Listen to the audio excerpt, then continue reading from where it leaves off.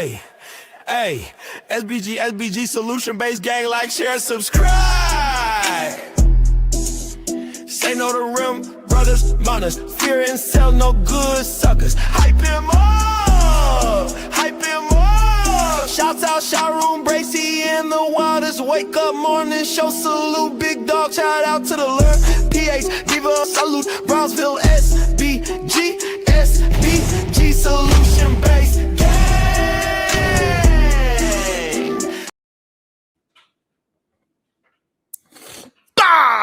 Let's go. Good day, everyone. How are we doing today? Good day. Hopefully everybody's doing well. Did I not set this up properly? Give me a second. I'll be forgetting to do stuff.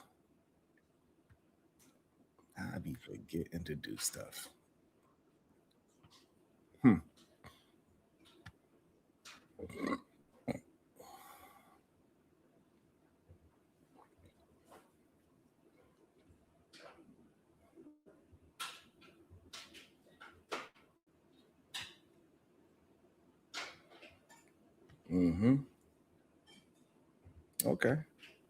Most of the stuff is ready. All right.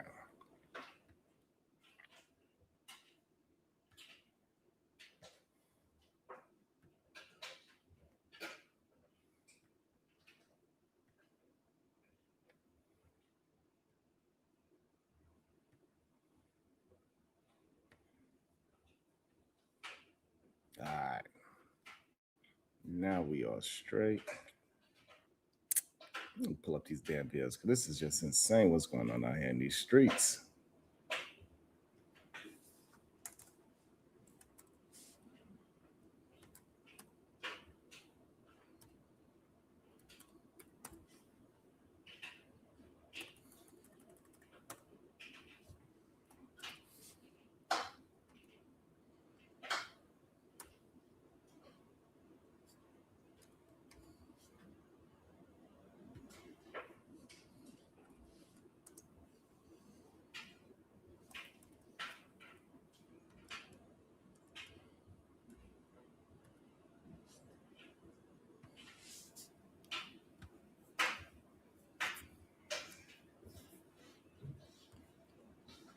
Yes, sir. Good day, Otis. Who? What up, Platinum Dose? Good day to y'all. How y'all doing today? Y'all know how we like to start the day off. We like to start the day off with great, productive energy. So when I say good day to you, make sure you say it back because I can feel that great, productive energy through the screen. God damn it. I can.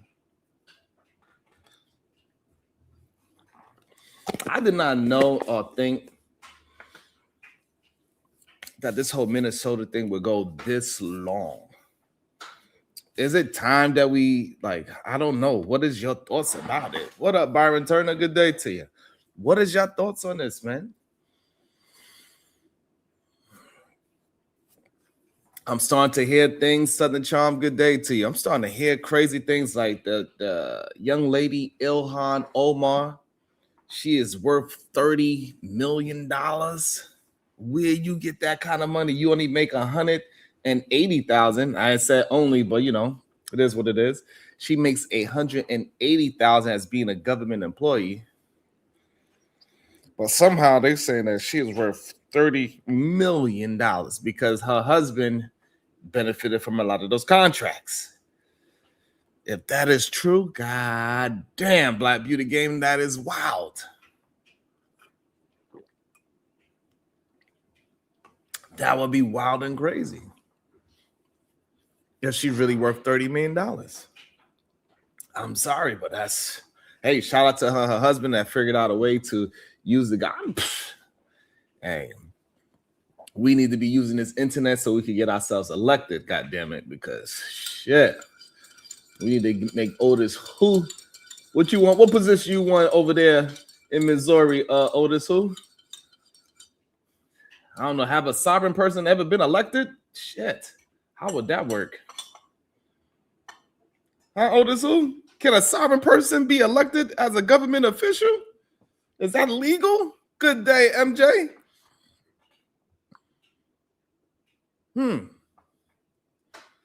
But this whole craziness about Don Lemon, a gay black man, possibly getting hit with the KKK Klan Act is crazy.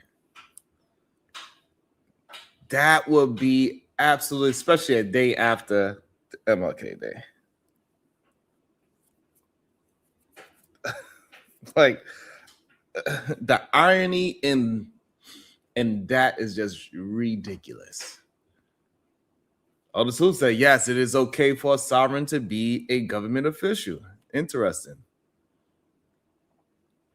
And then we got Nicki Minaj chiming in on it, saying, lock him up. What was y'all thought? Should Don Lemon be locked up for what he did in Minnesota? Do y'all even know what he has done in Minnesota? What about the young man, Jake Lang? Bubba, yo, Don Lemon, exactly, Bubba. Don Lemon going to prison under the Klan Act is a wild statement to hear. That is just all wrong on all aspects of the idea. Oh, MJ, you didn't see this whole situation with Don Lemon? So they are trying to say that Don Lemon and a bunch of protesters ran up in a church and disrupted the whole church situation and protested in the church, ran everybody up out the church. MJ, it's wild. It's hard to find the actual footage of, like, because Don Lemon, I would assume. So we're gonna find out. I'm gonna look for it because it's hard to find this actual footage. I could find things easily about the aftermath of what people are saying, but I'm trying to find actually what happened. Aries said the DOJ warning Lemon via social media. That is wild. It's really crazy out here. It's real, MJ. It's really crazy out here. I think Don is gonna, if he's smart, whatever he did, I think he's gonna go at it as he was being a journalist and he's a reporter instead of being a protester. So I think I hope, if I can find a video, we'll see if he's a part of it. I'm with you, MJ. I think that would just be insane. First of all, that he was doing something wild, and then also that he would be charged with the Klan Act. A black man, a gay one, charged with the Klan Act would be crazy to me. I ain't gonna lie. But like Aries said, the DOJ warning Lemon on social media is even wilder. Byron Turner said he just follows him in there. So I think he's gonna be able to. I don't know. Let me find it. Let me look on Twitter. I don't know. Let me look on Twitter. This is just crazy. Absolutely insane. I couldn't believe it's like anytime you wake up, every time I wake up, MJ, I'm thinking like, hey, this has to be the season finale. Then I wake up, it's like I'm 3 episodes behind on everything that's going on politically in this goddamn country. You know what I'm saying? Like every day. It's crazy. Let me see if I can find something on Twitter, MJ. Let's see.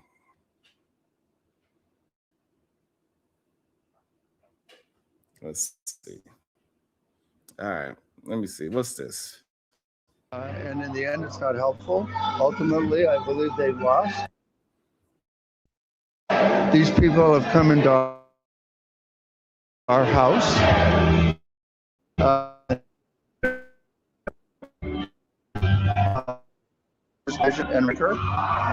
And in the end, it's not helpful. Ultimately, I believe they've lost.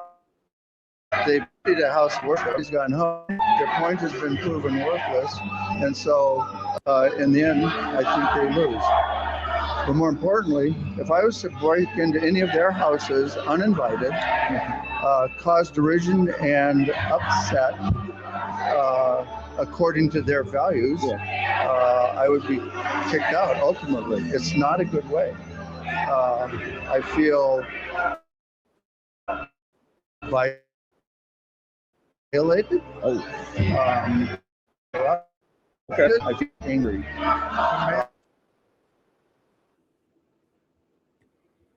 so all right. So this is what I found so far. I guess this is after the math, after everybody left, after the crowd then ran in. Yeah.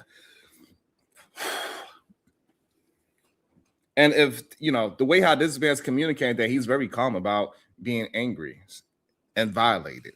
They ran up in his house of worship. I think this is absolutely overreach by the protesters. Why are you going in this house of worship to protest? This is a strange situation to me. I don't know. Maybe it's something with this church that is supporting something on the opposite side. Maybe that's why they Sugar, I seen Don clap back at Nikki. I'm gonna find out. But I think the protesters running in. What up, Sugar? I think the protesters running in the goddamn church is a little too far. Like I don't know what is the purpose of that. And like so, Don about to ask him a very serious question. It seems like, what do you mean by being violated? He means that he was just trying to worship how he worshiped, and a bunch of protesters coming with their goddamn political rhetoric. That is violation. He felt violated. He couldn't do nothing about it. Thank you, baby. Appreciate that, Sugar. So let's see how he responds.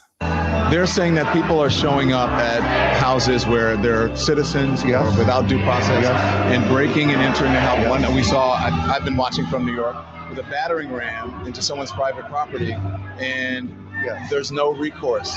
There's no, you understand what I'm saying? This is all part of. Absolutely not. I don't understand what you're saying. You're saying that, hold on, we have to, Don, what are you saying? Because ICE is doing something legally to get illegal people out, whether that's right or wrong, we could define that. However, you cannot act as if the protesters have the same rights as ICE agents. That's wild to say. In the way how you frame that question, Don, what Jones and for more? That's what I wonder. What is happening?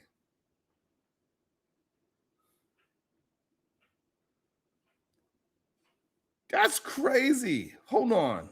Did I mishear him, MJ? Did I mishear what that question was insinuating? A much larger dialogue, in my opinion. On one side are people who watched a previous administration bring 12 million people in over the course of 4 years, and many of them undocumented, many of them criminals, etc. This is another administration. Yo, this looks. Yo, hey Genesis. Yo, this looks crazy. I ain't gonna lie. This looks wild.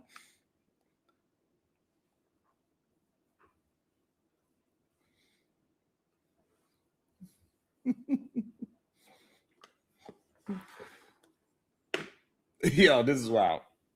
They even interrupting the goddamn interview. I would be highly upset and feel highly violated right now as well.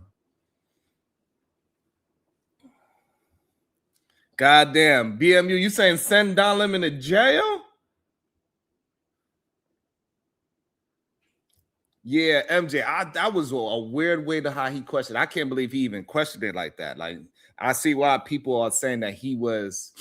Oh, you know what? Let's let it play. Let's let it play. I don't know, Sugar Bum. This don't look like he was just doing his job. It looked like something else. But this looked wow. Corrective. Now, whether you agree with the policies or procedures, right. I think I could actually be sympathetic to some of the things where there have been challenges to action and decency. At the same time, these are what are called targeted interventions by ICE to keep the American people safe. If I respectfully may interject here, I've been out reporting on a lot of these, and they're not targeted. There are no warrants signed by a judge, let me finish. And they're American citizens, many of them. Most of the people that they detain don't have criminal convictions or criminal. Come on, Don. Come on, Don. You cannot say many of them. Like, you're a reporter, bro. What up, Uda? Uda, I see you out there. You got those clips, baby boy. Like, I think Don is not seeing the bigger picture of doing this correctly. If you are going to be the reporter that you are known for of having integrity, you should not be just saying many and a lot of them. You should be very specific at this point, because the accusations that you are hinting towards is very dangerous in the times that is going on in Minnesota. At this moment, we cannot just say many, a lot, and some. No, you have to be very direct, so because people are just following blindly on both sides. Wow, this is, I don't know, Don. I'm not going to get into the weeds. This is. But you should know that, though. Don't you think that's part of it? Yes, and I could also show you many opposing sides where we're also picking up the very criminals that have put Americans in danger. And God damn, that was a very good answer in the heat of that was a very good answer, right? And that is the issue that I had with the way how he just worded it. Man, that was a very good answer, especially as something that you just witnessed in your house. Man, this was, what up, Lee? This was an absolutely phenomenal answer. Like, hey, the same way how you telling me many and a lot on that side, I could show you how is on the other side. They took away people that were actual criminals, that were PDF files, that was doing criminal activity. Great answer. Like, why are we trying to ignore the good things that they do as well? We got to keep it. So if we gonna make it seem like ICE is wrong, we got to put the whole information in so we can say, hey, is the good outweighing the bad, or is the bad outweighing the good? This is a very dangerous part of life right now. It ain't just speculation, you just talking to people. No, people are active in the street. People are now starting to lose lives. At least 2 people have been deleted out of this situation. We cannot be speculative. We cannot be, woo, goddamn. Don, I usually like Don's takes. I believe a couple of takes that I see him have, I liked what he said, but this one, I do not see his angle that he is talking about. I'm not saying it's pretty. I'm not saying it's not messy. I'm not saying it couldn't be better. I'm saying this is a part of a much larger dialogue in which one administration caused a great deal of chaos and havoc and danger for American citizens, and another is trying to correct that. Do you believe that? Wow. What you mean, do he believe that? Don't you? He's literally inside of his own church with chaos. Yes, he believed that. Good day, beautiful. That is crazy. What up, Rilla? Yo, Don. I cannot believe what Don is. Okay, let's see. Let's see. I can't believe. Listen, Okay. let me tell you, Listen, just on the you're not facts. a journalist. Yes, I am. I want to give you the facts. No. Did you know that undocumented people and immigrants commit far less crime than American citizens? We're done here. We're done here. Than natural-born Americans. You won't listen. If you could ask, I'm giving you the facts. It is. Give me facts. I would have a conversation. But I can respond to you. No, Did Jesus stand with the oppressed? Because he doesn't want to listen to facts. I think Don is missing the point that he didn't listen to these facts. The man was trying to really have a real conversation. He gave a really good general answer to say, hey, I could show you things on the other side as well, and we need to just hash it out, and things can be done better. He is being Don, that was a misstep. Big time misstep. Yeah, that's Don Lemon, Ola. Bubba, what the hell you talking about?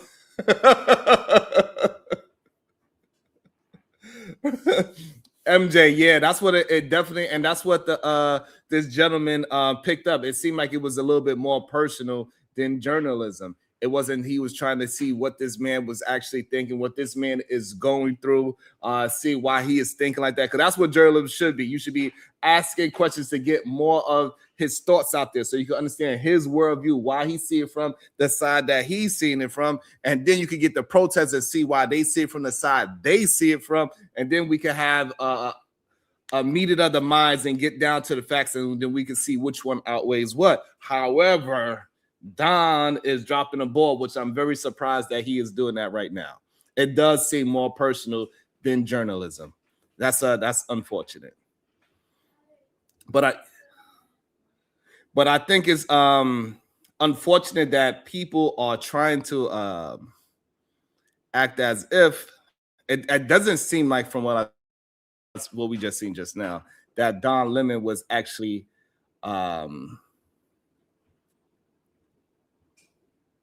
it's not connected to you. Oh, it is. It don't seem like Don. It don't seem like Don Lemon was actually a part of the protest. It's like he was trying to report on the protest, but in a narrative-based way.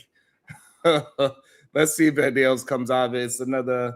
So like that's the interesting thing about this is that they won't listen to facts. No. You won't because when you pose as a journalist, I am a journalist. Journalist gives facts. And then you. All right, so let the man talk. Start correcting me with facts and don't have. You shouldn't hear the facts. Of course, I most should of the hear people facts. who are picked up but will are you not. Give me the facts on both sides. That is the facts on both sides. Most of the people who are picked up and are detained are not convicted. They have no criminal convictions. They have no criminal record. I don't know about the conviction part. I'm pretty sure, like, all right, so they don't have that is wild for them to say they have no criminal convictions and they have no criminal record. That is a wild statement to say.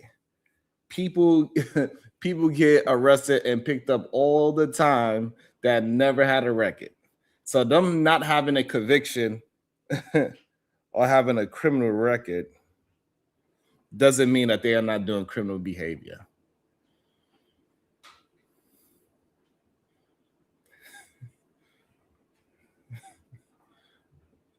And that's the only thing I'm saying, Chicago. Really, like, you cannot be journalism and talking about you saying facts, say many and a lot. You got to say, hey, this amount of percentage, 30% of X, Y, and Z is doing this, that, and the third. You cannot just say many and a lot. That's crazy to say. That's not actually a fact. That is just possibilities. We understand possibilities going to happen. We know it's going to be cracks that slip through and innocent people going to get picked. Like, we know this is going to happen. It's always been that way. Don, this is not a good look, Don. No way. Absolutely not. None. That immigrants commit far less crime than native-born Americans. What the frick and frack? Oh, shit. Did he say what I did? What? Excuse me? Excuse me?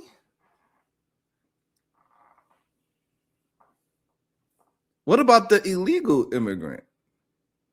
You say immigrants and what? Wow, Don, that is. I see why people. Hey, listen, I don't think they should come and lock your ass up because I don't think you incited this protest. For you to get hit with a Ku Klux Klan charge is crazy.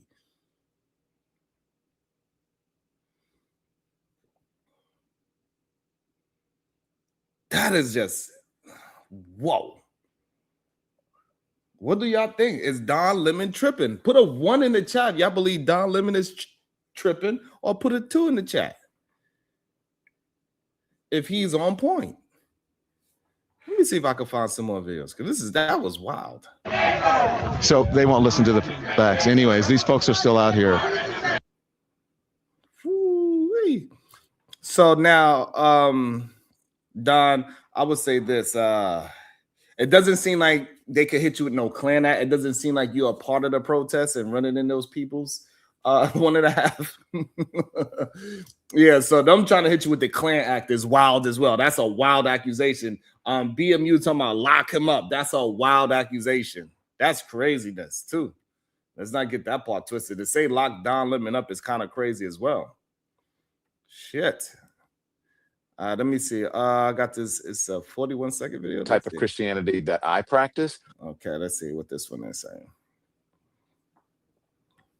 Let me see what this one is saying. Whew. Let's see. I found another clip. Let's see what this one is saying. Maybe he's going to clear up. He's going to clarify some things. Maybe. It's only a 41-second clip. And there's a certain degree of entitlement. I think people who are, in the religious groups like that, it's not the type of Christianity that I practice, but I think that they're entitled, and that entitlement comes from a supremacy, a white supremacy. Oh, shit. Oh, my God. Oh, wow. Whoa. That is crazy. Oh, shit. What?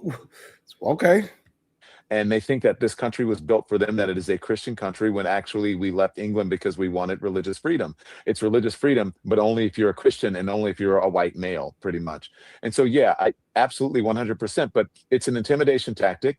And, I said, I don't understand how I've become the face of it when I was a journalist. I do understand that I'm the biggest name there. And I'm also, as I was on with my producers this morning, you and Kylie talk all the time. My producers were saying, I said, how did I become the face of this? And my producer said, Don, you're a gay black man in America. And there's a certain degree of entitlement. I think people who are, in.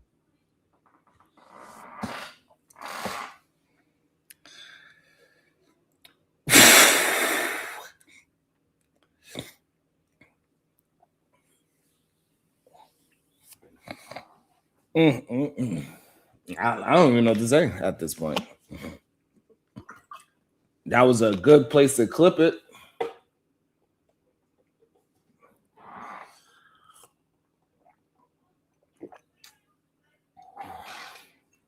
I'm gonna need something stronger than water.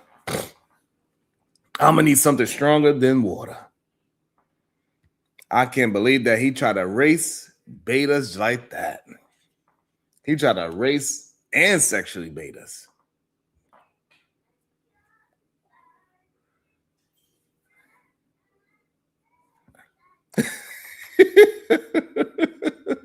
I guess so. He do what on smoke for sure. Oh shit.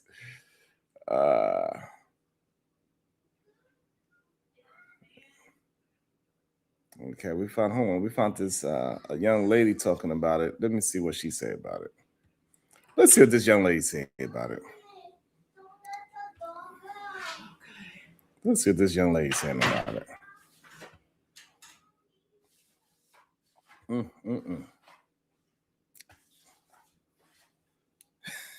Freedom, it ain't my fault. I promise you. This shit is wild. Administration and the fake news magas are losing their mind over something that's not even true. Oh, no, sir. This ain't got nothing to do with MAGA. This got everything to do with you taking your fagger. Oh, God damn it, ma'am.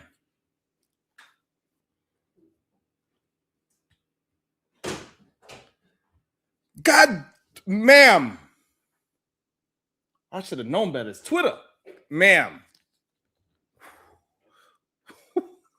What the hell? How she remix it that quick?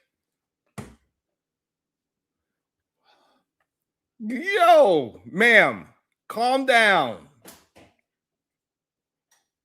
Shit.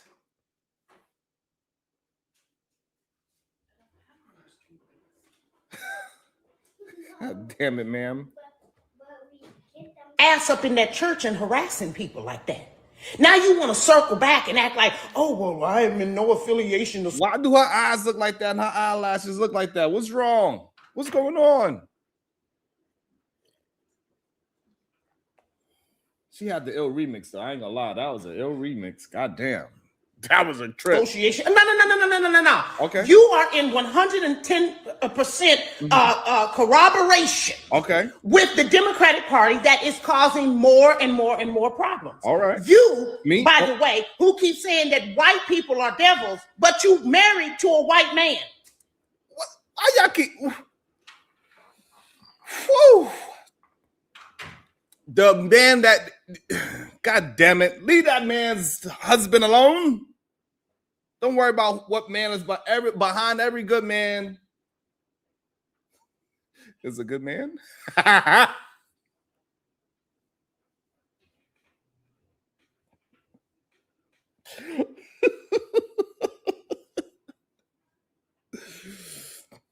I wonder if Don Lemon he'd be calling his husband up crying at 3 a.m.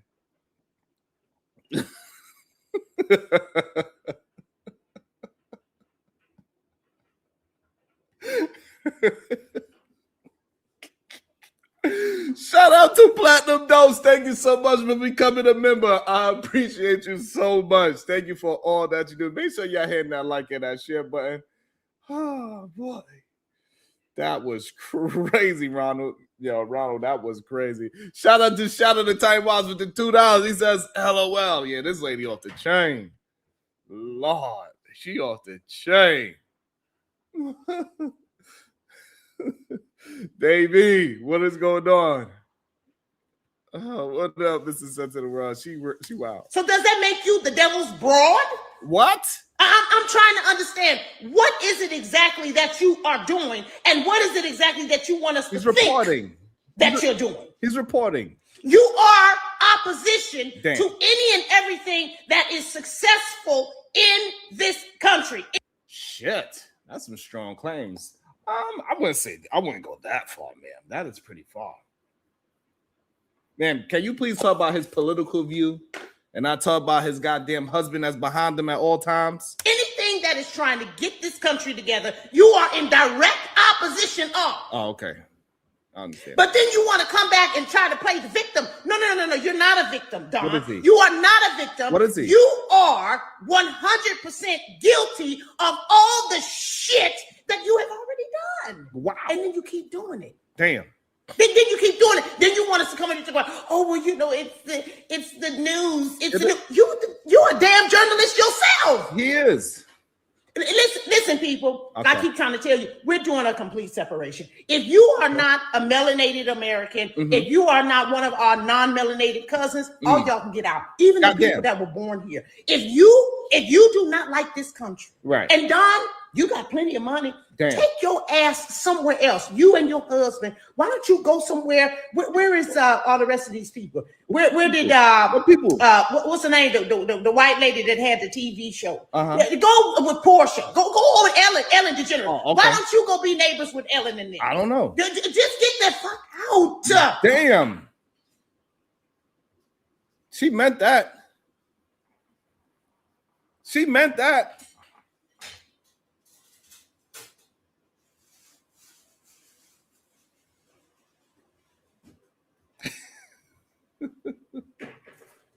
Load the Rebel, what up? Yikes.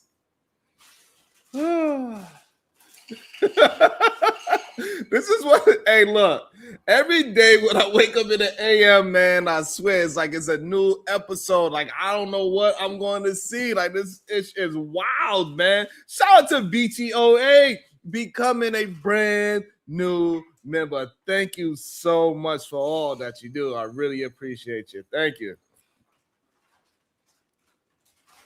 God damn. I don't know, Kulu. Maybe they was. But just because they saying it's trash under Biden doesn't mean that they want to get up out of here. They say, hey, no, the way how you running it is a certain problem. But if you don't like it, right, this man, I don't know what's going on. I ain't gonna lie, Kulu. I don't know what's going on. Every time I wake up, I'm just like, I don't know what the hell. Where am I? Where am I? What is going on, actually? Every single time is a new goddamn season finale. Every time I think it's going to be over, something even better happens. Every time. Let's see. They let me administration and the fake news magas are losing their mind over something that's not even true. Oh, let me see if I can find some more. That's just crazy.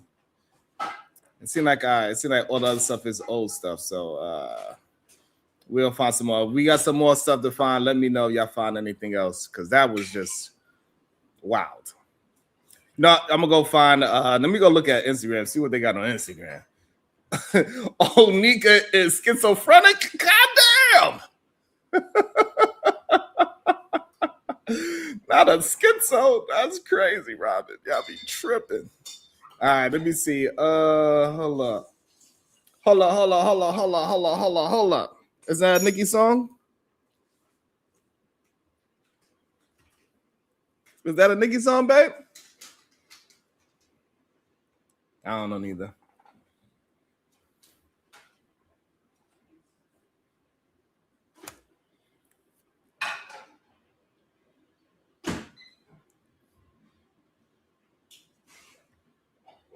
Okay. I gotta be able to get into my goddamn Instagram. How about that? Because people been trying to steal my goddamn Instagram, so I don't even know if I could get in it.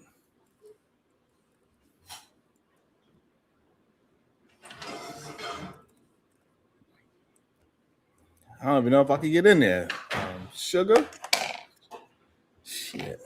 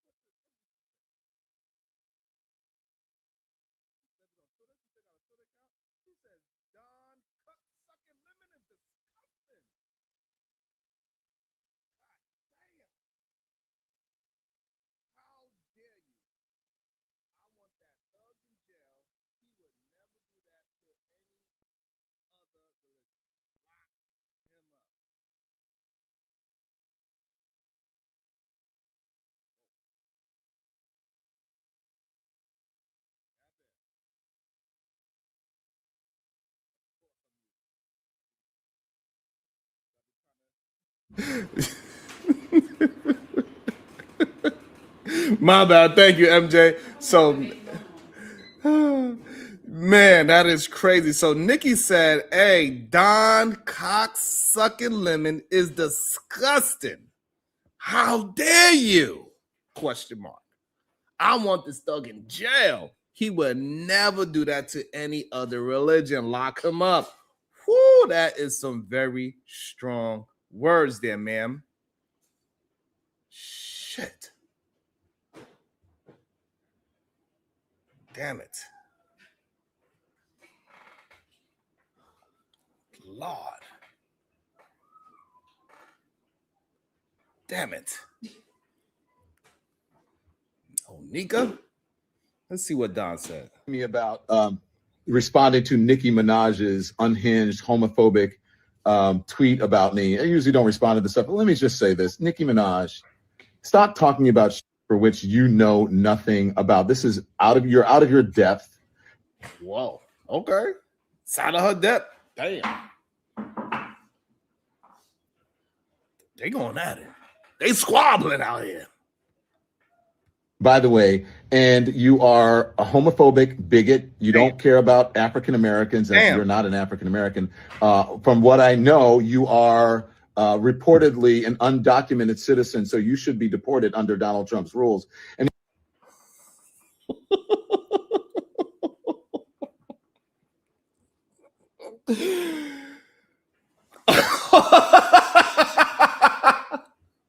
All right, Don is fighting back. Yo, Dawn is fighting back. Oh my God, that is crazy.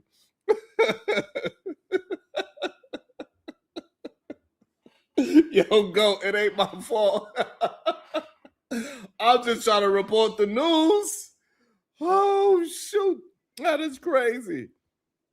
All right, Don he ain't taking it lightly. And the other thing is that your family members, you have one family member who is reportedly a sex offender, the other family member, your husband or whatever, a sex offender is your husband, and one of them is reportedly a pedophile. And wow.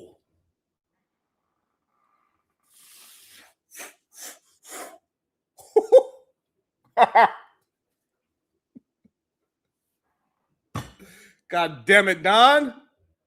Make sure y'all hitting that like and that share button. God damn it, Don. Don is fighting back. Listen, he fighting back. He ain't playing around. Hey, he says she out of her depth. She is into the unknown.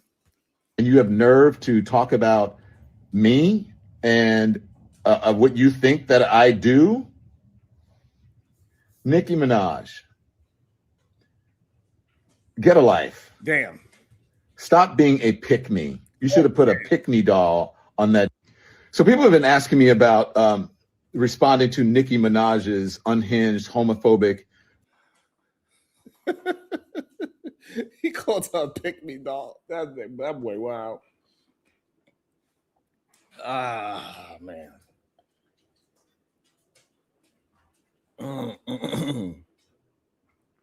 This is crazy, though. Place of Venus.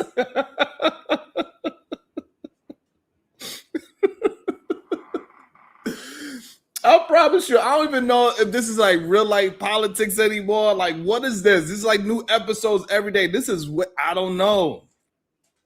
I don't know what's going on.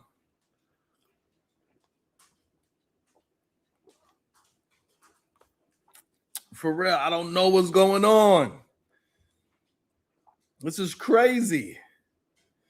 This is not real life, man. Every day is a new episode. It's like a TV show. Like, who's writing this TV show? It's like Tyler Perry is writing the political TV shows. This is wild, man. This is really wild. I'm kind of like, I don't know what to even think about this shit no more, to be honest. Like, what is real and what is not? I don't even know. Let me gather my thoughts, because this is just...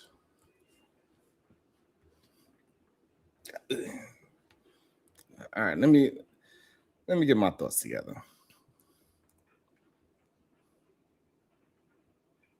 Let me get my thoughts together before I open up the panel. So, like when I woke up and you just, when you check the news and it feel like you overslept through 3 episodes, you go to bed thinking the world is normal. And by breakfast, somebody talking about charging a TV host with a law from the 1800s. Like, you can't make this shit up. You can't.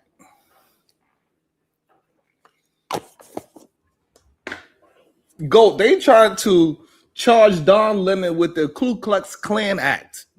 Go. That's, man. People online throwing around legal terms like they're seasoning food. Hit them with the Klan Act, like it's paprika.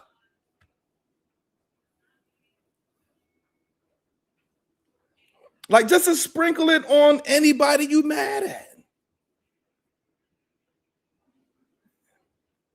And then a rapper jumps in because, of course, it's 2026 and, rappers don't drop albums anymore. They drop legal opinions. You ever notice how celebrities will join a controversy they weren't even in? They wasn't invited to. They see a trending topic and jump in like it's double dutch. Charge them! Charge them! They don't even know what the law is. They just like the sound of it. And then we got this idea of the Insurrection Act, like it's a goddamn coupon code. You hear people talking about the president may be using the Insurrection Act in Minnesota. The Insurrection Act? That's not a casual law. That's not something you see like Windex. That's that kind of law you got to say slowly. You got to whisper it, like the whisper class yesterday. You don't just throw that around like it's a promo code for free shipping. And people online, they talking about like it's a goddamn video game power-up. Press X to activate federal authority. And everybody's a lawyer until it gets real. Everybody on the internet turns into a goddamn lawyer. Everybody's is a constitutional scholar all of a sudden. Folks who barely pass high school civics suddenly quoting statutes like they're the clerk for the Supreme Court.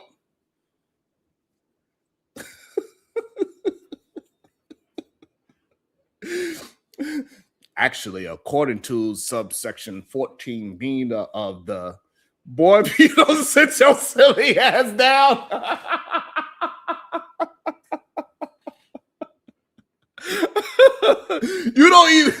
You don't even know your birth certificate.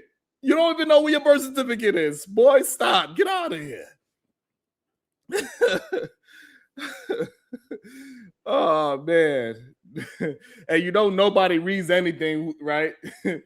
Right? We know that. We see Constantine attempting to. And the funniest part, nobody reads the law. They argue about it. They're arguing about it, right? And they just like the vibe of the law, the Klan Act. It sounds dramatic. The Insurrection Act sounds like a movie, right? It sounds like a title for a movie. People don't want justice. They want trailers. Everybody wants to see everybody get hit with something. Doesn't matter what. Could be the Parking Violation Act of 1972. As long as it sounds spicy. Then Trey come up here and say he got hit with the the traffic violation in 1972.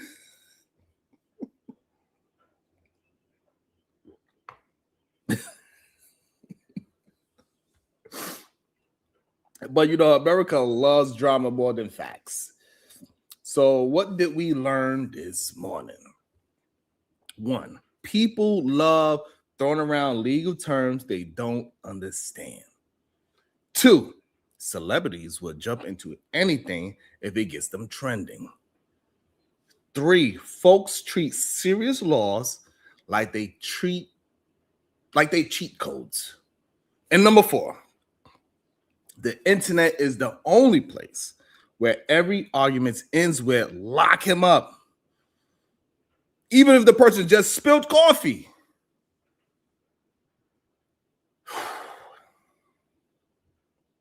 America doesn't need a news cycle. America needs a therapist.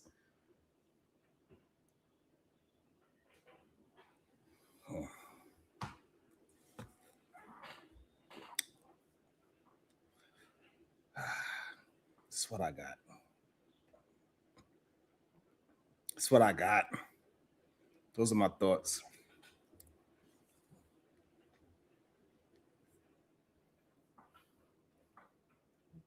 We're almost at an hour.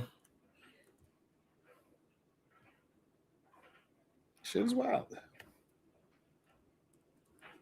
Make sure y'all hit that like and that share button. Let me see where we at with the likes and the shares.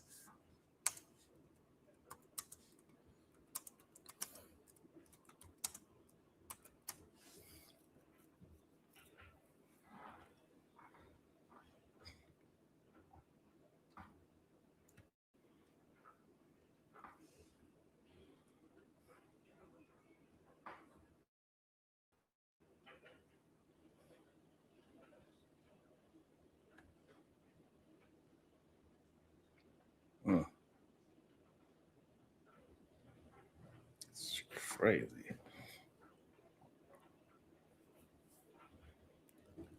Shout out to the Chicago Rilla.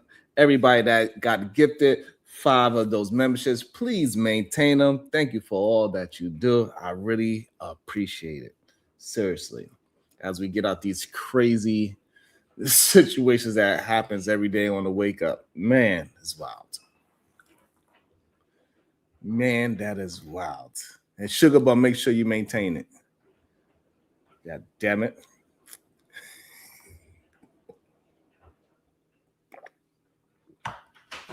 I don't even know what to think about it, to be honest, at this point.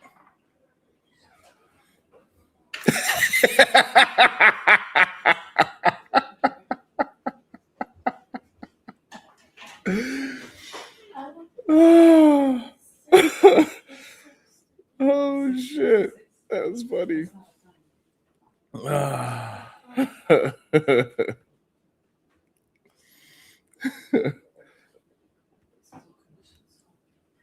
Let me see. I did see that Martin Luther King daughter. Let me see if I can find that. Let's go with this. We must also confront the killing of truth. The recent claim by President Trump that the 1964 Civil Rights Act harmed white Americans is just wrong, and it's dangerous. It rewrites history in a way that fuels fear and resentment. My fathers and so many leaders of the movement, Fred Shuttlesworth, Diane Nash, John Lewis, I can call the roll, but I won't do it today, did not risk their lives to divide this nation.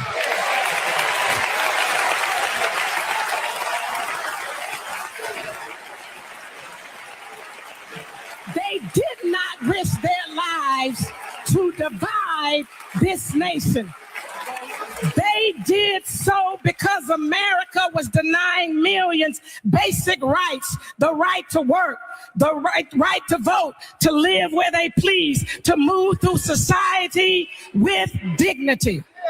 The Civil Rights Act did not give black people special treatment. It made discrimination illegal. The same discrimination you're trying to turn around and use. It required the law to protect everyone equally. That is democracy. So to my white brothers and sisters, the Civil Rights Act was never meant to harm you. It was meant to heal a nation broken by injustice. Fairness does not steal from you. Justice strengthens us all.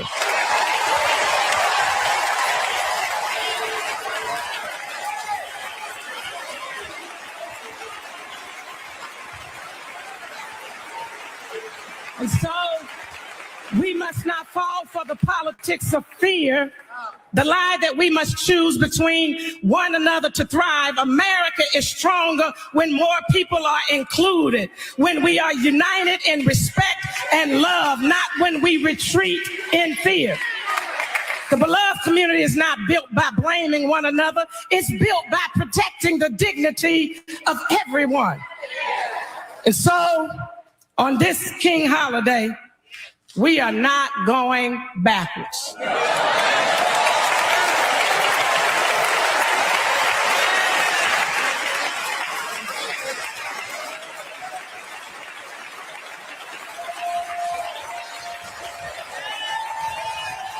We are not going backwards.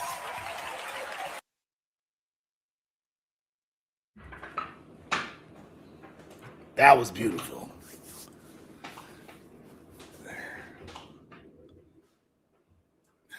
Sugar Bum, you ain't ish. That was absolutely awesome. That was great. That's how you move a crowd, god damn it.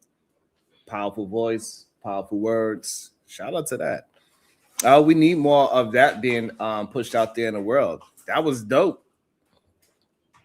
Right? She was able to get her point across without putting anybody down. And this is why I don't understand why so many of these men try to act as if women don't have nothing good to say. This is crazy to me. That was just freaking phenomenal.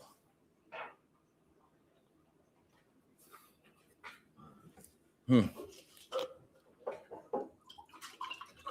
guess y'all want me to get back into the mess. Maybe I should talk about how Anton's supposedly side chick said something. And she addressed the situation. It's going to week 2 talking about Anton. I bet you that I get everybody hitting the like, to share.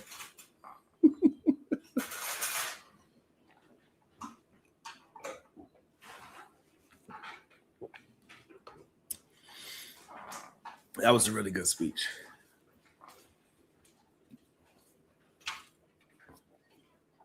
And I think that's the thing that most people don't understand, Chicago Real, how that discrimination was just used rampantly all over the place.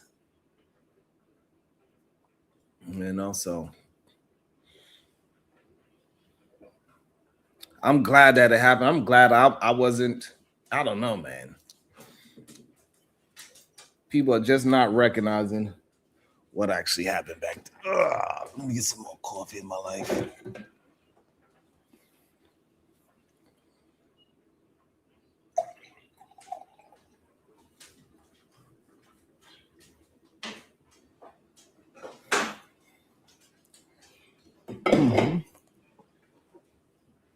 Let's see.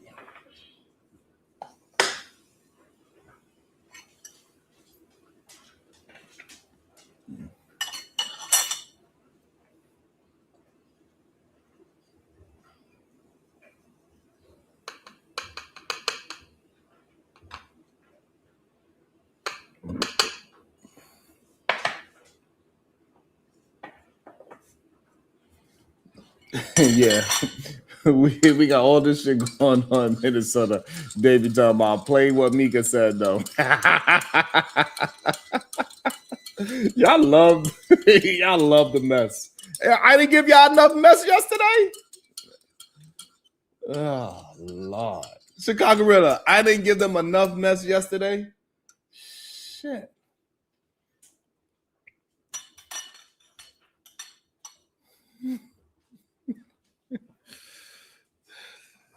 Jonathan, oh, that man is a joke. That man never execute no plan. That man is a fool.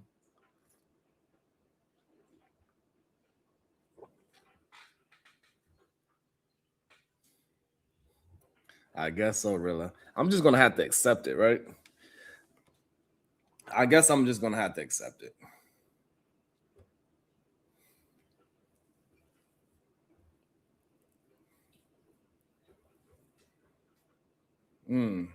I feel you, Ola. I don't even know, Davey, what did you say there? I guess I'm just gonna have to accept that. But I understand because this new situation with Don Lemon and Nikki and Minnesota is just not that easy to really, because it's so heavily sided, right? It got all these people saying, the leftists, they doing X, Y, and Z. And then we got the people that's on the left that said, no, it's the right. Instead of just looking at things objectively and looking at through the middle. Because like Don, he's leaning too hard to the left as well. Like what he was doing to that man in the church was just absolutely atrocious. I can understand why people like BMU is saying lock him up, even though they wrong for saying that. You know, that's why I brought it up earlier. Like, just lock everybody up is wild to say. This is America. We cannot just lock everybody up for opinions. Everybody has a right to protest, bro. The fact that people are saying that we should lock him up and hit him with a goddamn Ku Klux Klan act is crazy, Chicago Rilla. Like, think about it. A black man is getting hit with a Ku Klux Klan act. It's crazy.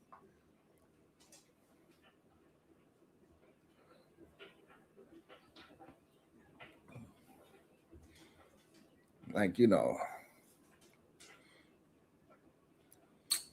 why is everything in America is about locking somebody up?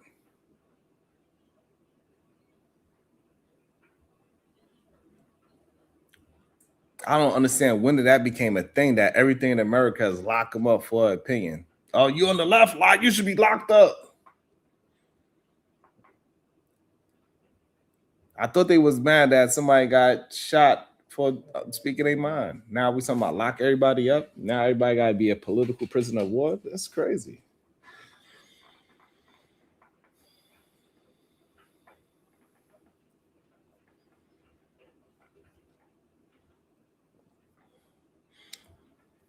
You know, that thing that they did with what was his name? Jake Lang? Like, that's crazy, bro. Like, we can, let me see if I can find what happened with Jake Lang. Like, there's no way that we could be acting like that's okay. Let me see if I can find anything on that.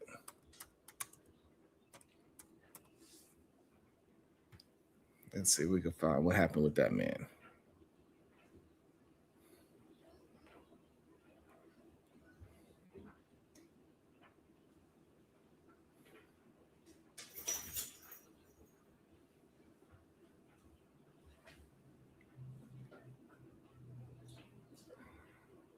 So let's see what happened with Jake Lang. This is crazy. Even though I don't, I don't see like we should not be on his side or anything because he is a clown too. Like, so Jake Lang is a clown at the end of the day. But at the end of the day, just because he want to do a counter protest doesn't mean that we need to treat the man like this. This is America, bro. And I get it. But this is wild. They got this man in splits. They got this man in splits.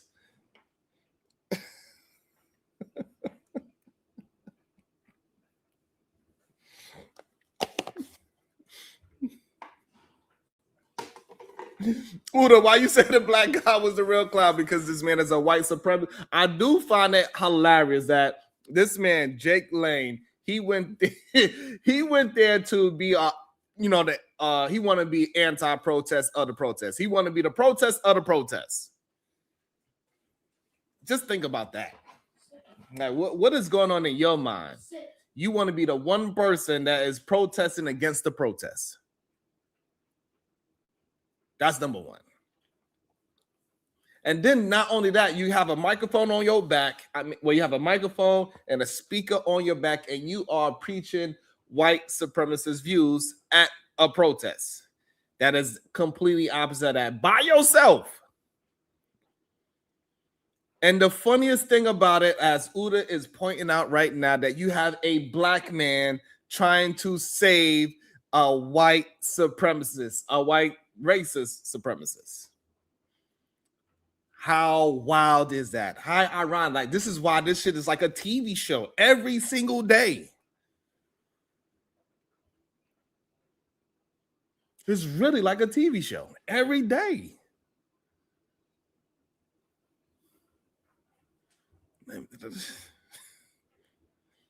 This black man is trying to save him. Got this man in the splits.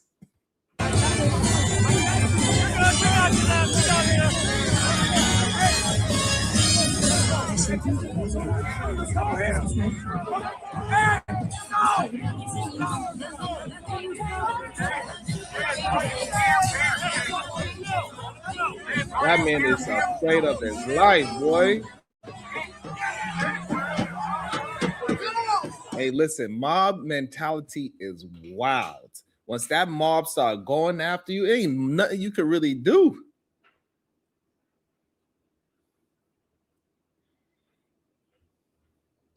That is crazy.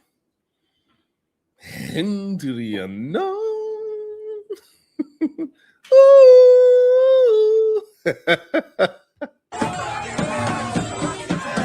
Oh, look, they rock. Damn. And so this is when this is when it becomes very dangerous. Like, we cannot, hey, listen, we cannot be just because the other person is on the opposite side, we cannot now just replace, like, what is going on? This is why they talking about the Insurrection Act, because we cannot allow the mob to just take over the city, because now the mob decides what is right and what is wrong. That man has a right to protest just like y'all. Just because he protested, y'all do not have the right as civilians to start punching this man all up and down his body and kicking him. Got this man all up in the corner doing a damn split. Got this man doing a split without a pole. That's crazy. At least throw him $1. Oh, yeah.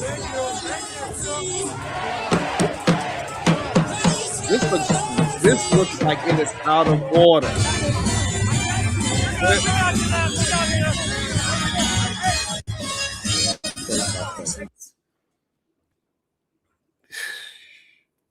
Saved, right? A white supremacist saved by a black man. And then also later on, when he got into that car, because I don't know, you see, so he finally get out of all of that. He was able to run away. After his head, they gashed his head. They got a bit. They hit him with some stuff. He bleeding out. He finally get away, and he runs into a car. Guess who's the person in the car?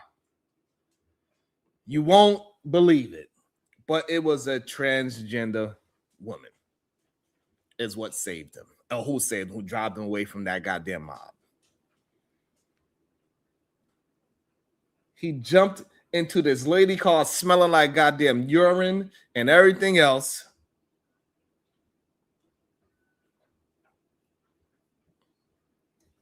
Automation K. This don't got nothing to do with black folks.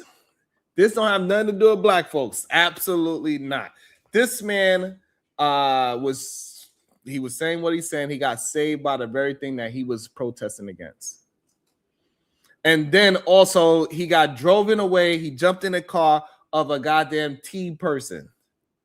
Another thing that they argue against. Hola, this is crazy. Like, this gotta be scripted at this point. It has to be. It has to be. Like, every time I wake up, I'm like, this cannot be real. Tyler Perry, stop writing the political script.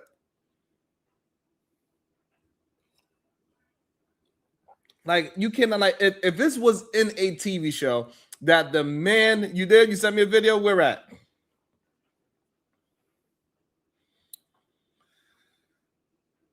Where you sent the video, Davey?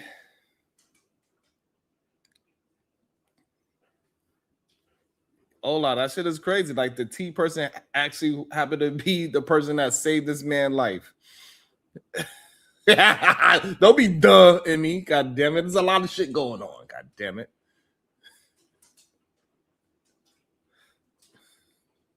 Yes, Audrey, we still gonna have to pay our taxes. Yes, probably gonna be more taxes. Dude, we still gotta pay. Boy, we ain't having no damn civil war. They can't get, they're attempting to get us riled up, but we ain't going. Black people not going this time, right? Even though they got Don Lemon trying to get up in there and trying to have all this goddamn race baiting situation. Hey, we ain't going. This is none of our business as black people. We understand that we have the FABATs out there. That is a foundational Black American tether. We see them more and more. We see them come out more and more every single day. The FBATs, FABATs, foundational Black American tethers.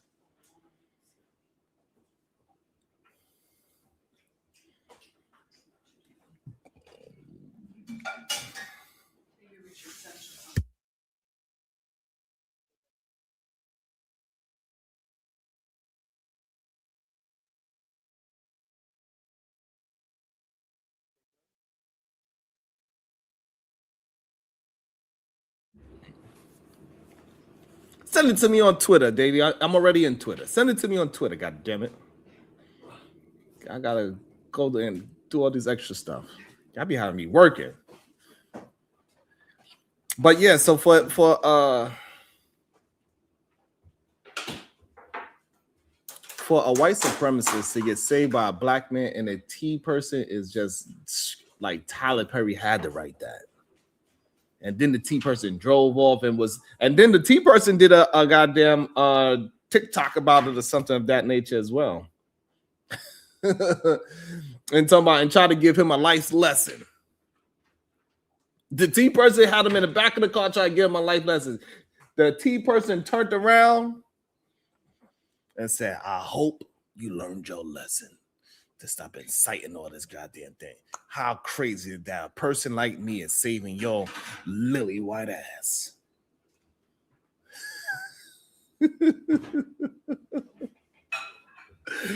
Ooh, this shit cannot. This shit is crazy.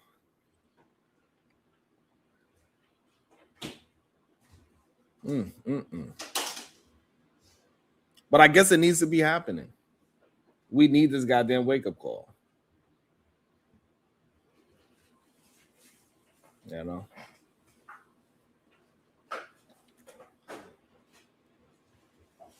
Let me see.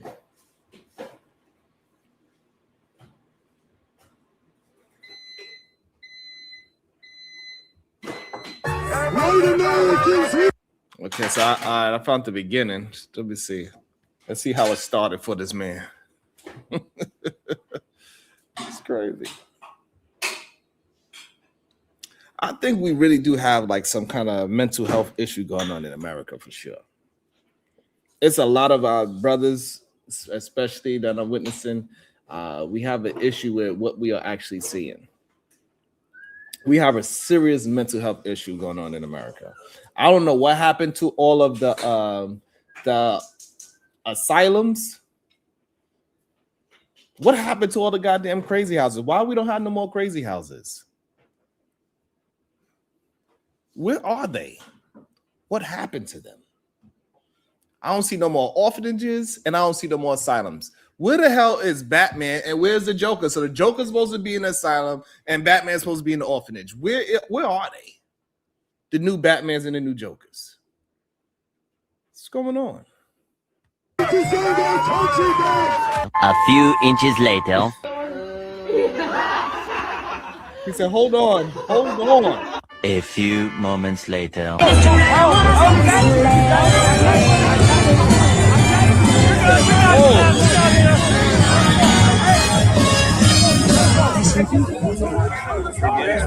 A few minutes later. God damn. He's bleeding. Uh-oh. What he gonna do? He gonna punch him? Oh, damn, he did punch him. God damn. Yo, mob man. Scary. Snow on the brother. 12 seconds 12 later. seconds? That's him. That's him. And so they're gonna keep person right there. That's a man.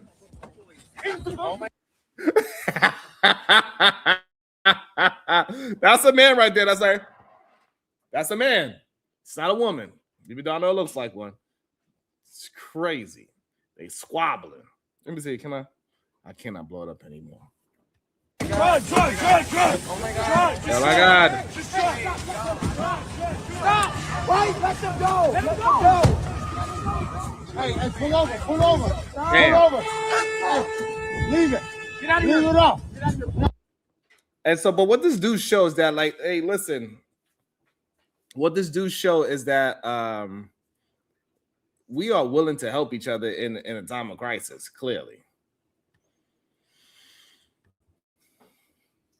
Strangers are willing to help each other in America, no matter what crazy ideology you have. This is why people need to stop with the nonsense and stop trying to make everything a left or right situation. We got to stop making everything a left and right situation and just, let's be America first in a real way, not in a left or right way.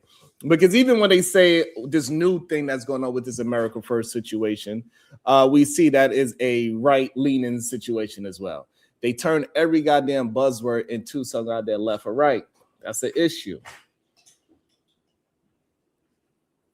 Dang.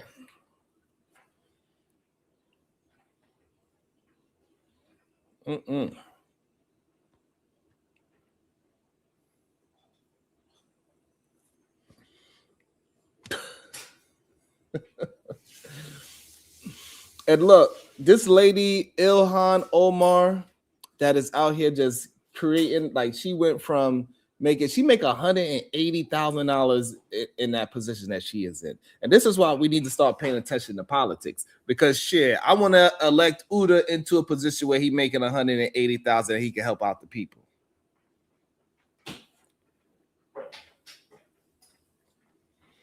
And she turned that $180,000 elected job into $30 million supposedly, because of all the the fraud that's going on over there that caused this complete chaos. Supposedly, we could do these things, and hey, if Uda decided to turn to like we're gonna give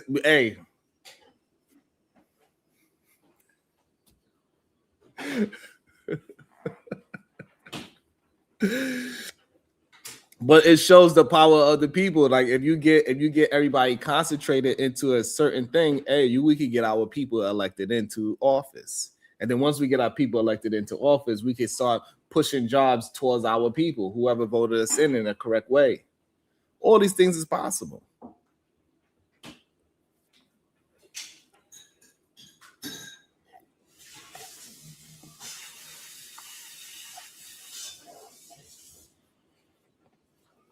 Damn.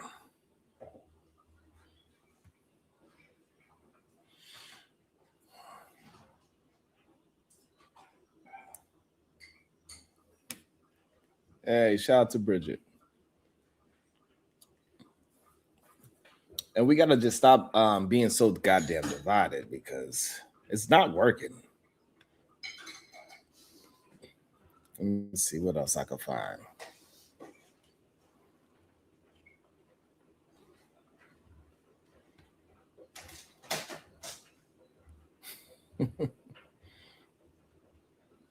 That is a crazy image. That is a crazy image right there. Lord, that's a person that's helping you, even though you're saying all that crazy rhetoric. And this is why all that rhetoric just needs to stop, because it's just not real life anymore. Like all this racism that they keep on talking about, it's nonsense. Like we need to just start getting real and understand what's going on in the world. We got to stop acting as if people that just talking without no real action is the way to go.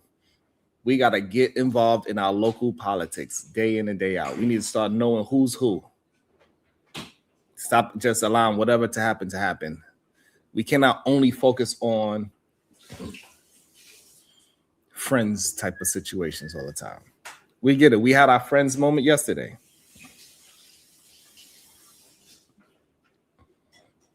We spoke about it. I can't make every goddamn thing funny. I'll be tired too sometimes. God damn it. I'll be tired too.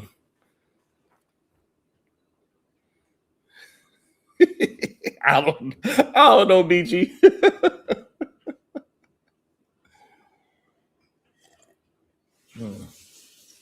I guess if nobody got no smoke, no debate, we get in there early today. Shit.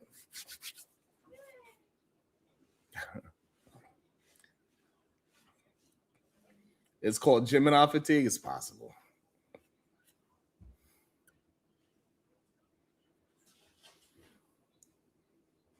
Shout out to that AT.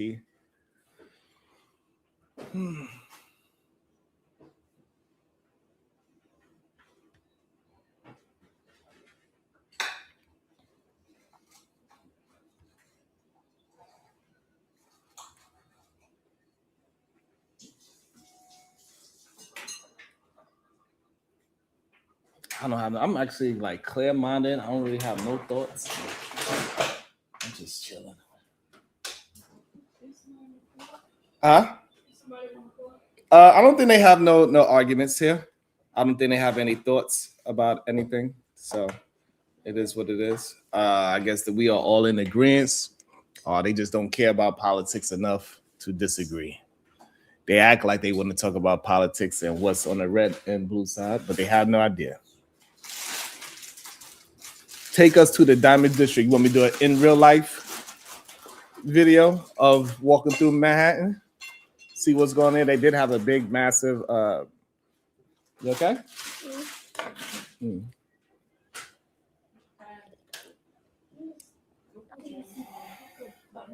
Yeah, I know. We go. Got a little bit more.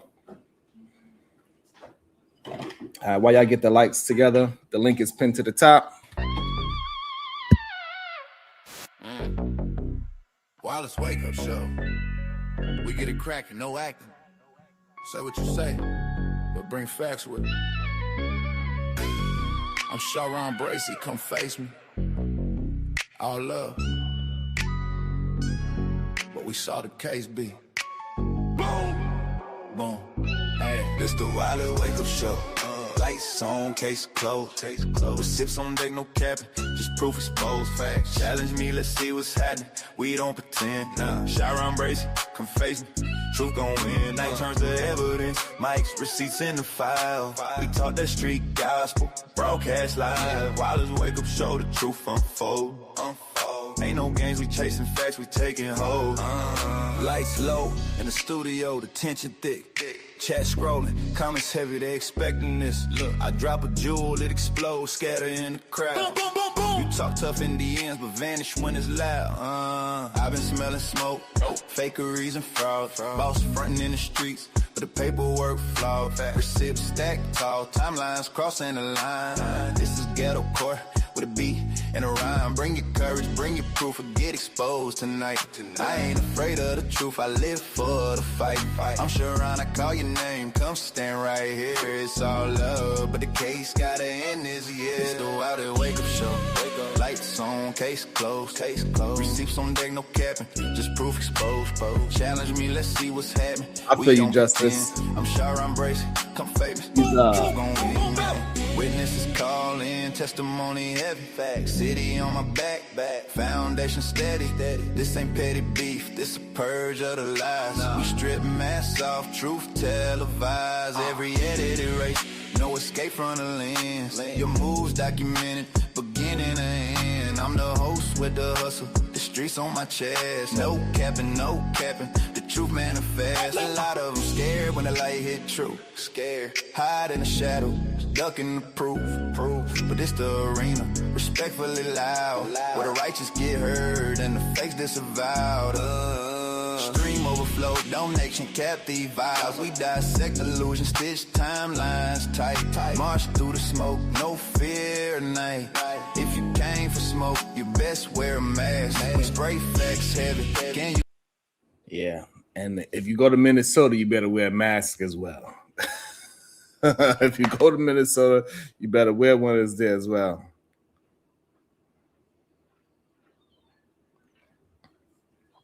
And it's just interesting to me. Like, I don't understand why Tim Walz and the mayor, why they're not doing anything more productive in their city. I think this is a bad move by Democrats to not do something about this Minnesota situation. Just keep allowing it to keep on manifesting into its own thing and just allowing the crowd, allowing the mob to dictate what they're saying. I think they need to be better leaders over there. Tim Walz. It's not a good look. I don't think it's a good look going into the midterms. It's just not. You need to do something about it. You cannot just have anarchy. You can't just have the mob just running wild. These people are not even from Minnesota, most likely. These people are most likely from a different state. Wilding out. Just having a good time. I don't even know how they making their money. Maybe they paid. I don't know. I have no idea how this is working out. But I know a lot of the people are going to be using this as a... There's no way that you can logically say that this is the right move for Tim and Mr. Frey, the mayor over there.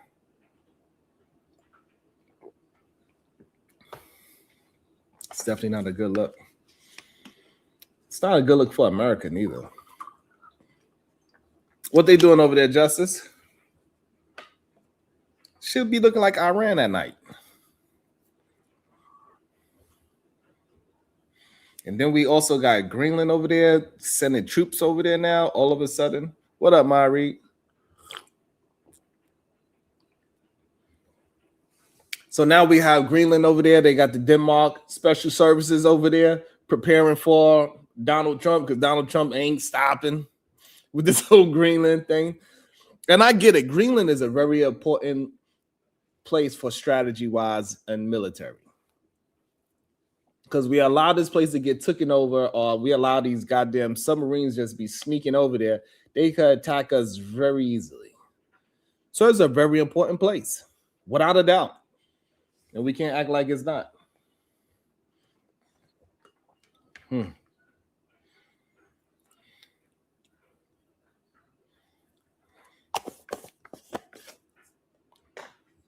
know what I want to know? We have over 100 people in the building, in the chat, I should say. I want to know, put a 1 in the chat if you actually vote.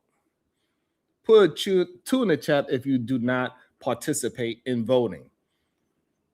I'm just curious to know if we actually care about what's going on in the world, or we just passing the time and we don't really give a damn about nothing. Because I think it's a point that, you know, politics get a little bit more in our psyche and understand what's going on. Justice says he votes.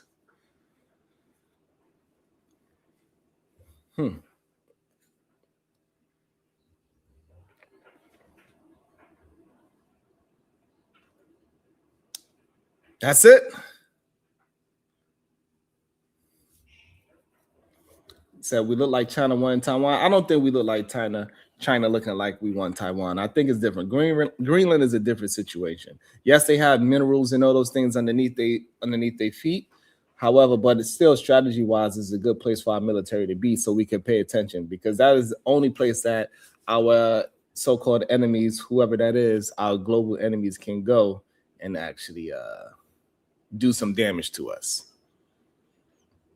Because our main defense is the water. We got to understand that ocean, that Arctic Ocean, Pacific and Atlantic, is the main reason why we are at a good position.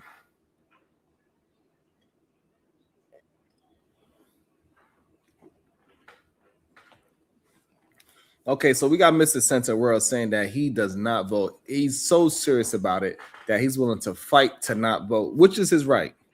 So my question to Mr. Center World, why wouldn't you vote in your best interest, especially locally?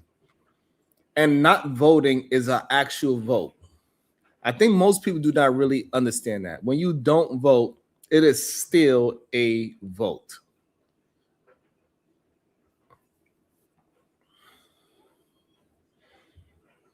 Especially when we talk about locally, in your local town.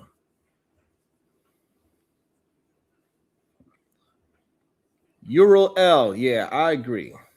It is all, Greenland is all strategy. It's not really about the minerals or the oil that's underneath there, which it will be a plus. But Greenland is really for strategy-wise to make sure America stays safe. That's the only place that they could use to infiltrate, in my opinion. Strategy-wise is the most important place at the moment. Because we see what happened with Iceland. Right, Iceland is the closest thing to us that has any kind of nuclear power. A lot of people leave their stuff over there in Iceland. It is what it is. But Mr. Center World, if you can, please hit the link. I want to understand, why is it that you believe voting is not important? Why you choose not to vote? Why are you choosing to give your vote away? So Mr. Center World, please hit the link. If not, if nobody feel the care to join the conversation or have a conversation about anything, hey, have an early day.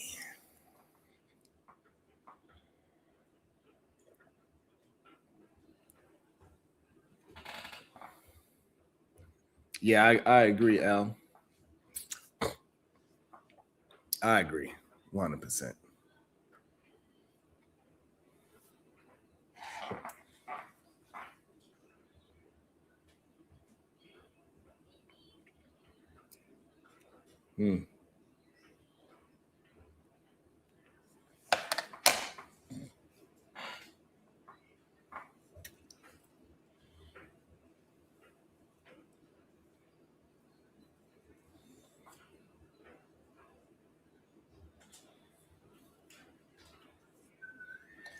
So, Mr. Center World, the problem is there's no real candidate in today's time that's going to be able to just do something strictly for the Black community.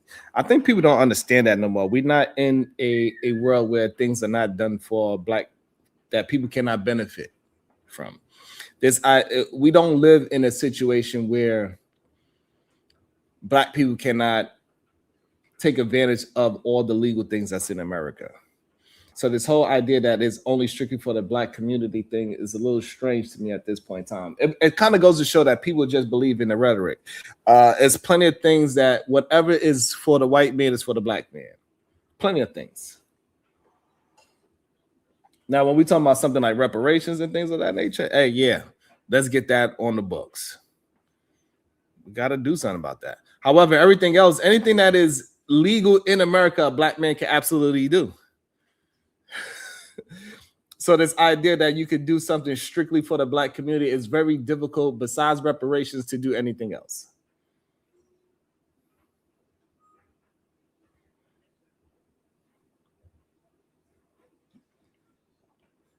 So when people say, hey, I want something specifically done for our community and don't vote in their own community, sounds wild to me. It is no way that you believe in doing something for your community and you don't vote in your community. That is a literal contradiction. You cannot have it both ways. Good day, H.C. Baldwin. You seen that crazy thing with Don Lemon, H.C. Baldwin? That was wild. Absolutely insane to me. So you cannot say you want to do something for Black community if you don't vote in your own community. Maybe you don't live in a Black community. I don't know. But it's just not possible.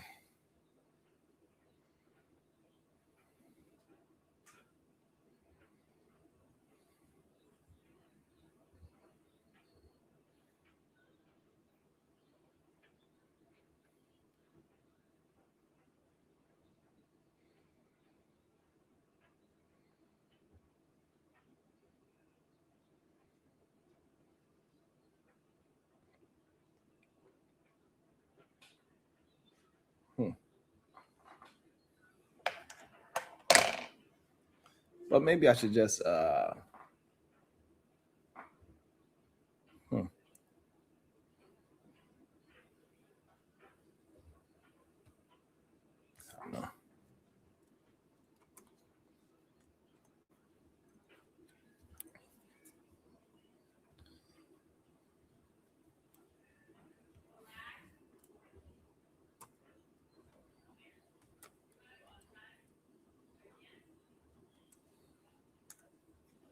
let me see.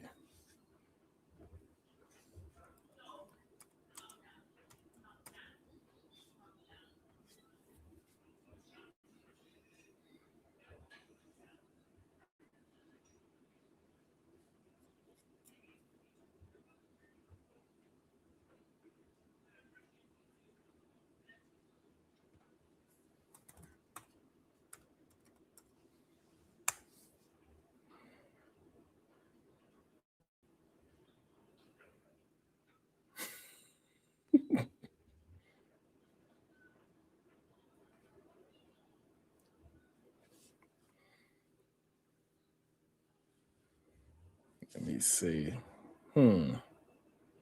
Where is it? I can't find it.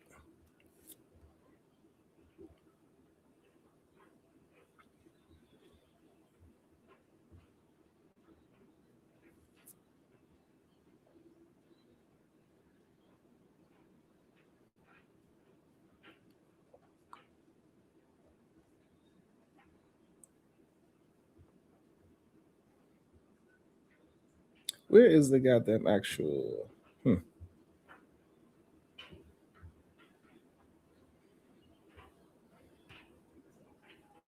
I want to go ahead and.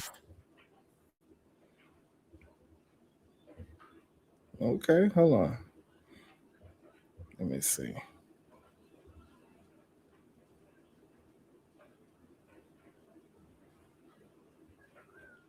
Where's the actual video?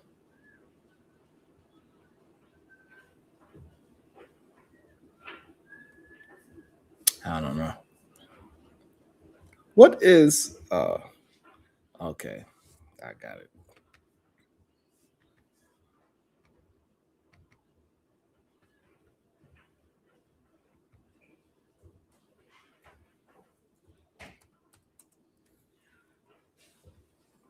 Let's see.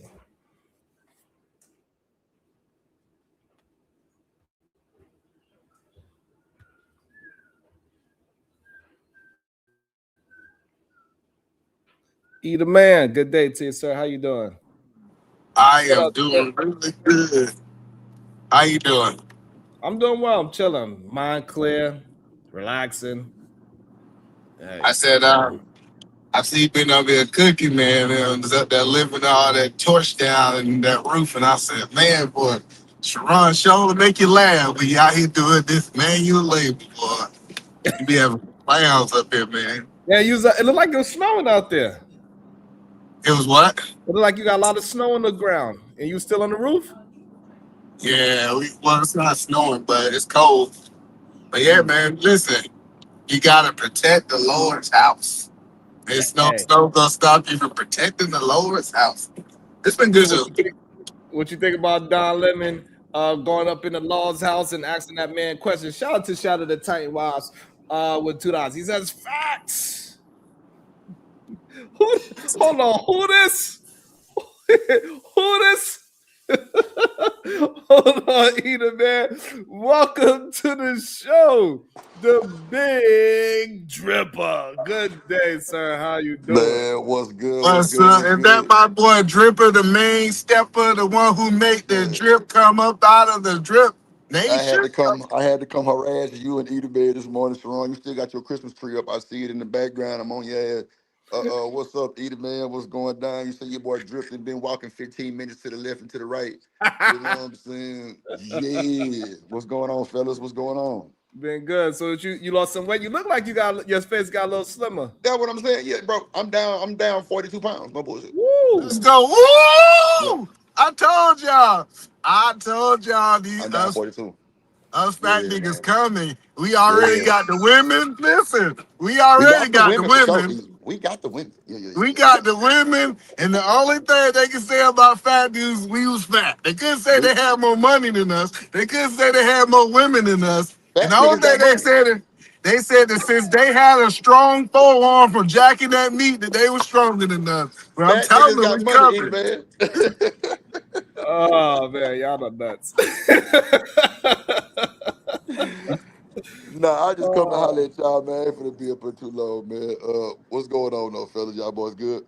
Yeah, man. Happy New Year to all y'all, What's your thoughts on all this crazy politician things that's going on? As like it's unfolding like a Tyler Perry TV show, bro. What's your thoughts on this? Man, I ain't even been up on the Sharon. Like I've been really, you know, they had took my channel because I had somebody banned on my panel. And they were simulcasting, so they took my channel and this channel. So I ain't been up on nothing, bro. Like I've been just what you popping mean? Up. Yeah, bro.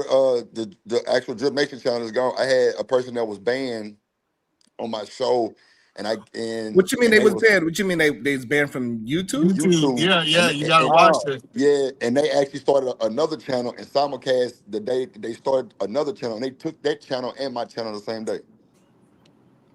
So who's this person? I want to make sure I ain't finna. I don't want to put Nah, you gotta say names. We run the business over here, bro. They don't look. What I can say this, Sharon. They don't be on your channel at all. Like they've never been on your channel. Never been on your channel. Hey, you need to still tell us, cause we simulcast with some of these mofos. Nah, trust me. Hey, drop it in the back chat. Nah, drop it in the back chat, because you can't take our channel. You heard me when I say our channel. So I'm telling you, drop it in the back chat. Take our channel. Let them know. That's the VP right there. Welcome to the show.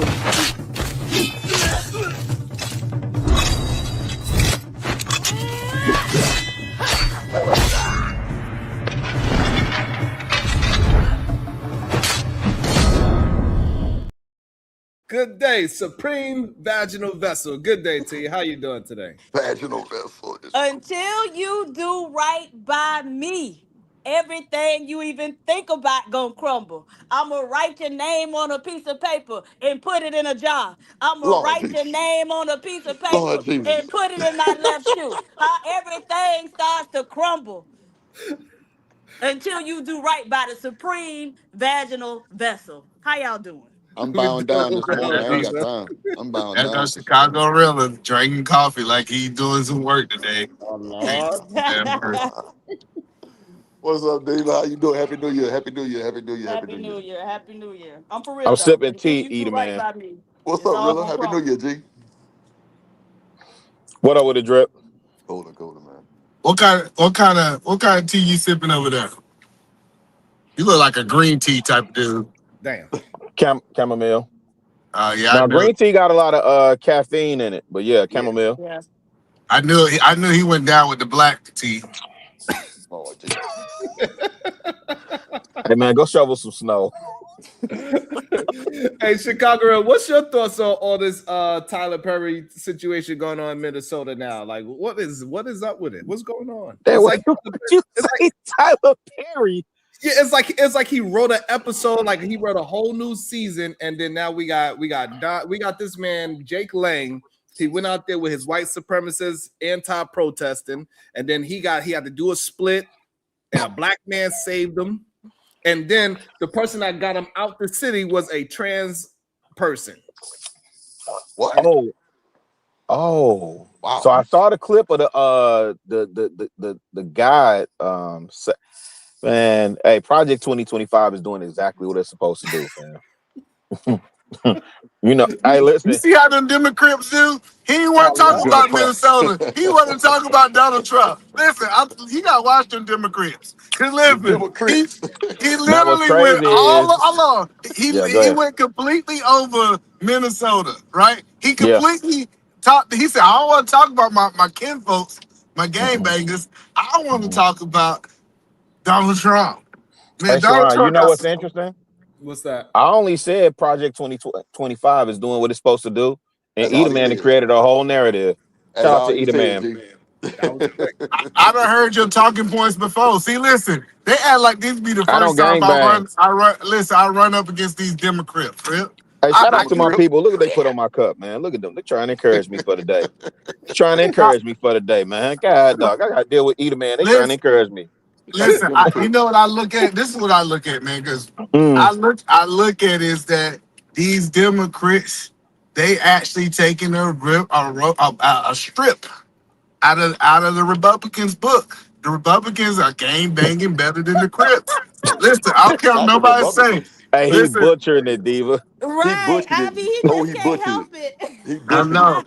They got a list or something. I don't know. So wait, you saying the Democrats are doing what now? What are the Democrats doing? They looked and they said, "Oh my gosh, January 6th." Mm-hmm. Oh Lord. Look at God. Look at him. Look at him. Look at him. Thank you. Thank you. How great is our God? Sing with me, how great. Yeah. You about to have Drip start jumping around. Only the hood. Hey, Drip, you got to be careful out there, man. Some of them conversations and people you be inviting, man. I'm sorry your channel got took, G. Yeah, that's man. bogus. That's bogus. It was a person that was on my panel. They were banned, and they started another channel, and they tried to come back like the next day, and they took it. But make sure y'all follow the plug channel though. Like that's a new channel where we at. I'm definitely So am I in danger since you got kicked off? Are you banned from YouTube, or are you just kicked off? No. I'm not banned from YouTube. I'm actually going to be monetized on the plug page in about a month. So I'm going to be like 100 more subs, and I'll be there. Drop the link so I can go over there and sub to you. Do not sub the Drip. Do not sub. No. Oh God, bro. Diva. Okay, Diva. Let's have this conversation, right? Why ain't you nothing so to upset talk with Drip about. right now? We here. We live here. Why you upset with Drip though? I don't understand. Like, cause I don't want to tell the folks I be calling your phone like I was your nigga. You know what I'm saying? Trying to get things done. But but if you want me to say that, I can say it. Yeah. I tried to do business with this man, and he couldn't even. No, Diva. He couldn't even. No. Wait. Hold up his end of the bargain. Hey, Drip, she bottom of the map. She down there in Florida, nigga. Sharon, she wanted me to charge her, and I didn't want to charge her. I don't know if Diva Broward or Dade County, Drip. Be careful. Wait. Let me say this because Diva, I'm gonna say this because New Year, she's a lie. Diva, no. I say, Diva, I'm not gonna even charge you. She, no. Tell me a price. Tell me a price for me and my nephew. We gonna do it. I say, Diva, just do it with me. I got you. Whatever you need. Everybody else that did it got the Canva software. They got their gaming PCs. They got their Right. I intros, was trying to outros, buy the software thumbnails. from you. Diva is bougie, bro. Don't let that black shit fool you. She's bougie. I love her, but she bougie. Drip, give me a price. I'm like, Diva, just come on. No, That's Drip, I right. ain't I don't gonna do need that. none of I you ain't gonna niggas do that. coming back saying you made me. Yeah, we know Diva bougie. She just got back Did from you hear me say that, Africa Diva? with Dexter St. John. Did you We hear me know say she that I made you, bougie. Diva? Hold on, wait. How can I say I made you and you was here way before me? I've never said that, I'm Diva. just fucking. I'm fucking Oh, I'm around finna say now. damn, for real. I never said that. I'm finna say damn. I ain't never said that before. Diva, Okay. what part of Africa you was just in?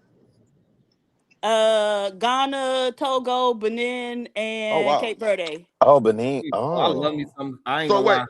Oh, Diva, the did you Cape. go to that Oh, house? Hey, I Cape got Verde is the questions. only reason why I almost moved to Boston. I tell you that. Shit. So Say wait, word. Why all the Diva, people thought I was Cape Verdean? And I was just Diva, like, no. did you Oh, go to Wait, that they. house where Oh the man, I actual got giraffe oh, questions. come in Jesus. there and can Hey, like Diva, lick your that's the face? only reason why I almost moved to Boston. I The can't make crazy music part now. is more Cape Verdeans in Boston than there are in Cape Verde. I could Oh believe that. wow. Absolutely, and they look interesting. Yo, Sharon. Yo, relax, Sharon. my bad. This nigga stupid. That was a different lifetime. Maybe, I think Josh is frozen. Let me also welcome into the show. AR, good day, AR. What is your thoughts on Don Lemon running in those people church? Hey, good morning. I thought it was kind of interesting that I don't really think that he's, because I heard you were saying like you expect him to be a little unbiased and whatnot as a journalist, but I don't really think he's like that type of journalist, right? Like I think that it's, you know, he has a known bias, especially right now because he does more independent, right? He's kind of freelance and he's not with anybody. Yeah, so he's really just representing himself out there and the type of stuff he wants to investigate and the angle that he wants to investigate it at. And so I mean I didn't really see anything wrong. Now if he was representing a major corporation or if he was, you know, claiming to be something, then I think that's a different story. But just as an independent journalist, I don't think like there's necessarily anything that he needs to do with asking both sides this, both sides that. There's people that do that. So, but he still got to be honest on the side that he's on. But I didn't hear him. I didn't hear everything he said, but the stuff I heard, it didn't really sound like he was being dishonest to me. No, okay. What did he say that was dishonest? Yeah, he had a huge missed opportunity because again, the gentleman presented, and Sharon, you even said it in your monologue, like the dude was really kind of even keeled, even though he was supremely upset. And you know, people's places of worship are, you know, intimate and personal to them. And dude was really trying to have a genuine conversation. You won't listen to facts. Like, I'm trying to give you listen to me. Like, no, fam. You're supposed to be like Walter Cronkite, right? Like, we shouldn't know your political affiliation. Even if you're doing as an independent, we shouldn't know which side you lean to. You should just be able to have the conversation, ask the probing questions, and then get him on record as saying whatever. You shouldn't be trying to correct him. Hello. So oh Lord. That was Mama Williams calling. So the show must stop when she called. I think she watched the show because every time I started talking, she called me and tell me something important. But that's neither here nor there. What I want to ask Chicago Rilla, did you watch all those people take Martin Luther King name in vain and talk about what he would be doing today? I was watching and I see all them Democrats talking about y'all on the wrong side of history. And Martin Luther King was here, he'll be marching for the foreigners. So my question to you, do you think Martin Luther King had the interest of black people, or you think he would be out there marching for the immigrants? Yeah, if going what we know about, and please, I'm definitely not trying to speak If it didn't come out of Bernice King's mouth, I don't really have a solid opinion other than what we know from writings and what we know in terms of his realizations later in his path before he transitioned at 39, right? I think his focus, the trajectory that he was headed, I think it would have been more center, which I think still would have been inclusive. Like you talking about in today's climate, I think it still would have been, he still would have been inclusive of all people, not necessarily just black center. That's crazy. Okay. I think Martin Luther King, and like even they even trying to throw Malcolm X's name. I couldn't believe what I was hearing. Like these people had the best interests of black people, not all people. I don't know why we keep saying that. What works are you citing? Because I just said based on what we know from writings and what we read, like I'm just giving my opinion based on what I've read, and specifically in his later years. So we can't take the quote the what he said to Harry Belafonte allegedly. I think I'm leading my people into a burning building. What we can pay attention to is what he said when he was in Chicago. What did those speeches contain? That poor man's campaign that wasn't just for black people. When he was starting to do those rallies and those marches, that wasn't just direct to. So I'm saying based on the trajectory, and definitely based in today's climate, I just think he would have been more moderate, more center of it, more inclusive, and not specifically black. He was aligned with the Republicans when he was here, and I think he would be aligned with the Republicans now. That's the point that I'm trying to say. It's just idea that he was. He didn't align with it. Who got his legislation flag? Wait. Republicans. Civil rights got Republicans. That's a fact. Wait, am I bugging? Lyndon B. Johnson was Republican? You are bugging. Lyndon B. Johnson was Republican? Wait, just correct me on that. Lyndon B. Johnson was Republican. That's all I'm asking. So was Lyndon? I don't know. Right. I'm gonna look it up right now. Look it up right now. You can't stand on one point if you don't know, because I could be wrong. You saying hold on. I want to make sure I understand you, Chicago. You said the Democrats is what pushed civil rights through. LBJ was 100% Democrat. Right. So this is like, come on, fam. Hold on. No, Chicago. So I just want to make sure I get you on record. You saying the civil rights and all the stuff with the civil rights was pushed by Democrats and approved by Democrats. Eat a man. What I'm asking you is to read the man's he's gonna ask me. Listen, it's your No, because y'all be trying to do these gotcha moments, and it's listen. I just asked a question. Yeah, the way you're framing it, I disagree with the way you're framing it. Yeah. I just want to know overall, because you wanted to choose one Democrat. Overall, who was the people who pushed it in law? You Jesus Christ. Eat a man. What I would encourage you to do, and anybody else in the audience, and any of y'all can correct me. But I kind of already did. The civil rights, okay, listen. Which one of your gangbangers passed the Civil Rights Act of 1964? I asked a question, and you're gonna ask me a question with a question. So I would say, yeah, that's why you had yes. Let me answer your question outright. Yes. Okay. Now what? I said okay. I just want you to answer my question. I'm picking up these workers. I did now. So now what? So I think the argument is that I think the argument is that in Reconstruction, Republicans was pushing that, but Lyndon B. Johnson is the one that actually got things done. He's the one that put it, on paper. So I think that's probably where the misunderstanding is. Well, no. He was in. So the whole, and this is where we should be as a people. Whoever's in office is a tool.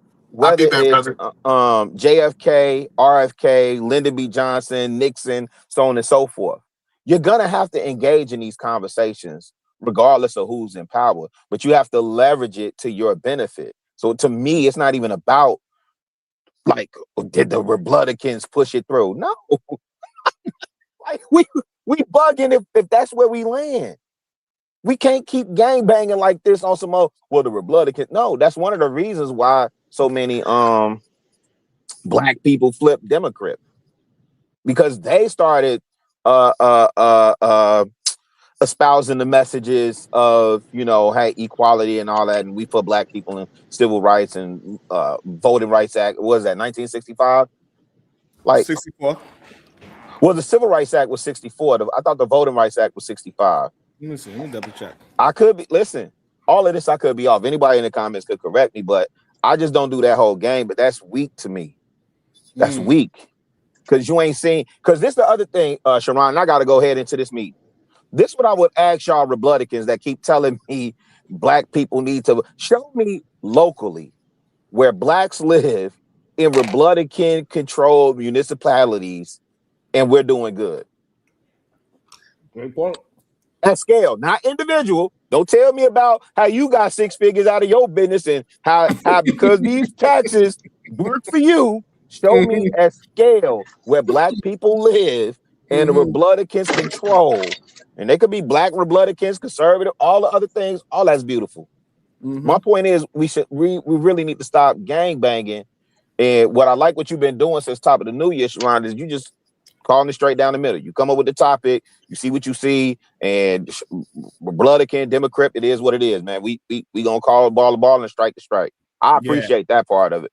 That's why y'all need to hit that like button, the share, subscribe, send a 99-cent super sticker so we can send this Negro to the man clave. He think it's a joke. He going to that man clave this year, fam.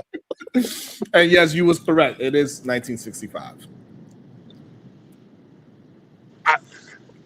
His question is confusing to me because I want to know what he means by specifically doing well in bulk. So you mean, are there any major black areas that are Republican that people aren't doing well in? Like, yeah, show me the Republican controlled cities, right? Not at federal. I'm saying locally, right? Because that's what we observing. When I hear y'all talk about Republican and what does well for black people, it's usually at the federal level. I am specifically hyper-focused locally, right? So, and what are your parameters? What are your parameters of doing well? So there's a Kinsey scale whenever you're looking at well, good. No, don't do that. Wait, shadow. Just there's a reason why I'm asking. No. Just use like I'm not saying this to be disrespectful, but just basic, right? So basic parameters, fair. No, not even. Yo, bro. Finances. When you move into when you move into a community and you're attempting to build a family, what are the things you look at? You look at the school, you look at the community itself, you look at cleanliness, you look at cost, you look at accessibility to good food. Like we don't have to make it super deep, fam. I really want people to understand, like from a basic. You ain't got to do the deep dive.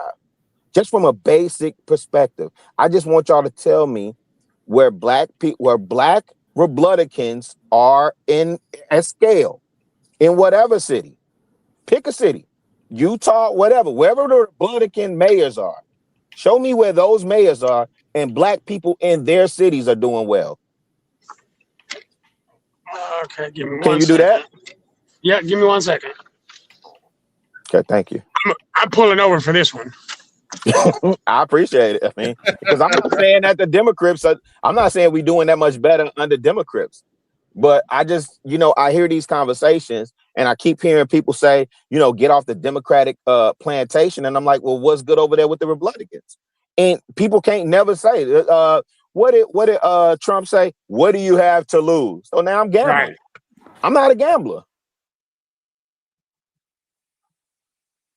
I'm not a gambler. I'm sorry. I'm sorry for the dead space, Sharon, but that's what I'm saying, man. We gotta use the left side of our medulla oblongata, man, fam. We gotta start critically thinking and really move off these gangbanging talk. That's why I keep saying that with the Republicans and the Democrats, fam.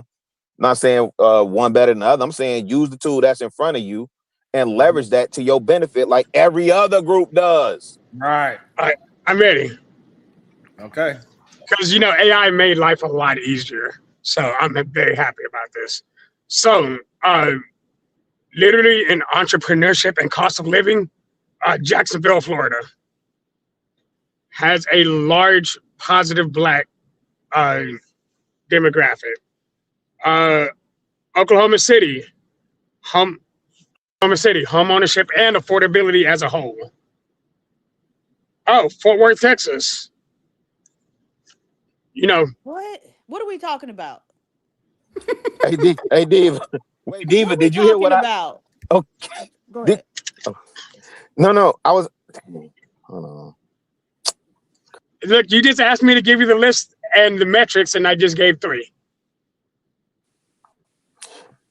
So affordability. I'm sorry, Diva. Did you hear what the question was? Yes. Okay, go ahead. So affordability is an indicator of Black people doing well. No, specifically in regards to that's why I specified what I asked. You. Yeah, right. No, but it's affordability as in regards to Black culture. I specifically targeted the Black demographic, not what do you just mean affordability in terms of the Black demographic? What does that mean? So it's saying.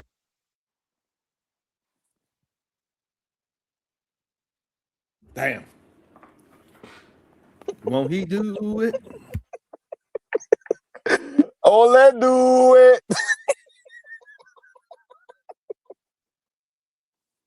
Child. No, we got and here's the other thing, man. Shout out to Josh, you were frozen just now, so now we can hear you. Go ahead. Go ahead. Oh, can y'all get me? We can hear you now. Can you hear me? Okay. So what it's pulling up is it's saying because of the cost of living in Oklahoma City. Shit, can y'all hear me? Yes. Yes. Okay. I don't know why this thing's not agreeing with me right now. It's saying Oklahoma City's overall cost of living, along with the Black home ownership as a whole, is at a higher rate than most of America, and it's a Republican-ran city. Specifically, as we were talking about specific places where Blacks are doing better in those Republican-led areas. So home ownership and affordability, i.e. cost of living. Can you show me what the Black unemployment is in Oklahoma City and Fort Worth? Can you show me what the Black business metrics are in Oklahoma City and Fort Worth? And this is part of what I'm saying, right? We have to, right. And so what I'm saying is, because I get it, like a lot of times we want to prove our point and get it out. Like, no, it's I think it's a serious conversation. I think I've looked into it. I can't find. That's why I'm asking at this point. Where are Black people doing well at scale in Republican-led cities? Right. Okay. Can we talk about Oklahoma City, since that's what he presented? And so he mentioned specifically Black home ownership. The Black home ownership rate in Oklahoma City Metro, which is more than just Oklahoma City proper, right? It's the entire metro. It's like 35%. That's lower than the overall Black home ownership rate of like 45%. So how is that a metric of them doing well? They're actually doing worse in that regard than everywhere else, or the average everywhere else. I had to agree to that. I can't argue. I can't. All right, that's fair. Listen, when Diva here, y'all better be careful. You can't just say anything. Wait, is she still the mistress of the head of mistress for School of Wayward Boys? Yeah, I wear many hats. And the supreme national. Yes, and still the Yo, supreme. you gotta goddess. relax. Absolutely.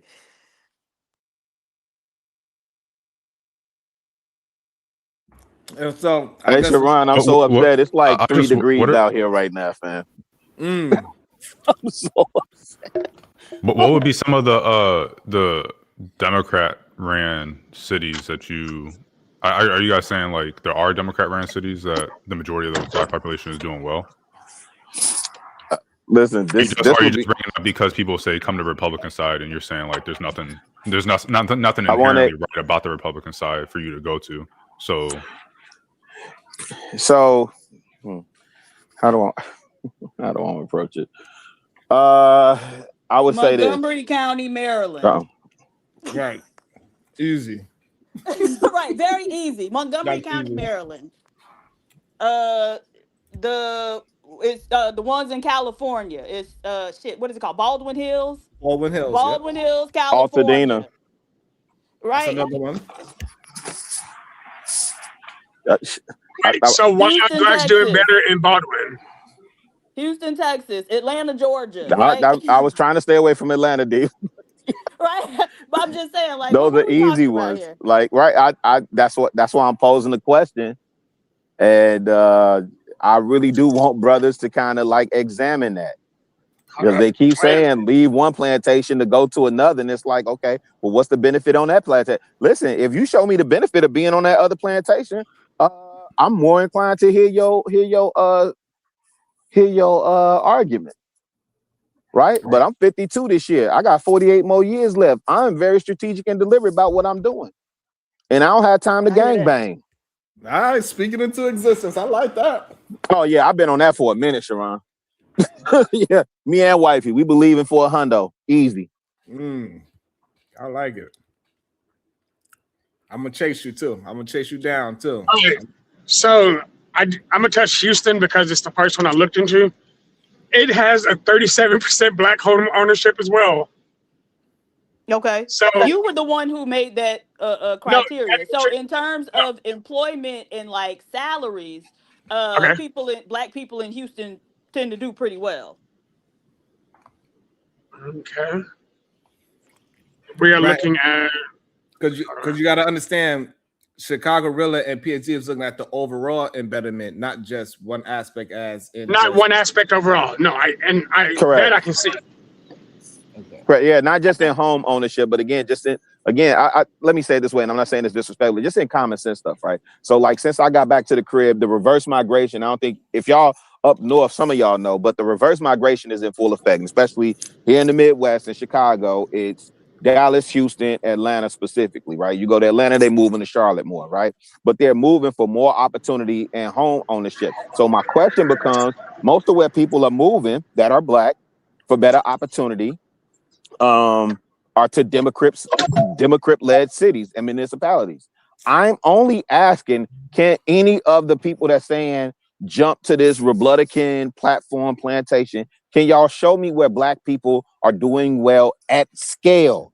Not individual, at scale in the Republican-led cities. That's my only question.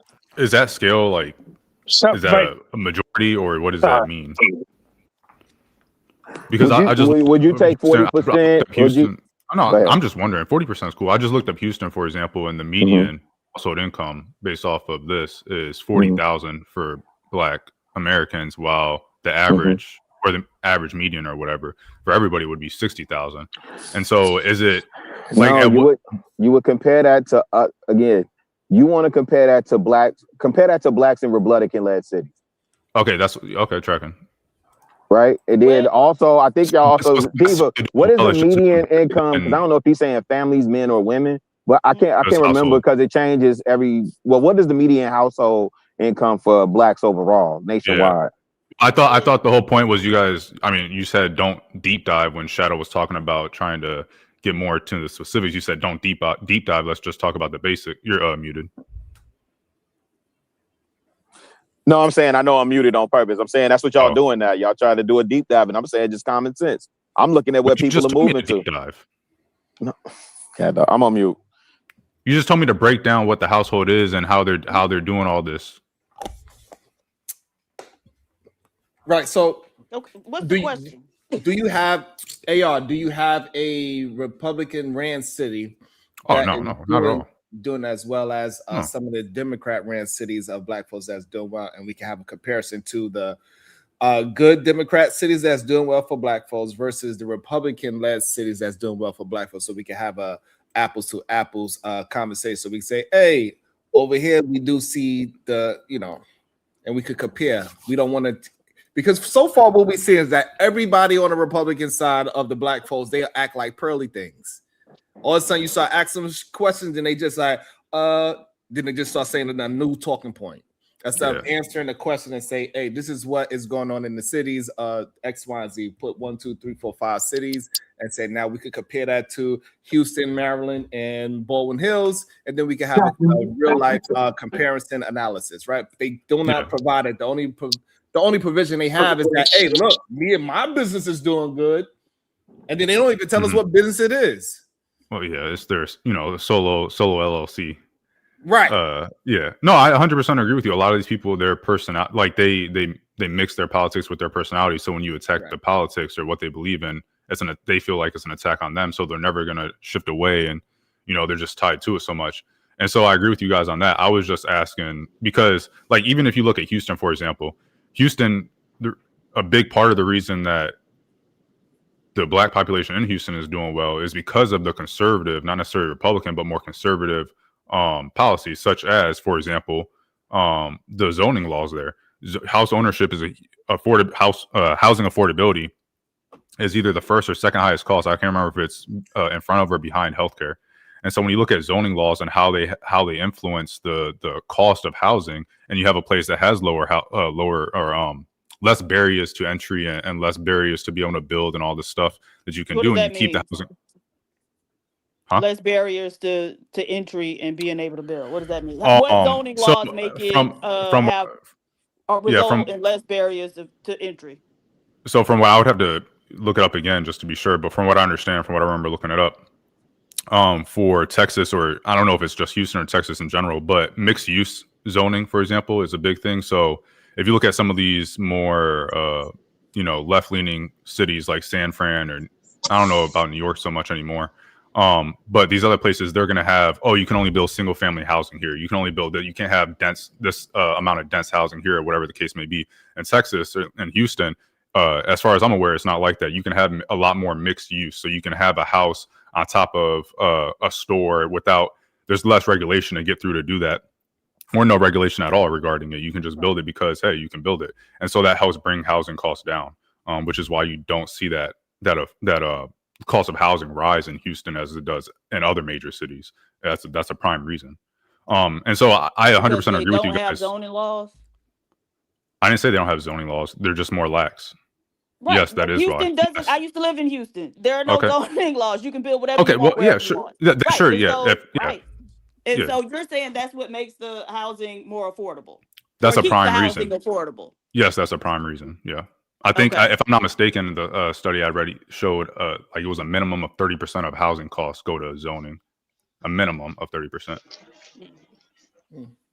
So, and yeah, you can look at the cities that have stringent regulations regarding housing laws, and it's common, and honestly, it's common sense. If you can build mixed use, or if you have your zoning to mixed use, and people can build houses, duplexes, townhomes, condos, and stores, you're gonna have a more affordable area.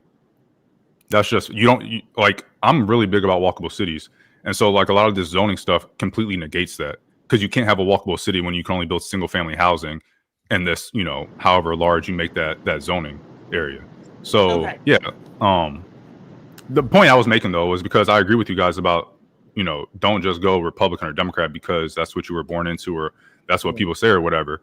I think it kind of sucks to frame it's tough to frame the question as what are some good Republican led cities that do black people good or whatever, or the majority of black people are doing well, because, well, I guess never mind, disregard that. But yeah, there's a lot of conservative or policies that we would point to being conservative or more on the right side than left that do the population well. And so I think that, to Chicago Reload's point, like, yeah, don't just go this way or that way because of the name, but look at the policy. And lax zoning laws is a perfect example of a policy that is more conservative, or at least used to be, than on the Democrat side or the liberal side, and that's something that I think that people should look into. Right. So then, how would you explain the fact that like those lax zoning laws exist across Texas, right? Mm-hmm. Okay, so Republican-led, Democrat-led cities, most of them have those lax zoning laws. And so if everybody got it, then that can't be the explanation for the difference between the cities. Right. No, I agree. I was just bringing up. Oh, okay. Well, no, I'm just pointing out that like you were positing it as an explanation, or at least a partial explanation. And so I just wanted to point out, if everybody has it and we observe differences between cities, based on, you know, whatever, then that can't be the explanation for one city doing well when you have other cities that have those same like zoning laws, but they aren't good cities. Black people in those areas aren't doing well. Yeah, no, I would have to look more into it because I don't know what other cities maybe you're necessarily comparing Houston to, or Houston or whatnot. You know, I'm not very super familiar with Texas. I was just bringing up an example of a policy that is more aligned with Republican thought that is beneficial to the Black community, versus like saying, oh, well, here's you know, Republican-led city or a Republican policy, and so you got to go with this because it's Republican, if that makes sense. Yeah, but in other places that have that same Republican policy, it's not doing much for the Black people, is what all I'm pointing out. Okay, yeah, good point. Also, let me welcome Unlikely and Kulu TV. Good day, fellas. How y'all doing? What's going on, Sharon? I hope everybody having a good day. Yes, sir. What's your thoughts? First thing I want to say is, yep. I mean, they should throw Don Lemon in jail for a term of 3 to 5 days. You know, 72 hours. That's all. That's all we asking for. Nicki Minaj should definitely get deported because she annoying as hell. What else I was talking about? Yeah. I wasn't really listening too much about PhD Van their conversation, but it sounded like an interesting one. But I didn't hear it to really add any points to it. But yeah, those two things I agree on. All right, that's fair. That's fair. Damn, he said lock Don Lemon up for 3 days and deport Nicki Minaj. That is wild. Hey, Nicki Minaj is an important part to the economy of America. She produces millions of dollars, so that's a lot of tax money, supposedly. Not in the grand scheme of the money. That's a dang nothing. I feel you on that. Welcome to the show, Kulu. What's your thoughts? Yeah, good morning, Sharon. Diva, AR, Alike, Chicago Gorilla panel. Man, make sure you like the video and share the live stream as well. My thoughts, man, when it comes to Don Lemon, you know, if he really did what they say he did, then definitely handle it in court, and whatever the outcome is, you know, fuck it, that's what he got to deal with, you know. The Nicki Minaj situation, I wouldn't say deport her, even though I used to be a big Nicki Minaj fan. I used to think that she was Mount Rushmore when it comes to like the rap game for like female artists. But however she leans politically, that's on her. You know what I mean? So I don't really have like a take on that or comment. But specifically to what PhD Diva and AR and I guess Shadow was having and Chicago Gorilla, is I think that Chicago Gorilla is right. I think the most important part is like when you look at is blue cities and blue states, education is a lot higher in those cities. Like test scores, education level, and that leads to more money is later on in life. You know what I mean? Overall, you know. So to me, that's extremely important. And to me, that's really the only issue, or like the only really like thing that we should be looking at is education. But outside of that, I'm definitely think that Chicago Gorilla is right. It's just not it's Republicans use culture war when it comes to like trans and other things to try to sway Black people away from their, you know, like political party. But like overall, in my opinion, Democrats have helped Black people more when it comes to education, job, economics, and other issues, like when it comes to social justice and things like that, more so than Republicans. But yeah, I do definitely find it interesting that whenever we have the conversation about the Black Republican, the majority of them don't live in Republican-led cities. For example, Anton would be one of the people, right? He don't live in a Republican-red city. We got the angry man. He'd be another conservative Republican. He don't live in a Republican-ran city. Ain't in Seattle? Either man? Yeah. He's definitely in Washington. So, a lot of them don't even live in these Republican-ran cities. So it is interesting to see and hear, like, y'all talk all that talk, but why you don't live in your own political party city? If it's doing so good for you. yeah, so like for example, right? I'm an electrician, so in Austin, Houston, and Dallas, we make the most. Shout out to the divas of the construction site, by the way. Yeah, we appreciate that. But bro, we get clowned all the time on the job site. But is we make the most out of any other electricians in like the rural areas. You know what I mean? Yes, cost of living is a little bit higher, but not that much. You know what I mean? To where it evens out. Like we're still making more, and we're pocketing and saving more. So, and Dallas is a blue city. You know what I mean? So, I'm definitely benefiting off that. So, and my family. So. Yeah, but I just want to see where they living in these rural places in America, because most of them is rural places, right? They're that's not. Huh? Yeah. If I could jump in, could y'all hear me clearly? Yeah. Go ahead. We can. My headphone. Yeah, Miami's a Republican-ran city. You better believe it. You know, and to me, it's one of the safest and best cities in the country. You can't do, none of that protesting shit is happening over here. Anything you do is being recorded by some type of camera that's hidden. The police here are very stealthy. It looks like they're not doing shit, but they have different cameras because I talked to some of them, and two of my cousins are police officers. Sorry, not police officers. Miami-Dade correction officers.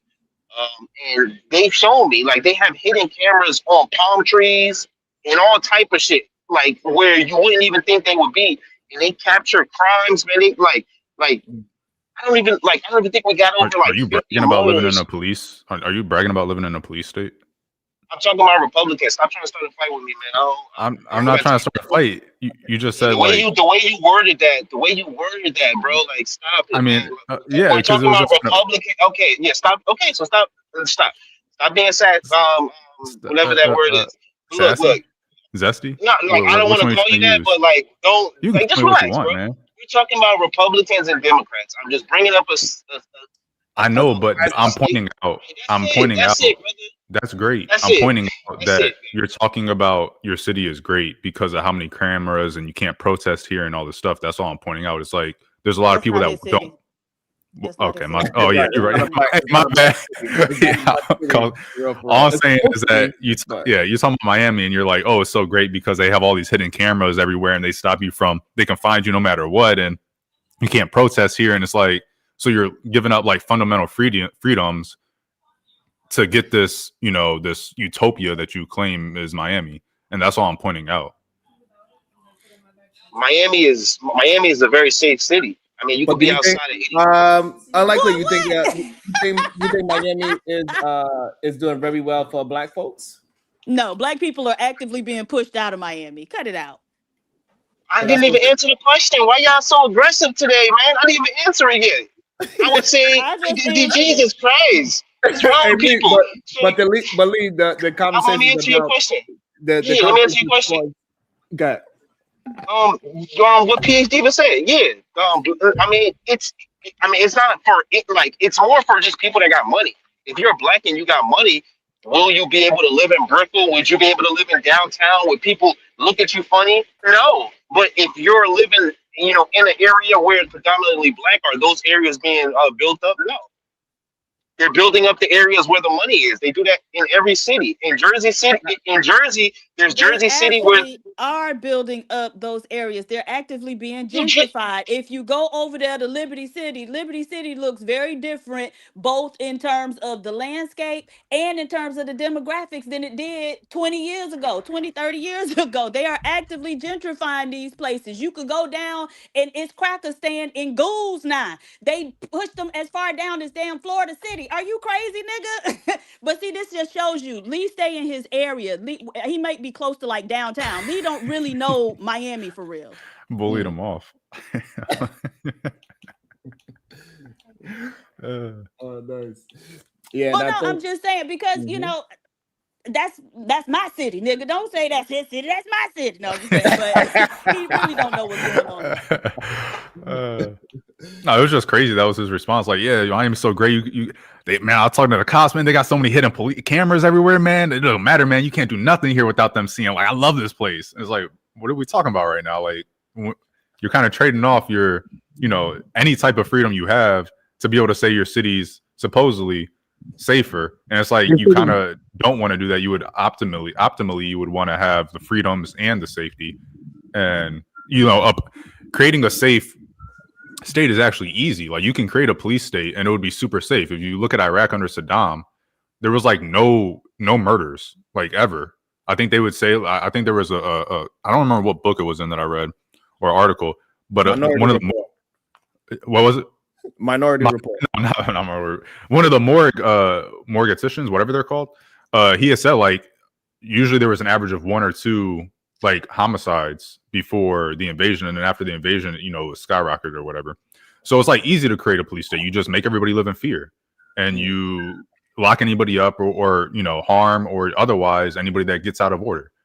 And so that's the easy part. The hard part is making it so that you can still have freedoms and still enjoy your life and not fear for and be able, just be able to enjoy your life and also have safety. That's the hard part, is mixing those two things together. So I don't like when people talk about, it's so safe because I live in a police state. All right, that's cool, bro. But what about like just being able to do everyday things without being watched, So, and also it didn't address black folks at all. It didn't. Yeah, Kulu. Yeah, so I mean, Miami still has a high crime rate. You know what I mean? So that was a lie. And second, I just saw a video of a lady who posted on social media about the mayor of Miami. Like she made a comment that wasn't even threatening at all. Just comparative to how one side does something versus the other side, and a sheriff came to her door and is talking to her about her comment. So it's like we're just now starting to do what the UK does in fucking like policing social media comments. And to me, I don't want to live in a state like that. You know what I mean? I mean, I'm lucky that I live in Dallas, which is a blue city in a red state, but at least we still got some freedoms out here. Damn. I feel you on that. That is scary because these other countries, man, it's rough. Hey, you seen what happened to Russia with all that snow? The snow, I thought 1996 was bad, but I was like, crazy. Yikes. The snow is actually as tall as 5-foot-story buildings. That's crazy. That's insane to me. But these other countries, like they do not allow you to talk so freely at all. They will be at your door knocking. Hey, what you said on your TikTok? What you said? Say it to my face. Yes. Say it again. It's crazy. It's different. I also don't even know if I would argue that, because we were talking about kind of Republican versus Democrat policies. I mean, it's kind of on the gray line of whether, mass surveillance is a Republican or a Democrat, type of policy, to be honest. I feel like that's less Republican than someone might claim if they're using that as a policy that you would want to kind of emulate somewhere else. If that makes sense. But I was thinking about maybe 10 years ago, it would have been more of a Democratic to use AI and AI recognition, but it seems like it's becoming more Republican as the days go on. If I'm not mistaken, ICE is going to start using AI and artificial intelligence and AI recognition and all that when they're during their investigations and their work as well. So, but I guess think it's more Republican, like in my opinion. I think I'm still trying to get like the whole, like the shift is happening, before our eyes between like what was conservative as we were growing up, or at least what I remember anyway, and now what Republicans stand for. And it seems like there's a lot of overlap between both parties now regarding, like, for example, freedom of speech. With Trump in office, they love attacking people for saying things, which wasn't supposed to be a Republican/conservative ideal, but now it seems like Republicans are all on board, or at least they just vote in lockstep with Trump. So if he says something, they do something. I don't know. It's just kind of weird to me that somehow mass surveillance is now a conservative/Republican ideal or something to support on that side, which wasn't the case when I was growing up, or not portrayed to be. It's supposed to be less. Yeah, they're supposed to be anti that. So what do you make of that? I think that. I don't think it's a conservative. I still don't think it's conservative. I just think it's a Republican thing, and so I try to differentiate the two when I can. but I don't know. I'm not happy with it. If you're asking, if that's what you're asking. No, I'm asking, like, what do you make of that? What does that tell you? I don't know, honestly. I think it's what I believe, Diva, is that it is really shaping out that MAGA is something different than what Republicans are. This whole MAGA, and now they trying to turn it to America first. They are trying to transform the ideology of America, in my opinion, to something new. I don't know what exactly it is. Seems like it's Project 2025. You know, it's in line with that. But it's they trying to make something new. They trying to create this new party, and this new party is being very popular. So, because previously, like, people will say there was an ideological switch between the two parties, right? Yeah. Right. Okay. So that's happened before. And now we're seeing things that previously wouldn't have been called conservative being called conservative. During the Clinton administration, we saw him engaging in or signing off on a lot of Republican type policies, right? So when he did the welfare reform, and so what do you make of that? What does that tell you? And see, this is why everybody need to study psychology. They call it a basket weaving degree, but it helps you see what the fuck is going on, right? Right in front of you. Because the fact that I'm asking you for a third time, what does that tell you? Do you not know what that tells you? That is all bullshit. They do whatever is expedient, and those two groups are actually in league with one another. That's why they can flip-flop with each other. That's why they can overlap with each other. They're in league with each other against you, and y'all up here a fight back and forth about which one is which. And so again, everybody go study psychology, because it'll allow you to cut through a lot of bullshit and stop wasting a whole lot of time on dumb shit.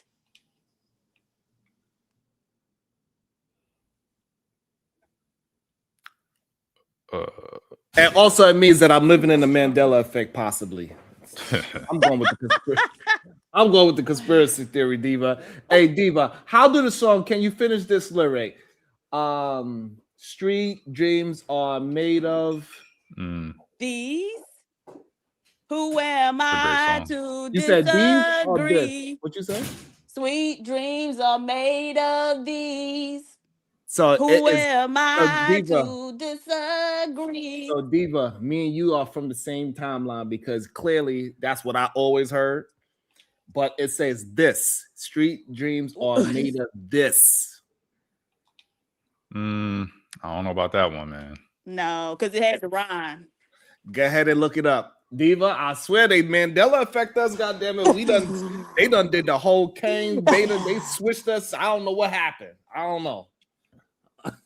You know what? Look up the lyric. It says this. I was like, what the fuck is this? I was like, what am I hearing? Oh, that's I was crazy. like, when did she have this weird, as I said, made of this? I ain't never heard that shit before. That was a female song? I thought that was by Marilyn Manson, or that one band. No. Goddamn you, young. That was the first time. That's the first time I heard it. I didn't know that was a cover. Shit. Diva, that's you on the other one? Okay, yeah, that's Diva. Yeah, that's just crazy. Yeah. So did you look it up, Diva?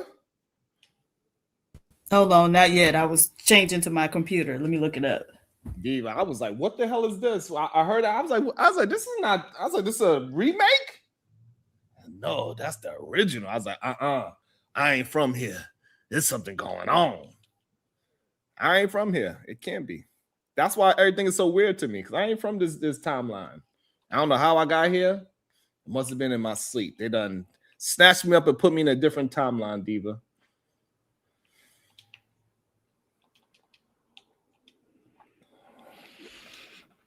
So I don't know what the hell happened. Yeah, they done switched it on our asses. I don't trust white folks. It's these. I always heard, and then I listened because like it's playing, Diva, and I'm like, because you could clearly hear say made of this. I was like, what the fuck is this? I had to look around. I'm like, am I tripping? I was like, what am I hearing? I'm like, what is this? And then I looked up the lyrics. I was like, what the fuck is that? I was like, I wonder if I uncovered a Mandela effect. And I don't know. I don't know what the hell's going on. I think maybe Diva, maybe we figured out something in the other timeline and they just zapped us into a new one and said we're gonna start them all over because they figured it out. I don't know. There's something gave us some winning lottery tickets or something when they do it. I wish. I don't know. Or at least Kobe's still alive, Like, shit. Absolutely. He's still talking. So I have a question. All right. So if let's say I helped you out, right? Somebody was trying to fuck with you. And I came and I helped you out. And actually, we kind of helped each other defeat that person because I ain't like them neither, right? And then afterwards, I say, you know what? In order to, help you get back on your feet, I'm gonna give you some money, your first month rent, your deposit, whatever, to get into an apartment, help you find a job, help you get back on your feet. And then that other person that we both work to overtake, come and start talking in my ear, and then we start communicating and go, you know what? Well, yeah, we probably do need to, try to mend fences or whatever. And then I go back to you and I say, well, you know what? Because me and this person talked and, we trying to mend fences, I'm not going to be able to help you get back on your feet. Who am I beholden to? Yourself. You or the other person? Or the other person. If those are my two answers. Right. Who am I clicking up with? Right. Who am I forming an alliance with? You or the other person? The other person. Right. And yet we got people who are so committed to this two-party system, this bipartisanship, acting like they too retarded to understand that when them crackers offered you 40 acres and a mule and then started talking to them other crackers and then came back and said, you know what, we ain't gonna do that because we really need to mend fences with these people in order to keep the union together. That showed you that they were in league with each other. Right? And so it's just crazy to me that we have Black people who can see some shit right in front, read about it, could probably tell you every detail of it. But when you ask them, okay, so what does that tell you? Or what does that mean? They don't have no fucking clue what that means. Y'all, everybody need to read Carter G. Woodson's The Miseducation of the Negro. Because a lot of you Negroes may be educated, but you are miseducated. It's a great book. It is, and I'm trying to find my copy. I may have to buy another one because I cannot find it. I might have to buy another one too. I gotta reread it. I don't think I have it here. D, what was your thoughts on? Hey, sometimes I don't be knowing what be going on when I be having these conversations with them. D, I'm like, what? I gotta be the crazy person, and clearly it's because the timeline had switched. I was a part of the timeline where it was intellectuals there. Right. Long time ago, Johnny. And now I'm in this madhouse. Welcome to the show.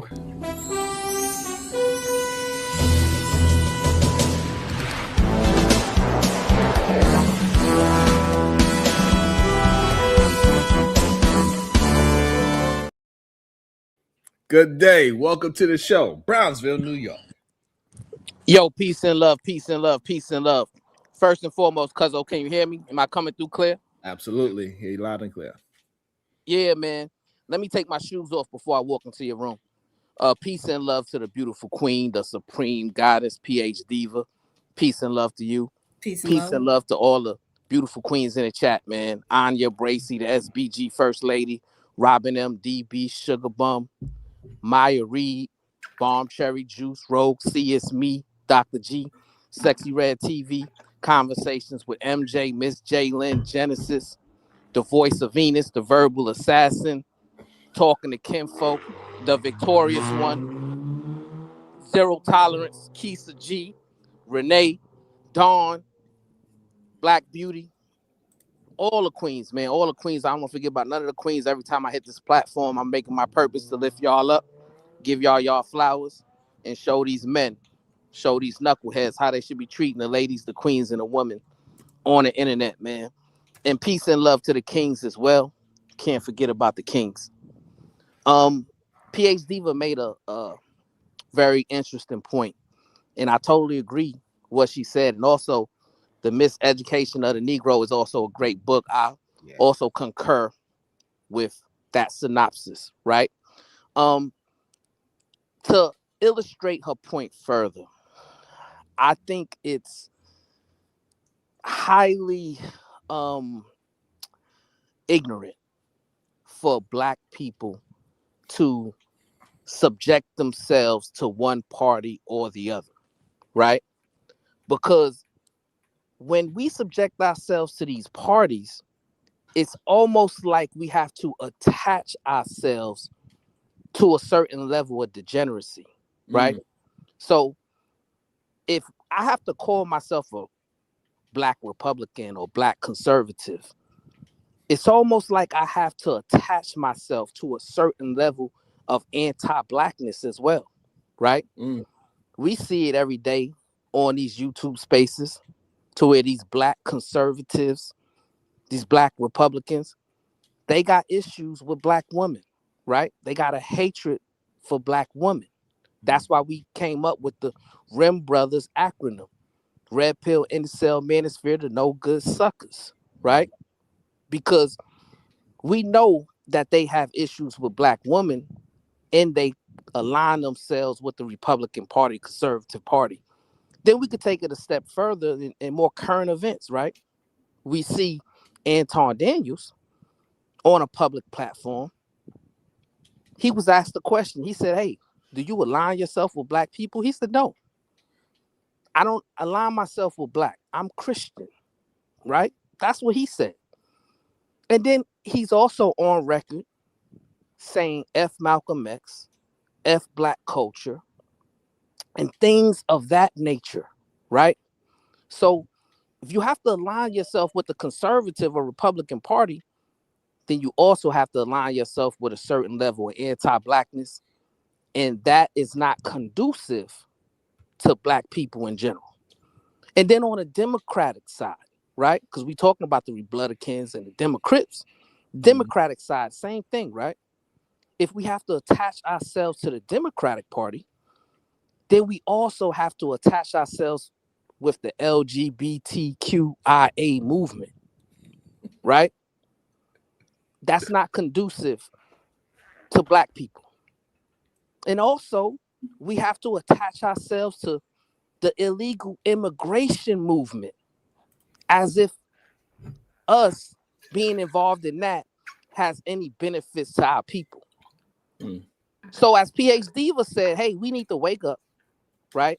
And really get informed and understand that these parties were formulated to distract us, to divide us, and to ultimately keep us stagnated where we are in society today. And I know Kulu may disagree because he's a Democrat. I don't know anybody else's affiliation on here. I think Chicago Real is an independent. I know Random Independent. Obviously, he got to be an independent. I know the Supreme Goddess is an independent. And I know Cuzzo's an independent. Yeah. But we need to get more aligned with breaking off from these parties, right? Because they want to keep you emotionally invested in their propaganda so that you won't see the reality of what's going on. And that's the problem I have with it, man. Peace and love to y'all. I agree with Brownsville about his assessment. I think that's kind of where we fucked up as a party, is focusing on, LGBTQ agenda when it's less than 1% of the population. And, that was the Republicans' offensive game plan was to turn that into a culture war thing and move people to their side. And I definitely agree with them about the immigration thing. It definitely does not help when you got people protesting immigration and doing what they're doing. I see the moral picture that they're trying to do, but they're not playing it smart. So I definitely agree with you on that, Brownsville. So my brother, I guess my question is, why do you align yourself with the Democratic Party if you agree with everything I just said? Because a lot of Democrats would agree with what you said. Like majority, like it's just the people in power or the people that that are running it. They have their donors in their specific issues. Like for example, right? Is if let's say like another party arose, or the FBA party or whatever they call it in the future, you know what I mean? And it got real traction, and they were actually nominating people and voting in people that actually had like great policies. I would definitely switch in a heartbeat. You know what I mean? But it's just like as of right now, the two-party system, that's just what we're in. But if there was another party that was putting out great candidates, then I would definitely switch.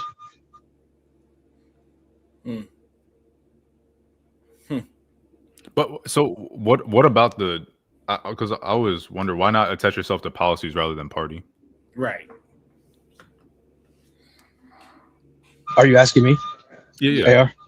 Yeah, pretty much. Okay, I mean, or anybody listening that like attaches themselves, like says they're a Republican or Democrat, why attach it to a party rather than policies?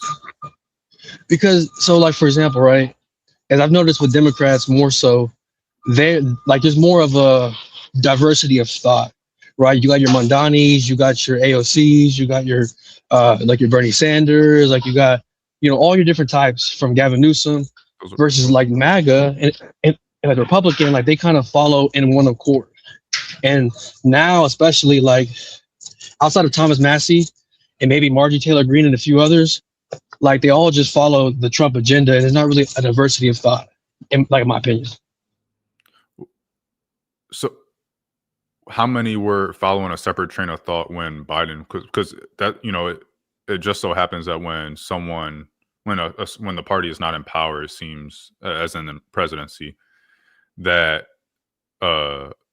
they have more freedom to not fall in line per se, because they're they can do that. But when the party is in power, it seems that they more fall in line. So when Biden was in power, Democrat Party more or less fell in line with whatever the big Democrat Party agenda or what they were pushing. That's kind of what they went for.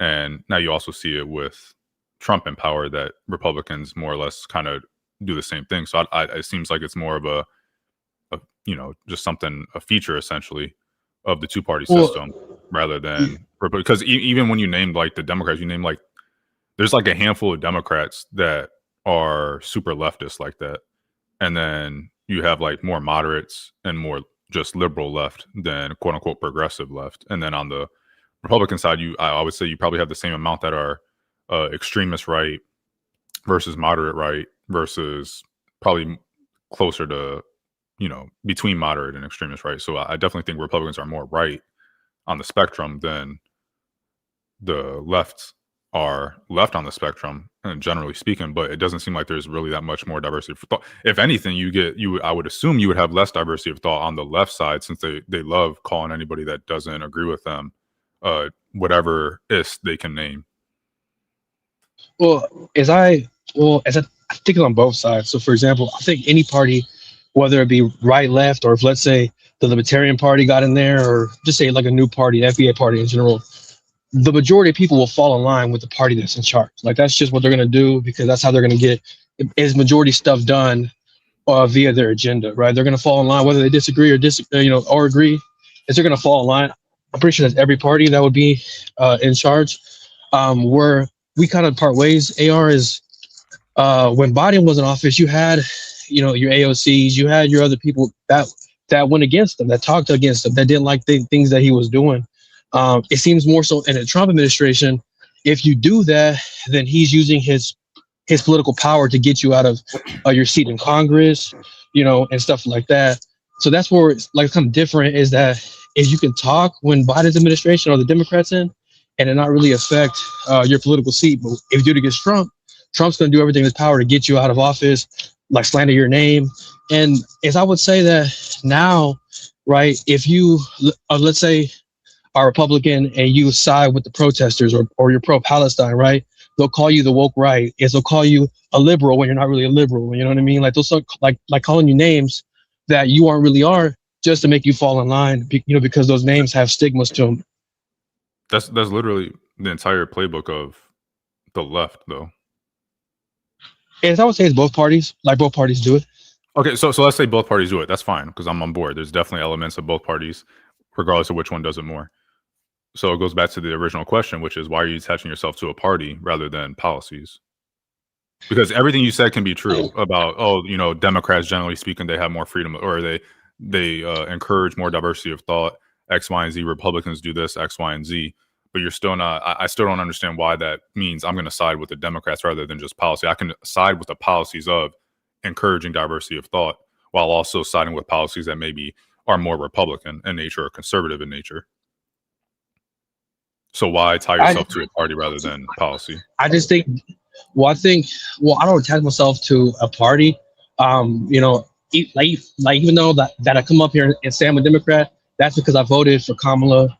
I voted for Obama. Is my chance and whatnot. And that's just how I always lean. Like I've always been more progressive when it comes to like policies. I used to smoke weed.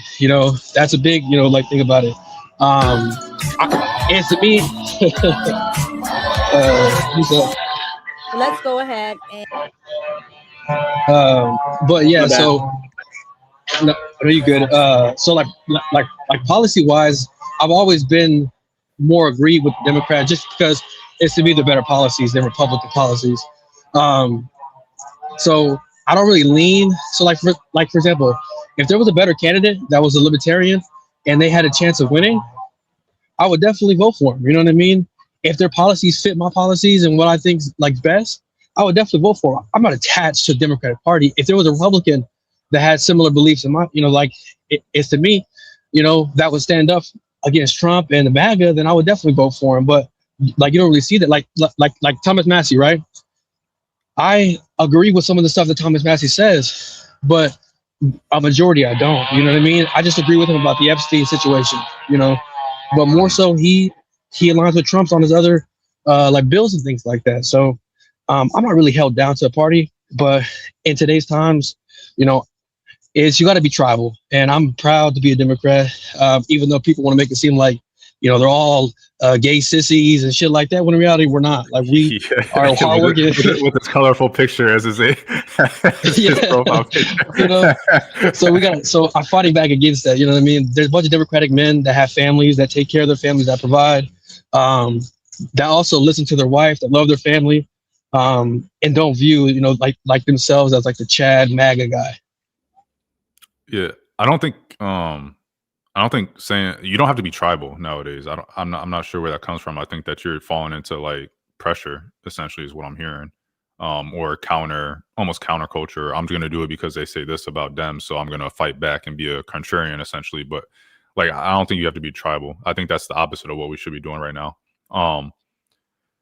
And I still don't know if the Republicans are they following Trump, or are they following conservative / Republican ideals most of these times? You're saying like they're always falling in line with Trump, or is Trump not really doing much except a few things, but most of the stuff that he has been pushing or supposedly been pushing, I don't think he's really pushing anything other than like a handful of things. He's very incompetent.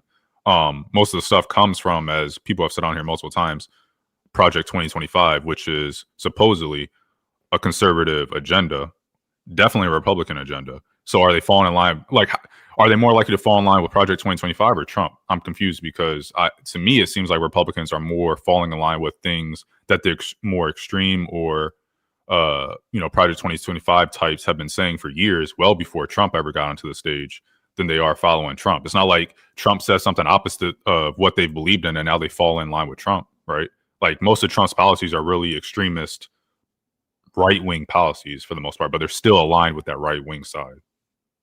But we would have to get a Edelman or one of them black conservative Republicans to kind of answer that question. But my question to Kulu would be, since you describe yourself as a proud Democrat, right?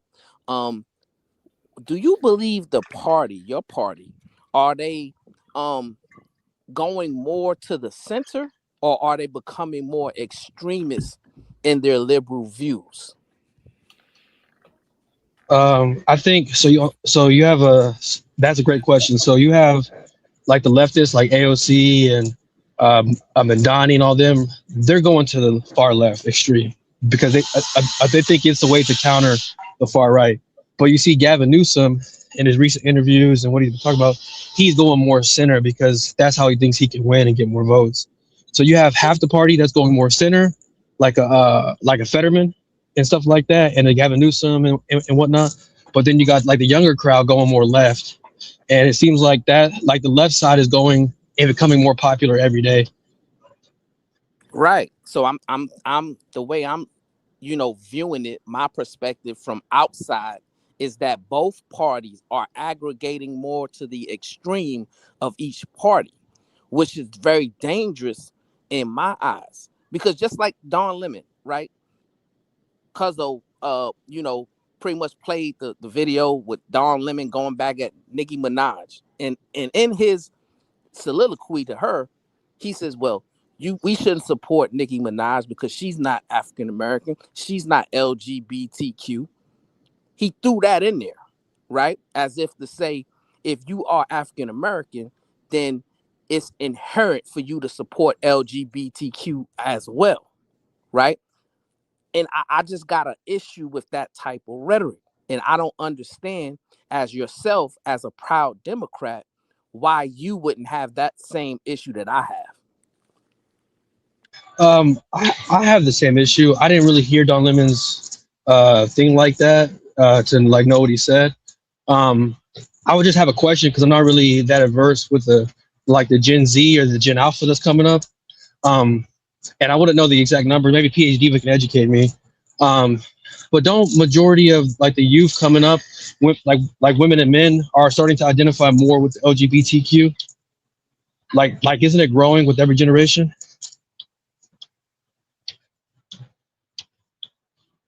So it's the reason I ask that, because if it's growing, then that means they're slowly becoming linked. You know what I mean? So maybe, I don't know why he said it. Maybe that's his thinking. I'm not sure, but it's, to me, they're definitely are separate. Like they definitely are separate, like in my opinion.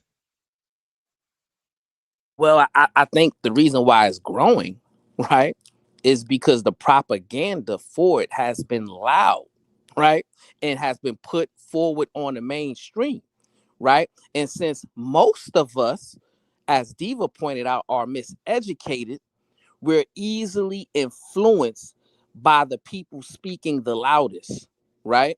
So if you don't commit yourself to sound doctrine, then it's going to be easy for you to believe that I need to go on this side or the other side.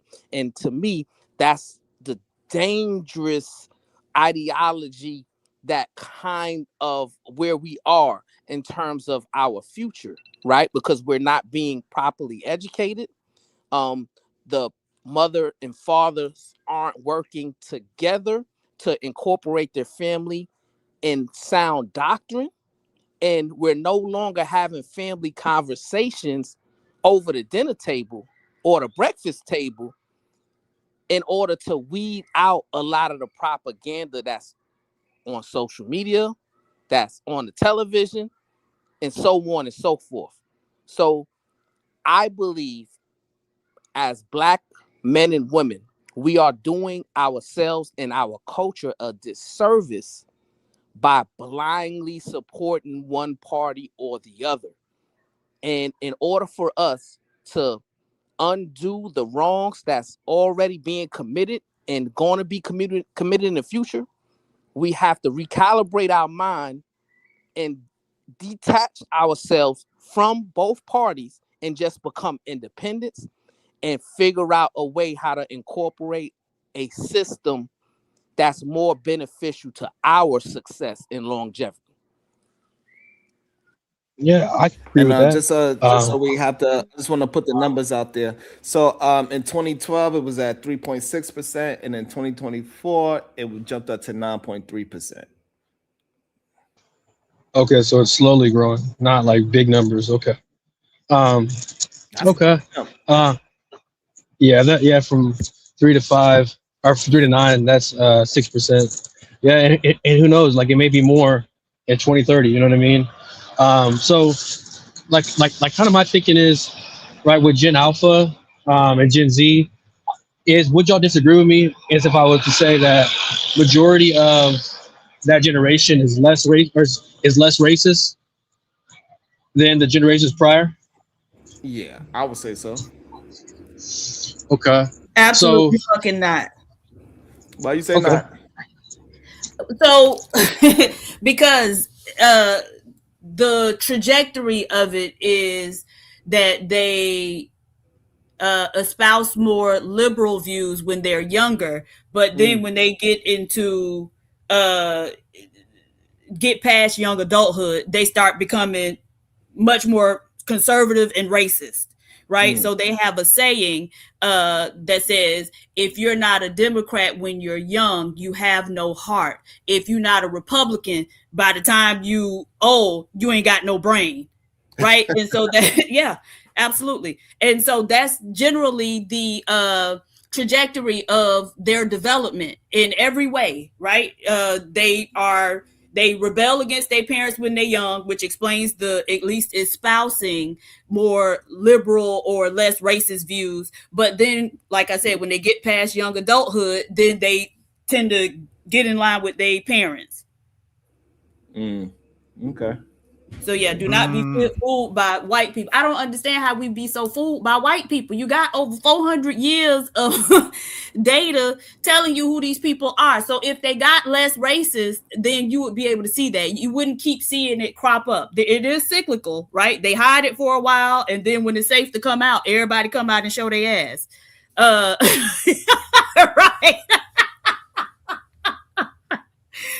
Yeah, but I just be like so baffled that so many of us have had our brains scrambled that we can see the shit right in front of us and still have no idea of what we're looking at. I think that if that were true, we would see we would see more of a reversal of things that have already been approved of in the past. So we would see a huge reversal of civil rights, a reversal of amendments to the Constitution. There'd be a lot of things that they're working on it. The same way these things take time. It's been 150 years. No. Okay. And so they chipping away at it now, aren't they? The cynical. Right. Cynical. So this is the reaction that we get from these people. He defending his parents, right? And so we understand that. We don't let him defend his parents. We understand that he's defending his parents, right? And so this is the danger you have when you're dealing with these people, right? And we got a long history. It's so important to read, people, because had you read, I'm gonna give you the book, Destruction of Black Civilization by Chancellor Williams. He got a whole chapter in there about how the biracial have always been a problem. If you go and study the Haitian Revolution, you'll see how the biracials were a problem. They tried to align themselves with the whites against the blacks, right? Even when we go to Africa, when I was at the slave castles, they talked about how those white men were allowed to breed with and sometimes even marry those black women, and they created so many biracial children that they actually set up an entire little city for their asses.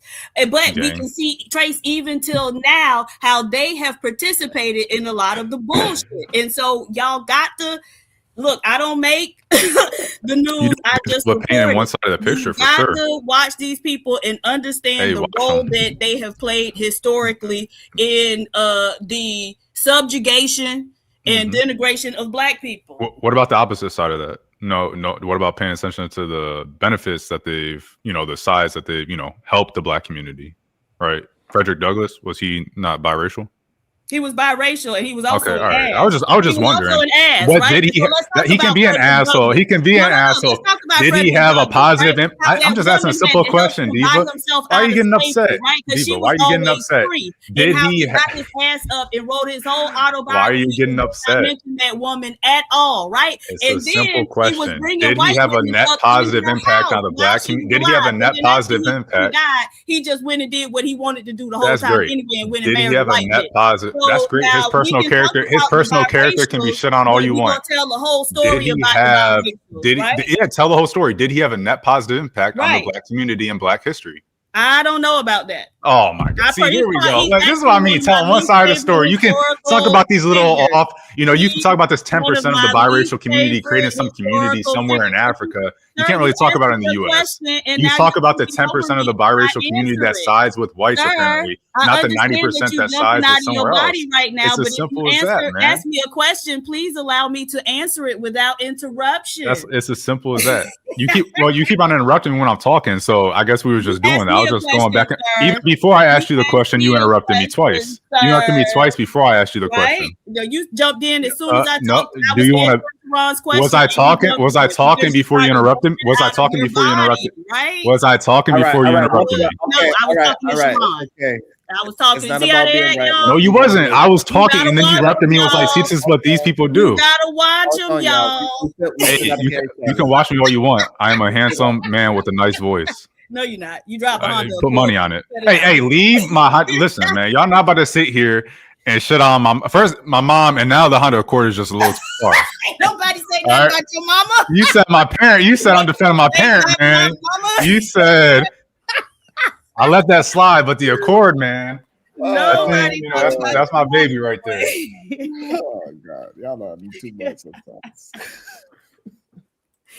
So yeah. No, but honestly, like I see what Diva says. I appreciate Diva's input on, or not input, but yeah, I mean input too. But like the education that she gives, the perspective that she gives, because I always learn something new when she talks about Black history and something, or at least something to go kind of look up and read about. I think that the critique I would give is that she does tell one side of the story a lot, and I think a lot of times it is warranted because we are also told one side of the story just the other way around. And so I think it's kind of like a counter to that. But at the same time, you talk about these things as if it's like a majority or a like.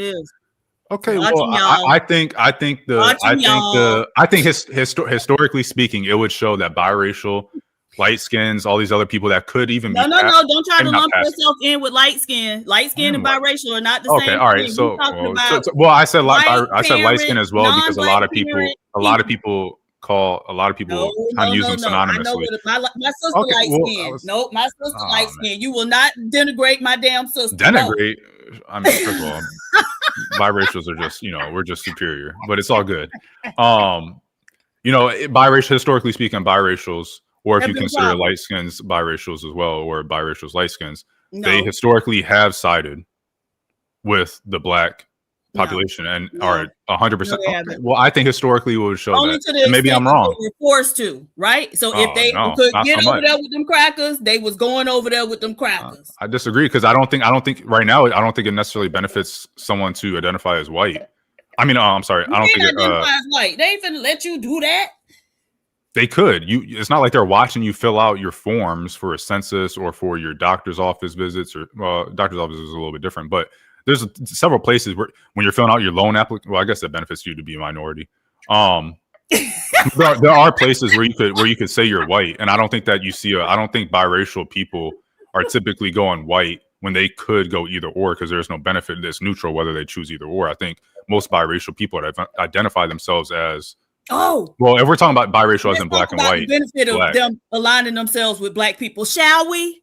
I'm just saying. I think that. No, let's walk and talk, my boy. Let's walk and talk, my boy. Hey, man, we can walk and talk. And so the reason that they like to bring their asses over and in air quotes, identify with the Blacks, the Blights, is because over here they get privilege with us.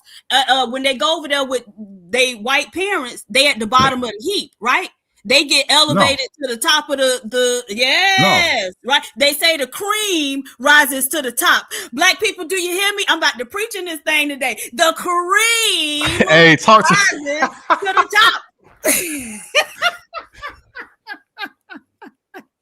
You said, and so this is what happens. They bring their asses over to us because they know they're going to get preferential treatment. That's why they like to be over here with us.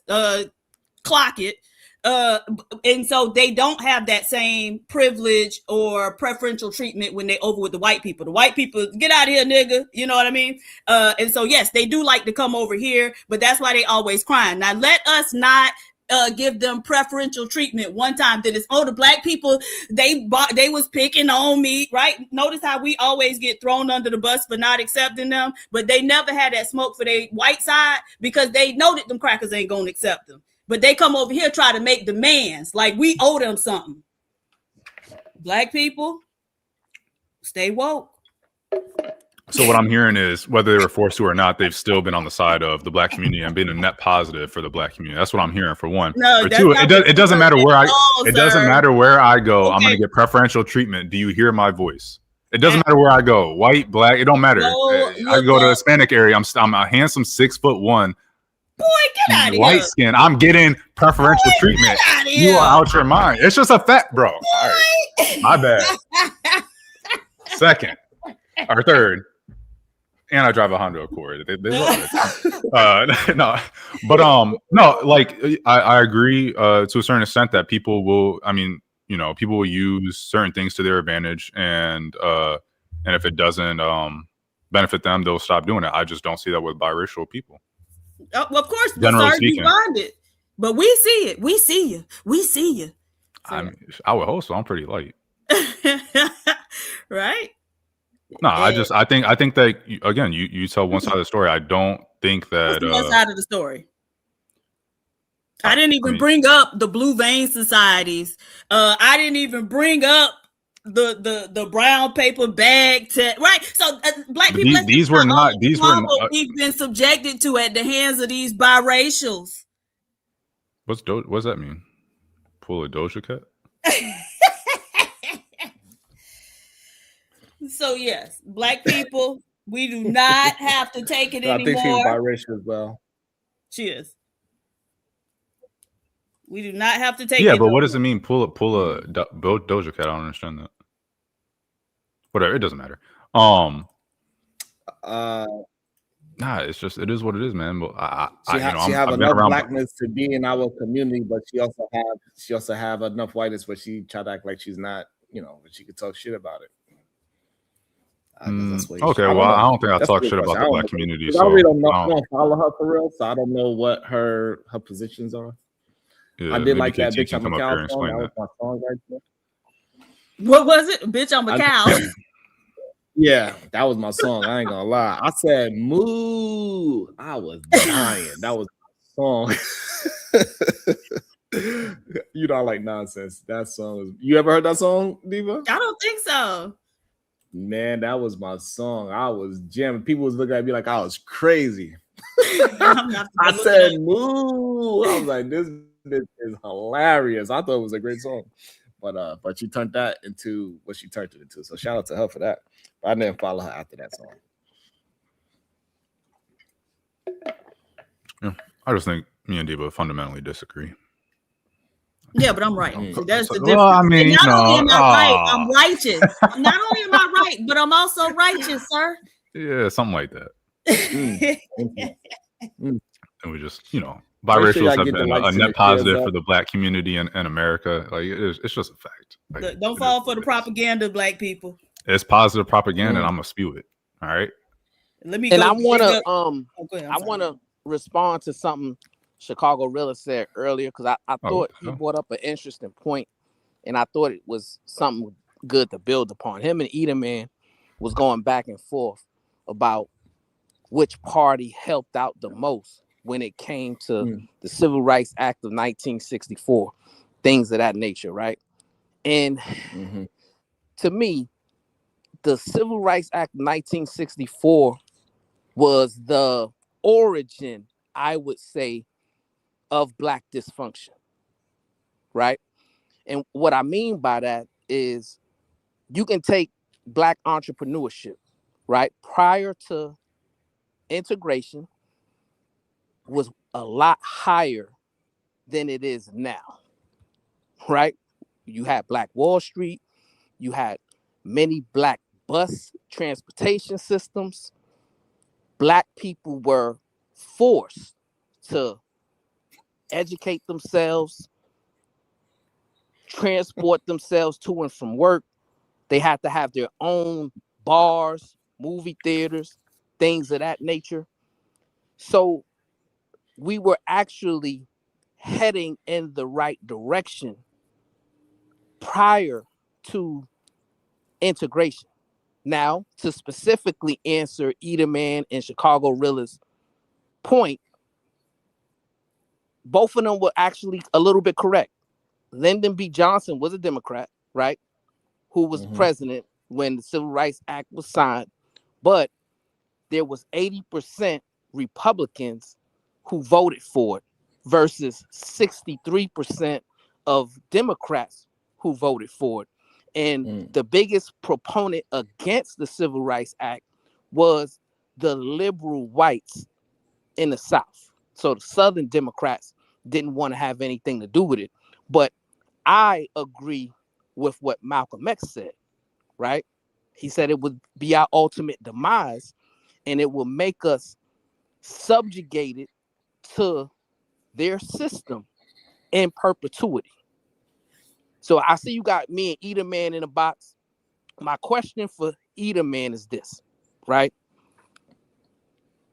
Why do you think it's beneficial for Black people to subjugate themselves to a party where if you subjugate yourself to the conservative or Republican Party, you have to align yourself with a certain level of anti-Blackness? Why do you believe that is? Yeah, so first I think that I am committed to my family best interest. We'll say that first, right? Like I think enough times we don't say this, right? I look at this like people don't understand is if the Democrats had my family best interest, you know what I would be? A Democrat. I'm just letting you know. When I look down from me running a business from an entrepreneur point of view, for me, the values that I believe in, keeping the family together, the nuclear family, that usually all align with conservative values, right? So it's not a color thing for me, right? Because I think both of these parties are ran by white folks. Let's be clear. Black people don't run neither one of these parties. So me aligning with one is not saying that one is really better than the other. It's saying that I believe that I can get farther ahead with my family, with my Black business, with this party, right?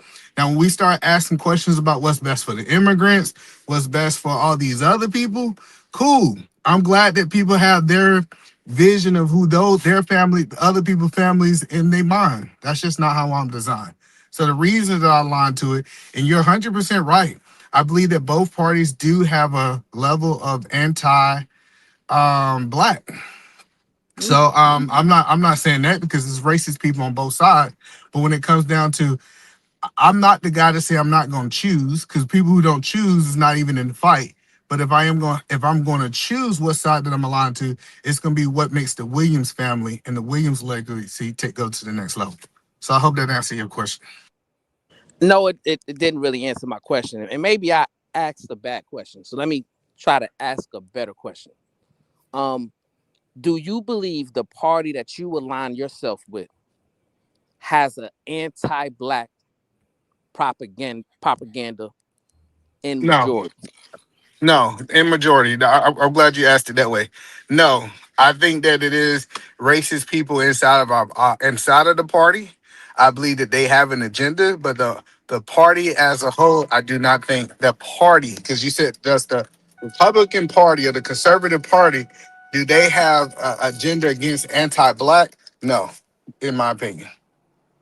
So how do you explain when Trump gets on his bully pulpit and say things like, well, the Civil Rights Act was detrimental to white men? Or yes, you get Charlie Kirk, right, espousing all of his racial rhetoric. And it seems like no matter what extreme you go to on the right, you're going to align yourself with a certain level of anti-Blackness. Like your friend, right, who you say you align with Anton Daniels. He was asked if he aligned himself with black people. He said no. He's a Christian. And then he's on record saying F black culture, F Malcolm X, F all of our ancestors. So is that the type of people that you think is beneficial for black people to align themselves with, people that have that type of anti-black agenda? Yes or no? So yes, and I want to break down what you said. So the first thing I heard you say, I want to make sure that I heard you correct. You said that the civil rights is no longer a black thing. They have grouped a whole bunch of other people into this group of the civil rights now. So we understand. We done seen the alphabet community. They have taken the civil rights movement and used it for their agenda. We see immigrants of all colors using the civil rights bill. Like, so, but the idea that the civil rights bill, first of all, is a black thing, I think is a disingenuous argument. The second thing is, just like I come over here, I don't agree with everything that people have, but I have been on record that says that I think one of the largest things that happened to black culture is rap music. I done said it on this show. So I am not oblivious to think that it's certain things in the black community that needs to be challenged. Just like we don't think that all men, I done heard Sharon challenge men. I don't think he think that all men are bad, but he's going to talk about the ones that's bad in the community. So when I hear people like Anton Daniels talk about, this thing is trash, a lot of the culture is trash. When I hear Brownsville, in his own words, says a lot of things in black culture with black men is trash. When I hear Sharon, like, a lot of y'all think that y'all saying different things. Y'all just actually dressed it up different. Sharon says that the culture with black men are trash. Matter of fact, that's the whole Rim Brother Nation. So so that's the point that I want people to understand is a lot of people get triggered about how he delivered his message, but I think as a whole, we say that the things, like, matter of fact, when Brownville get on his whole speech, it's about what we need to change in the black community and make it better. So all of these people saying the same things from my point of view, it's the delivery that we argue. And yes, I believe delivery matters, but we got to understand is we all saying that the black community need to be fixed in this current state. It's trash. So I totally disagree. I mean, you answered yes. You said that it will behoove black people to align themselves with people who espouse anti-black rhetoric. I totally disagree. I don't think it's beneficial for us to do that. And another thing, you're wrong when you're trying to lump me in that bunch, right? Because I speak in specifics, right? So when I'm talking about the Rim Brothers, the no good suckers, I'm talking about those specific people who has espoused an ideology of the red pill, the incels, or the manosphere, right? And my specific gripe with them brothers is they espouse hatred towards women and black women specifically. It's a propaganda, it's an agenda of attacks that you can go to a multitude of videos and hear that rhetoric espoused, right? And you will never hear Brownsville say anything in terms of the black culture is trash or black people are trash altogether. Or He didn't say black if people you are was to trash. ask me, I didn't interrupt you, my brother. If you was to ask me, right, Brownsville, do you align yourself with black people? I would say absolutely, right? So that's where we diverge, right? Because the people that you align yourself with, they don't speak in specifics. They speak in general, right? Which comes with aligning yourself with the conservative or Republican Party. You have to also align yourself with a certain level of anti-blackness, right? And I know you kind of try to detach yourself from that ideology, right? But you're just an individual. And even when you speak in favor of the conservatives or Republicans. You talk in an individual sense. I've never heard you say anything about how aligning yourself with that ideology or that political process is beneficial to the Black community by and large, right? You talk about how it was beneficial to you and yours. And that is my issue, right? That is my issue. You see, prior to us being forced to integrate, we had more of a community-based mind, right? To where it was not what was best for the individual self, it was what was best for the collective Black people as a whole. And when we align ourselves with these parties who, by and large, they want to be divisive when it comes to our people. They want to be destructive when it comes to our people. They want to keep us in the individual mind frame, right? You, Edelman, should be smart enough to understand how that's detrimental to our future. Because over there on your side of the fence, what are they trying to do? They're trying to remove us out of history. They're trying to relabel what slavery was and Jim Crow era was. And they're trying to say Black Wall Street didn't get blown up and things of that nature, right? They're trying to rewrite the history books to make it seem like we weren't victims of oppression, or our people, our lineage wasn't victims of oppression. And I never hear Edelman Williams publicly get online and denounce that type of miseducation. Never hear it, right? Because what Edelman Williams always espouses is what's best for Edelman Williams and his family. So once again, to close, my brother, you have just articulated publicly the dangers of aligning yourself with one party or another, because it's going to put you in a mind frame that's going to be detrimental to our people now and in the future, because we have to move from individual thinking to a collective mindset on how we can improve as a people in this country in the future. Peace and love. So, is he leaving? I just want to respond. So he said a lot of things, and I want to try and make sure. Usually I got my pen and paper, but I'm in the car, so I don't have it today. The first thing is, if it's good enough for my family, it's good enough for the Black community, right? We hear these things like, one thing that I hear that Brownsville preaches all the time. He talks about family.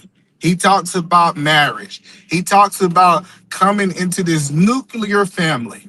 And we know for a fact that one party pushes nuclear family way more than the other.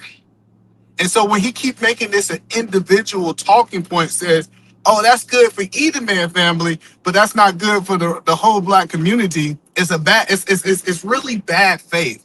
Because what's good for my family is good for the Black community. So if the conservative party is pushing, hey, let's get these families together. Let's put them in a situation where they're thriving to the next level. When we start talking about the conservative party also talking about, let's help these families increase their incomes.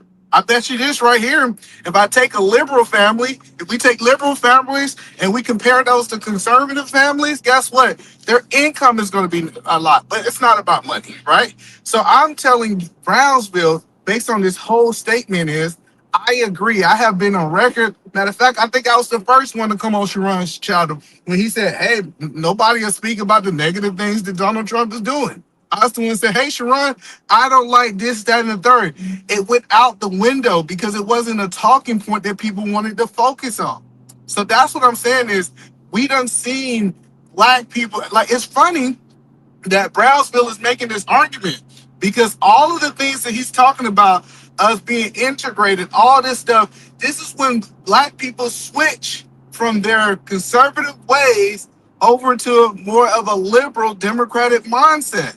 So the destruction of the black community happened under the Democratic watch.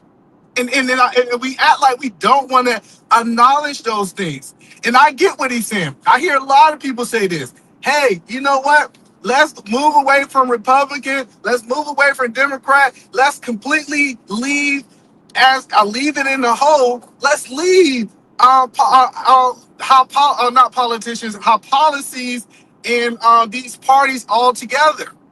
Us not voting, us not contributing, us not talking to our local, because the biggest thing is we still have the ability to talk to our local leaders. Us not being involved is actually crazy. And everybody keep talking about how it was in the past, how it was in the past. Hey, we was at our strongest, which I agree that at that time, that was how we need to move. But nowadays, I'm telling you from a business perspective, we need to find a way how to do race with all communities. Now, where we keep our wealth might be a different conversation, but it's actually a disservice for the black community to only do business in the black community. No other race does this. Guess what? When I go to the Asian store, there's a whole bunch of races in there. We need to still find a way. Yes, go back into entrepreneurship. I agree for that. Yes, we need to be able to get off the corporate plantation. I believe that. But the one thing that we keep saying is, yes, don't choose no party if you want to go Brownsville way. But if we have to choose one of the parties, one party's really trying to distract you, and there's one party that's helping you get ahead from a financial point of view. And what we understand in America, you need money. So I'm arrested there to help people understand is you cannot be in the fight if you don't want to, but when you're not in the fight, they really gonna dictate how your life is gonna look. So you said a lot of mumbo jumbo that you didn't substantiate, right? I was still waiting for you to substantiate what Republican policies benefit black people when it comes to entrepreneurship, right? I got you. Let me respond to that because you say so much. I can't respond. I'm trying to respond to like 10 points. So responding to what you're saying, the big beautiful bill. The big beautiful bill, if you look at the increase in the tax credit from the IRS, when you look at so people go get bigger taxes back. When you look at people that no tax on overtimes and tips, like all of these things benefits the black community.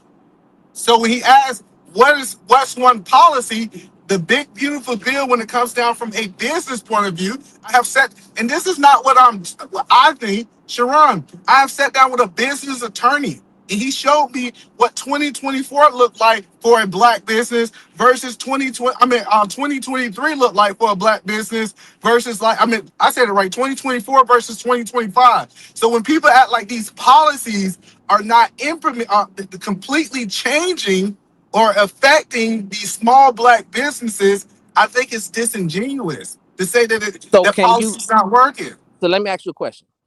Can you substantiate with data and statistics that the big beautiful bill led to more black entrepreneurship since it was passed? No, that's what I'm saying is the reason you can't. It's new. Hold on. Let me respond. Hold on. Because you asked, because I substantiated that this was his best show, and we're doing it right now. But that is crazy. Eat a man, right? I allowed you to interject because I wanted you to substantiate your argument, right?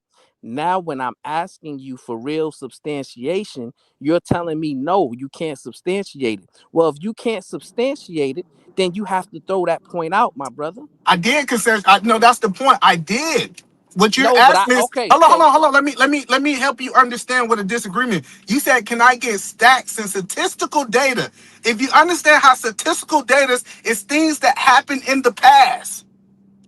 So this is something that is new. If I ask Sharon, can you give me statistical data on this show that we're currently doing? It's like, no, bro. We're actually in the moment when these things are happening. So I'm telling you, if the data is my business, we made roughly the same amount of money, and the type of money we saved this year on our taxes versus last year on our taxes, based on the big beautiful bill is literally data that says that something have changed. But you saying that you want me to go to the rest of the world where that data is not available yet because we haven't even did taxes yet. Right. So you're telling me a theory versus it's not a theory because a I fact. already filed. I understand that. I get it. Right. You're theorizing that sometime in the future, Black people are going to see and reap benefits of the big beautiful bill. Right. So I don't want to argue theory. I want you to give I'm me saying it's a fact. It's a substantiate some fact. facts. No, but you can't It is a substantiate it. fact. So I'm a therefore, Black man. That's what I'm telling you. You keep saying it's not a fact. On my level, I seen it's factual. I took numbers from 2024 and I took numbers from 2025, and the number was the same, but we seen a bigger impact. This is factual data. Now, if you can say that this is at an anecdotal level, if you can say this is at a small level because we're living in this moment now, cool. But this idea that you keep saying that I can't substantiate it when I have two reports that substantiate it. Now what we do have to do is give enough time for us to see how it affects the whole Black community. But a lot of people haven't even filed their taxes yet. But that's the point that I'm telling you is we're trying to hold him literally accountable as it's actually been implemented. Don't that sound crazy? No, because he was president before, right? So, can you give me a policy from his previous presidency where it benefited Black people by and large when it came to our economic standing, right? Did home ownership improve? Yes. Black entrepreneurship improve? Yes. Did unemployment decline? Give me some relevant data. Yes. To substantiate why it's beneficial for our people by and large. Yes. Okay. Well, I'm Okay, giving you the opportunity. cool. So last time I checked, in the beginning of Donald Trump first term before COVID, it was like a small number, but it was like 1% increase in Black people owning homes. Right? If I give you the data that says that, hey, before COVID, we saw that Black people had the lowest unemployment rate for when he took over. So when you asking me these questions, I can give you data that we seen an effective change that was happening literally when he was the first president. Then we seen something that we never seen before, which was COVID. COVID came and changed everything. COVID changed the whole world. And the biggest thing with COVID, people act like COVID didn't it affected the whole world. We saw that in real time. And so then COVID happened, and then people say, well, the unemployment rate went up crazy because we understood that places were closed, people could not work. We understand that was something else. COVID was something outside of every politician in every country control. So even if we go to data in his first term, we saw more people working, we saw more people owning homes, and we saw the lowest unemployment rate all in the Black community. All these things are factual. Is that enough sustention for you? No, because you here's the thing, right? And this is it's almost like you are forced to cape with somebody who doesn't have your best interest. So stop asking your questions. I'm literally asking your question. It's not even caping. But you're not, because now you're trying to parse things out, right? Because I believe the reason why COVID was so detrimental to our people was because of lack of management at the executive level, right? So that's crazy. So, and that's the issue. He was saying that it wasn't an issue, right? When people were saying, the doctors were saying, well, hey, it's an issue. We need to wear masks. We need to wash our hands. We need to operate differently than we operated before. Trump was pushing against that. Is that right or wrong? That's right. Right. And that led to the spread. That led to the shutdown. That's wrong. And that's things wrong. of See, that you added something to it. No, listen. Here's the thing. My It's brother, literally data let that me says finish. that a mask couldn't stop you from getting COVID. Like, that's the point that I'm saying. Is like, we're literally trying to be dishonest in real time. It is proven that a mask don't stop you from getting COVID. It's complete BS. It is proven that these shots was full of crap. It wasn't really research. So that's the point that I'm saying is all these data. You're saying now it'll be a whole different story, Brownsville, if we was in a situation that all these doctors was right, but we have doctors and reporting. He want to talk about data that says that most of these doctors was full of crap. Most of these doctors was actually paid by pharmaceutical companies to push this narrative for people to get all this stuff. People was dying from getting the shot. See, that's the point that we're not talking about.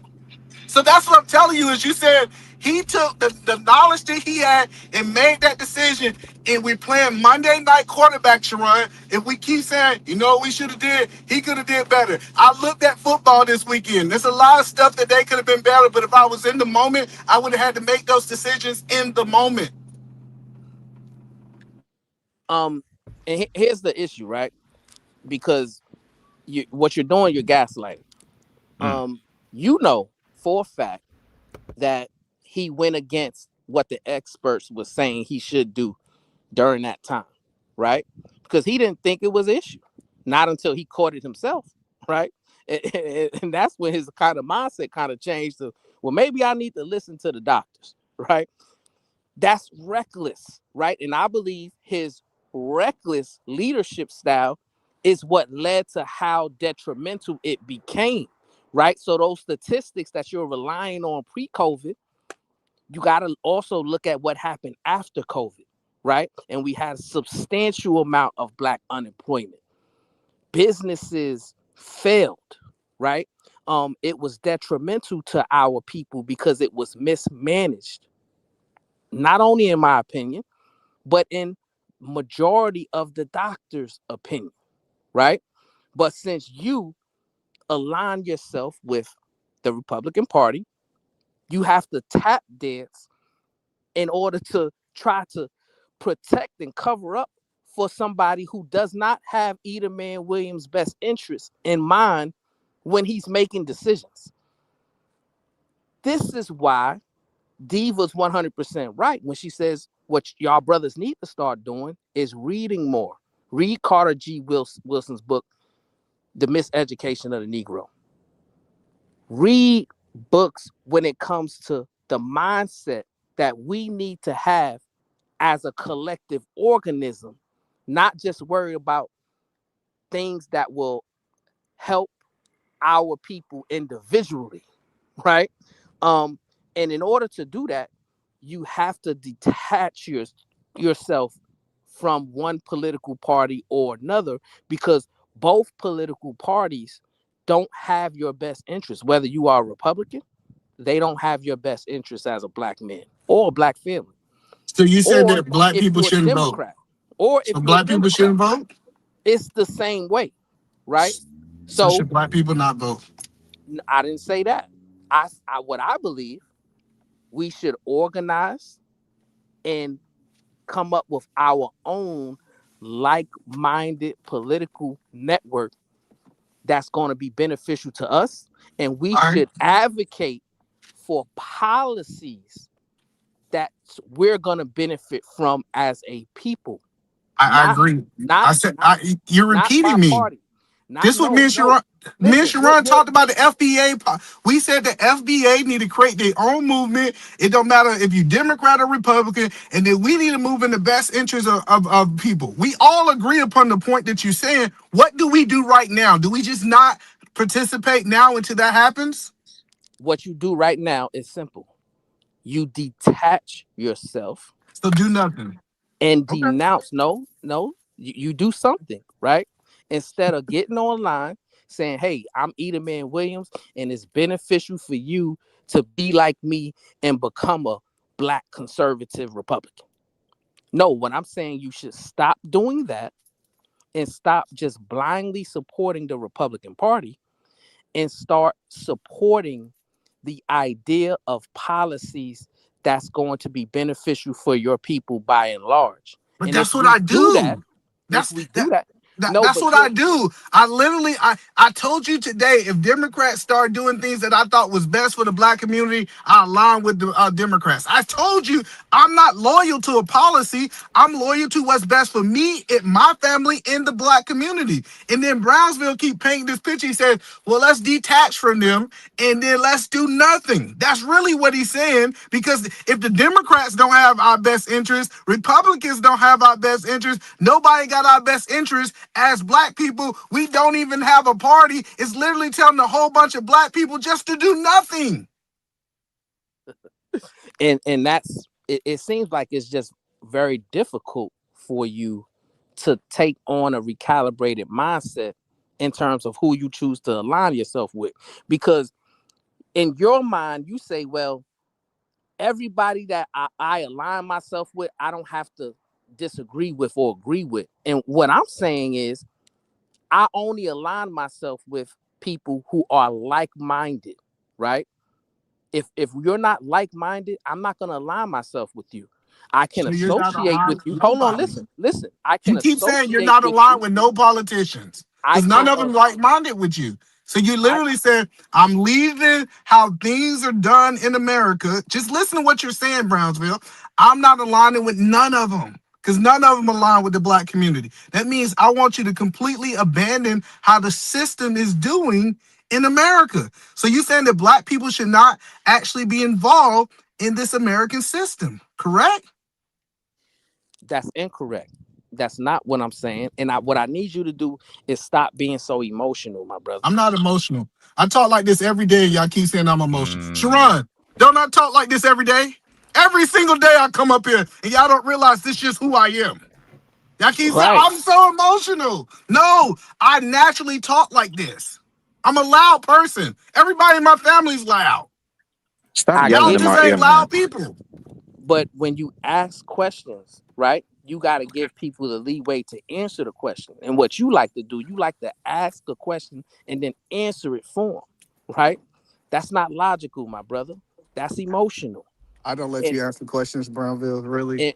And what I'm saying is, right, I don't appreciate you trying to speak for me and say that my communication or my advice would be for people to do nothing. That's not what I'm saying.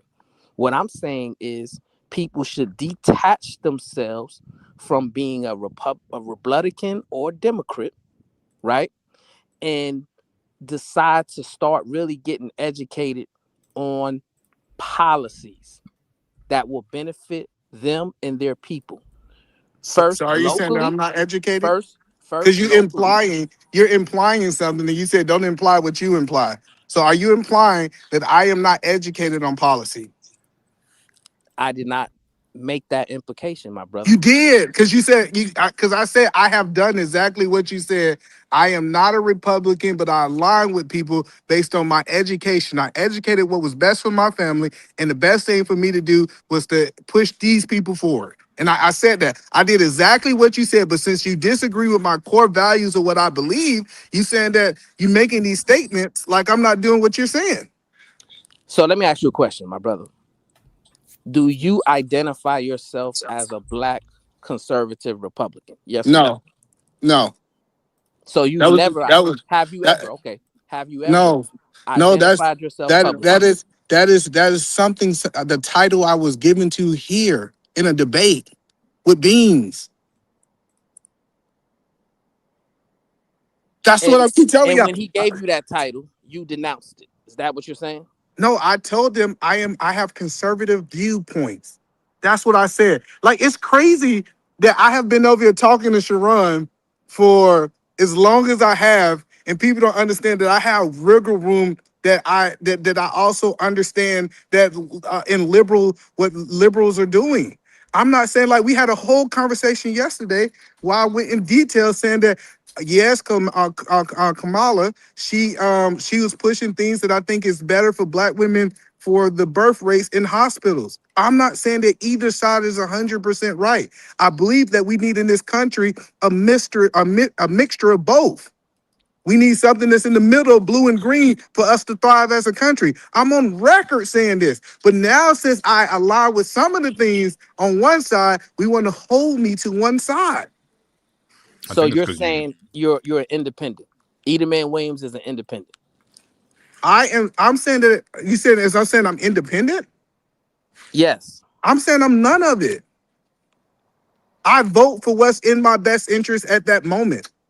Independent says that I am willing. What I'm telling you is, when it comes down to the day to vote, I'm willing to align with either side that have my best interest. Independent says that they're not willing to align with no sides. That's not what it says. So this is why I'll be right back. question. Okay. Hold on, Edelman. Before you I leave, got a meeting, but go ahead. But you register to vote, right? Yeah, and it doesn't ask if you're Republican or Democrat. So you've never registered as an independent either. No, it doesn't. So when I registered to vote is when I signed up for selective services. And it didn't ask my so if you understand how selective service work, well, you was in the military. It didn't ask me was I Republican or Democrat. So when you get your voting card, what does it say? It doesn't say neither in Washington. And you don't get any type of so you don't vote on primary. Well, hold on. I take it back. So if that's the case, because I voted for Obama the first term, that was my first time being able to vote. So I guess I'm a Democrat.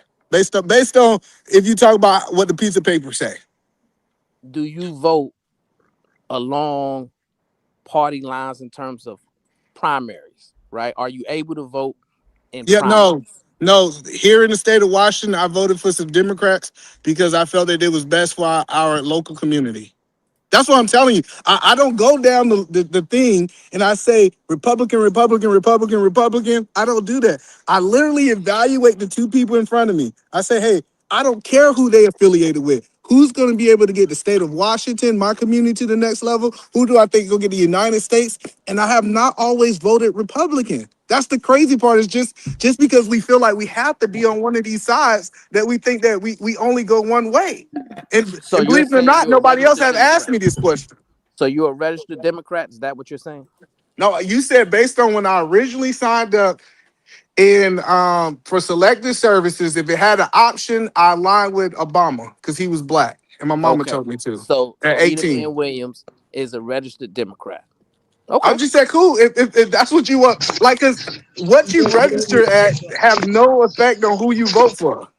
That's what I'm saying. Like we go to these strongmans and say, hey, what did he sign up for when he was 18 years old? And say that doesn't matter because you still get to choose every year and you can change your mind. Not in the primaries. That's his point. You can't. You don't get to choose if you're a Democrat and you're in the primaries. You're gonna get a Democrat card, a Democrat voting or a ticket. Like you're only gonna vote for Democrats and which Democrat you want to represent you in the general election, and vice versa if you're registered as a Republican. In North Carolina, we have unaffiliated, and unaffiliated can choose who they want to. Well, I must be unaffiliated because I get to see both. Because that's what I'm telling you. Choose one or the other in the primary. So like in North Carolina, unaffiliated, you register as unaffiliated, but you can choose whether you want to vote Republican, Democrat, or I guess like a third party too, I'm sure. But so like in North Carolina, the highest voting block, if you want to call it a voting block, or the highest party or the largest party or whatever, is unaffiliated because there's no reason to really be registered as Republican or Democrat because there's no cons with being unaffiliated, but then you're locking yourself out of being able to choose. So I'm unaffiliated. Typically, I get a Republican card so I can vote in the primary, vote against maggots because I want moderates to be representing Republicans in the general. So then I have a choice in the general to be able to vote for a proper conservative. But right. I mean, you understood what I was saying. Yeah, right? I got you. And that's my point. So Edelman Williams, he came in strong to begin the conversation as a black conservative Republican, but then he left out with his tail tucked between his leg as a registered Democrat. Peace and love.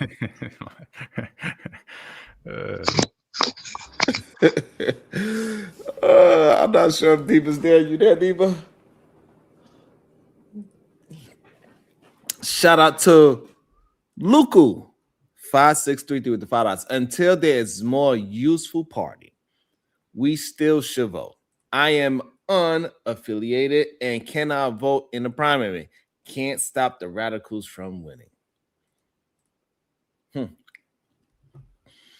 Can't stop the radicals from. That's crazy. I will say there was at least I was a little confused, not confused, but you know, you're asking for policies that maybe was in the first term or whatever that benefited, that saw an increase in prosperity or whatnot in the Black community in any given category.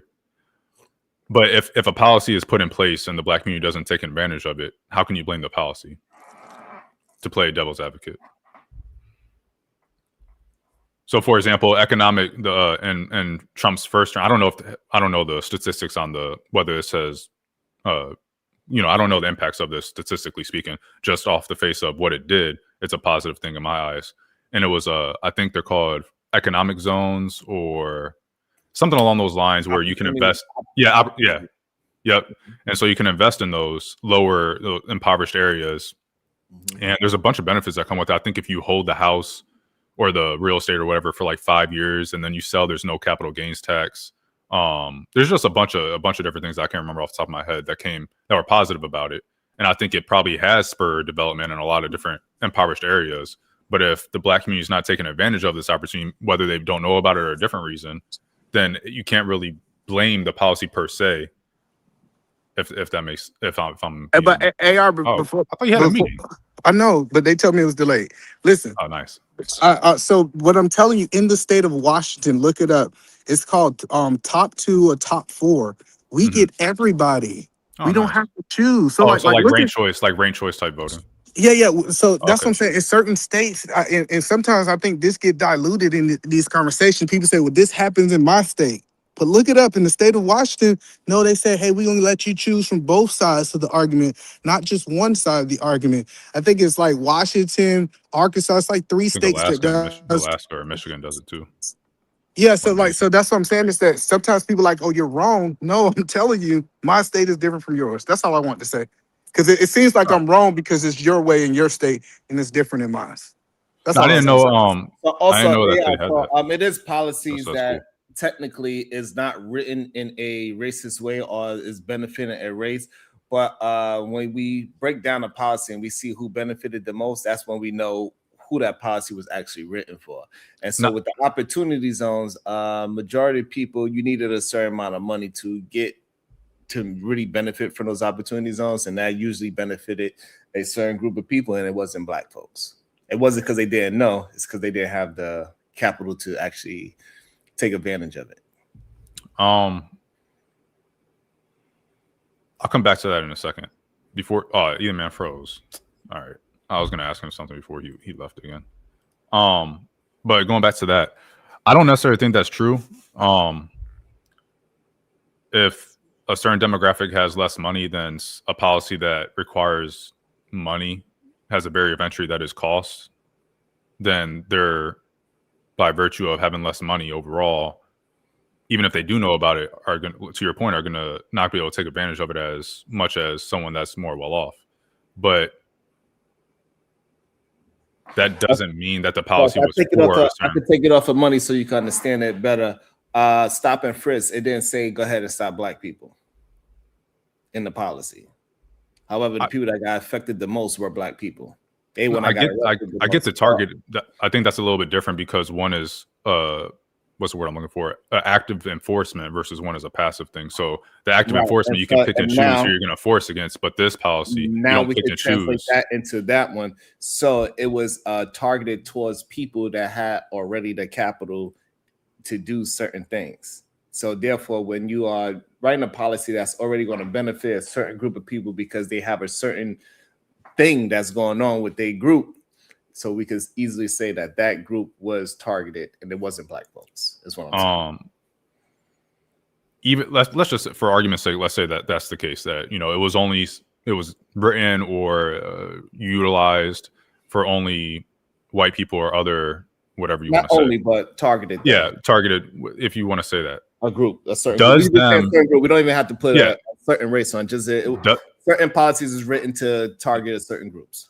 Yeah, so let's say that we're true. Does the rehabilitation they do for these homes benefit the communities that the rehabilitation is done in? No. Okay, so we just disagree. Yeah, it showed It's that, pretty clear. I mean, studies show it showed consistently most that. people, it showed, especially when we talk about the opportunity zone, most people bought these properties and let it get even worse. So they try to keep those opportunity zones in a place of ghetto-ness. So they got the properties, they do nothing with the property, they don't clean it up, they don't fix it, they don't do anything, so they can keep that horrible neighborhood horrible. A lot of So people the don't opposite understand. of gentrification is what you're saying happens with opportunity zones. So what? So the opposite of gentrification is what you're saying happens in the opportunity zones. Yes, they use it as a way to actually keep the neighborhood down. Why would a lower barrier of entry incentivize keeping the neighborhood down when a higher barrier of entry seems to, or I wouldn't say necessarily a barrier of entry, but less positive impact benefits. So if the opportunity zone was to help the people that was in the neighborhood, they would put money into their own neighborhood and build up their own neighborhood.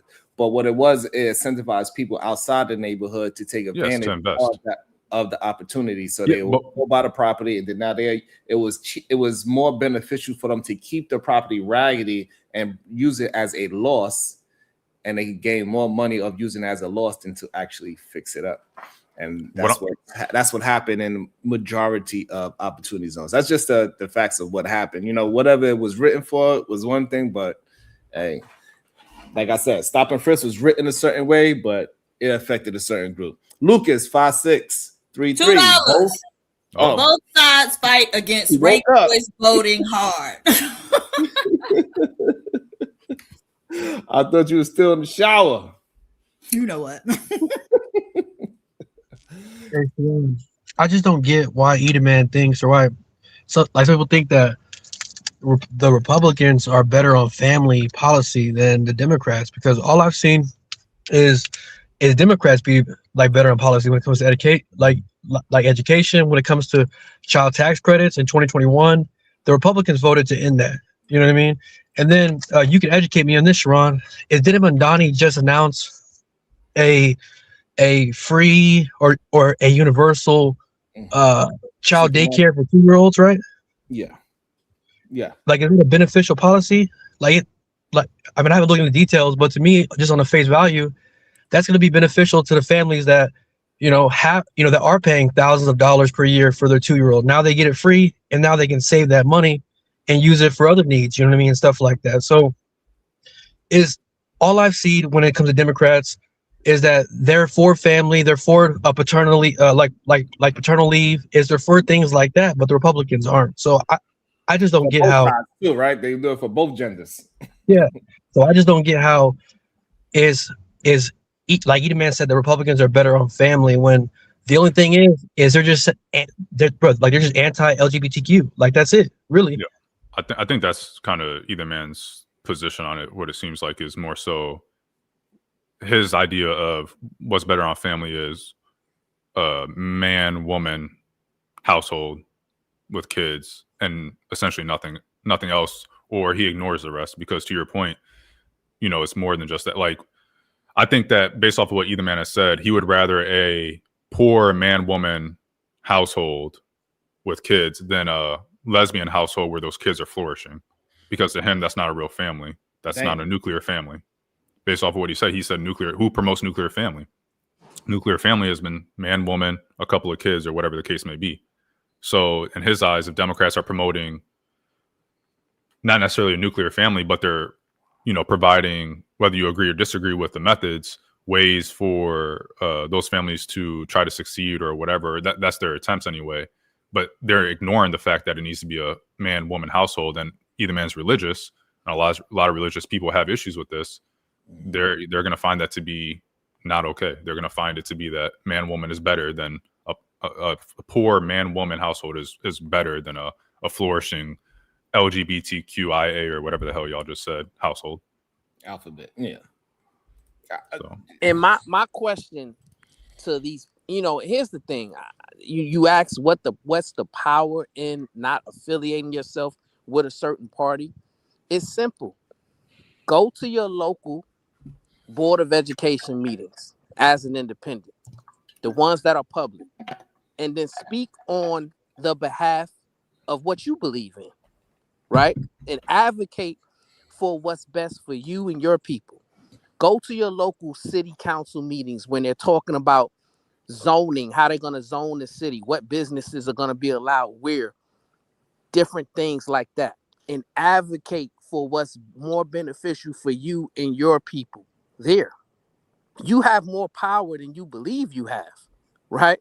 You don't have to just align yourself with one side or the other, because to me, that takes away that power.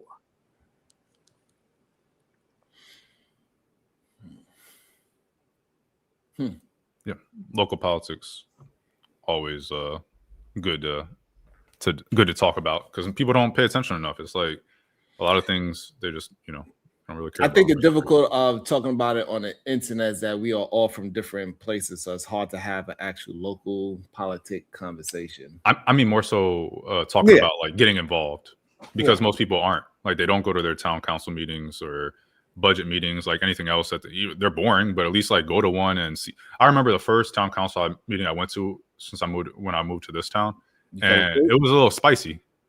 You said what? I was just asking you. It was a little spicy. People was upset. I think people don't understand how spicy politics really is. They don't understand. Like, majority of the time is a lot of what these panels look like. Yeah. You know what I'm saying? I don't think people realize that it is spicy most of the time. It ain't as boring as people try to make it seem. It's just that it's possible that people are just not intellectually sound to recognize the spice. I think they get caught up in, and this is why I always, I typically fight back against the rhetoric. Like, it's a big conspiracy and they're controlling everything. If you go to the town council meetings, or if you just talk to the average person, they're talking about the same thing as what is going on at the federal level, more or less, or I think it evolves bottom up rather than coming top down. And I think right, because absolutely, you go talk to your town mayor, whatever. You're like, yo, why these taxes so goddamn high? He like, well, you gotta talk to the level above me. That's above my pay rate. Like, a lot of times, you know what I'm saying? Like, so. You would think, though, but the way these people talk, like, this isn't something that people talk about at a lower level, and it is. Whether it be LGBTQ stuff, whether it be zoning, whether it be like energy prices. Energy prices are huge, especially if a data center is about to be built around you. Like, those town council meetings they're going to be spicy, because it's very divisive right now, and that's something that's talked about on the federal level, and it's talked about at your town council. So it's not like some. Hey, I remember when they first put a mosque. Whoa, oh man, I bet that shit was fire. Oh my god, the amount of I thought every day somebody's going to get arrested. Let me ask y'all a question, right? Since let me read this real quick, cause DVD. The Emperor, $2. I'm with E on this one. Hashtag New National Party. Hashtag SNL. Go ahead, cuz.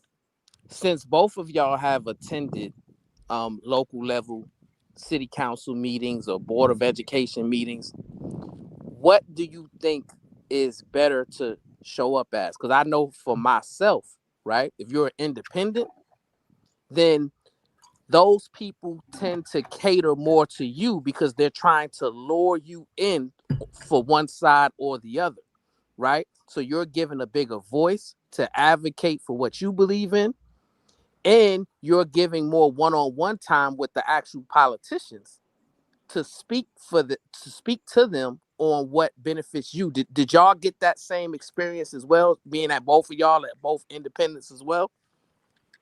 I never spoke. I just went and watched, so I can't really speak on whether it would have benefited. And I don't even know if you got to say that, really, like, or if you just kind of go up there and speak. I don't know. I want to say it was more of me being assertive got me my time with the people that I spoke to. I don't know if it was about the independence. That's a great question. I've never actually thought of it, because to be honest with you, it's a great question. I will say in the general concept of, not aligning not just saying, yeah, I'm going to vote, party line, is definitely going to get you more attention or whatnot, because that's why swing states are swing states, because they're not just voting one way. They're in the middle. You can have a turnout that goes this way. You can have a turnout that goes that way. And because the vote is not locked and loaded, those swing states become battleground states. And they get the most attention during going election to those season. meetings and getting your voice heard do change things. Like just speaking about something that you are recognizing, they gonna do it. Like when you start calling up the garbage, or you start calling up, hey, this is going on, this pothole here, and you start calling them up, and they start to recognize your name and your voice, and if you contribute, like all those things put in a factor to how things is going to get in your neighborhood. It gets you to get block parties a little easier. There's a lot of things that start to happen when they start to know your name, for sure. They start to respond to you differently. The mayor know who you are too, and this person know that alderman. You know, like it changes, and you can get to see that. Hey, your garbage is not flipped upside down in the middle of the street getting ran over anymore. That's all I got to say about that, because shit. Good play, Bob Terry, because hey, people think that those garbage cans are expensive. I'm gonna say that because people be thinking that garbage cans is just like a $10 thing. It ain't. Welcome to the show, KT to go. Goddamn it. You pay all them taxes. They don't give you free garbage cans. They don't give you no goddamn free garbage can. You pay all them taxes up there. Man, I gotta spray. I gotta spray paint crazy. my address on it and everything. Like, goddamn it, y'all ain't gonna. Shit. So I got the good one, the one with the handle on it. You know what I'm saying? You ain't gotta drag it to the bottom bricks. Everything expensive in New York. That's just the life you living, baby. Couldn't be me. There's a reason why a lot of those focus groups are geared to independence, right? Because as AR alluded to, right, the independents are the ones who swing elections. So imagine if all Black people decided to detach themselves from the left and the right and all became independents. By proxy, we'd be given more collective power, which is my point. And we'll be able to influence the left and the right more by saying, hey, we're not going to affiliate ourselves with everything y'all doing that's wrong. We only want to focus on what's going to be beneficial to our people. And I think other cultural ethnic groups, that's what they do.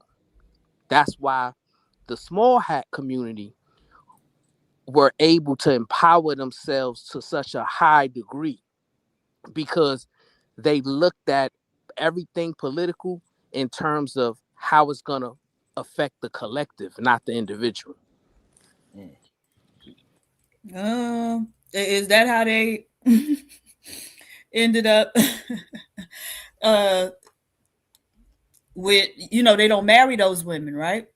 And they have their cultural or religious ceremony, but it ain't no legal ceremony. So I think a lot of the way that they empowered themselves is the way that every group in America has empowered themselves by scamming and stuff, right? They up there right now. They all on the system. The men don't work. If anybody works, it'll be the woman.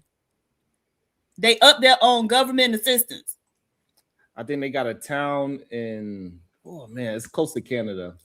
And everybody got at least 7 kids and ain't nobody got no jobs, but everybody eating. They all got, you know what I'm saying? Like they lit. For some strange reason, they figured out a way to that whole town is scamming.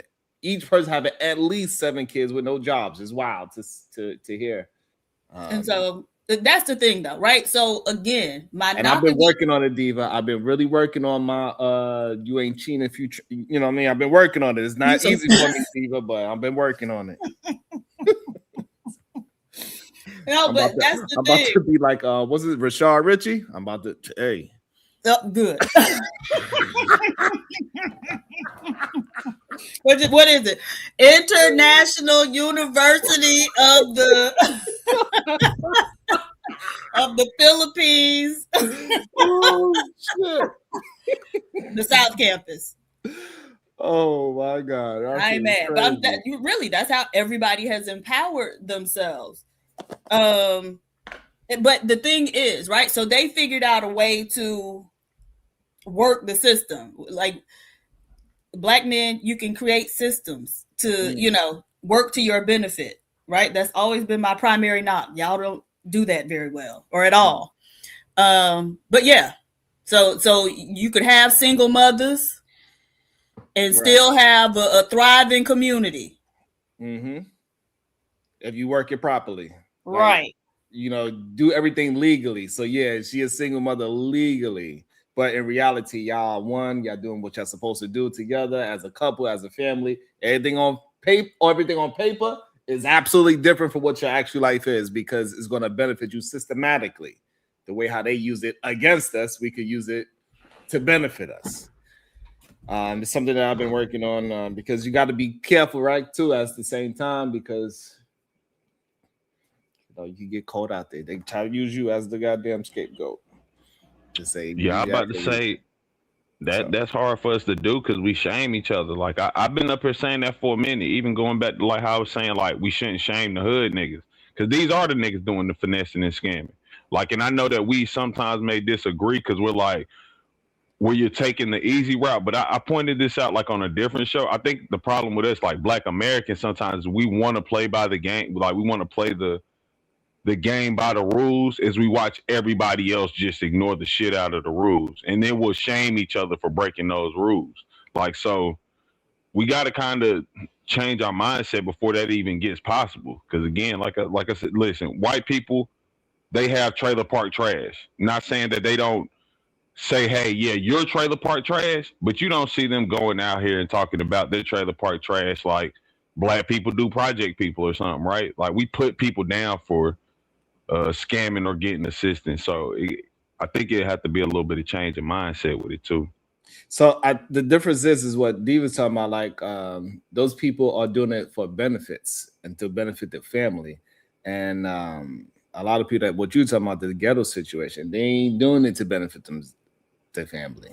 They just doing it just to do it. They don't have no rhyme or reason. When I'm saying that these other people are getting wealthy off of scamming, or taking advantage of the system, I should say. They are taking advantage of the system to make themselves wealthier, being able to leave their children's things and businesses that they technically don't own.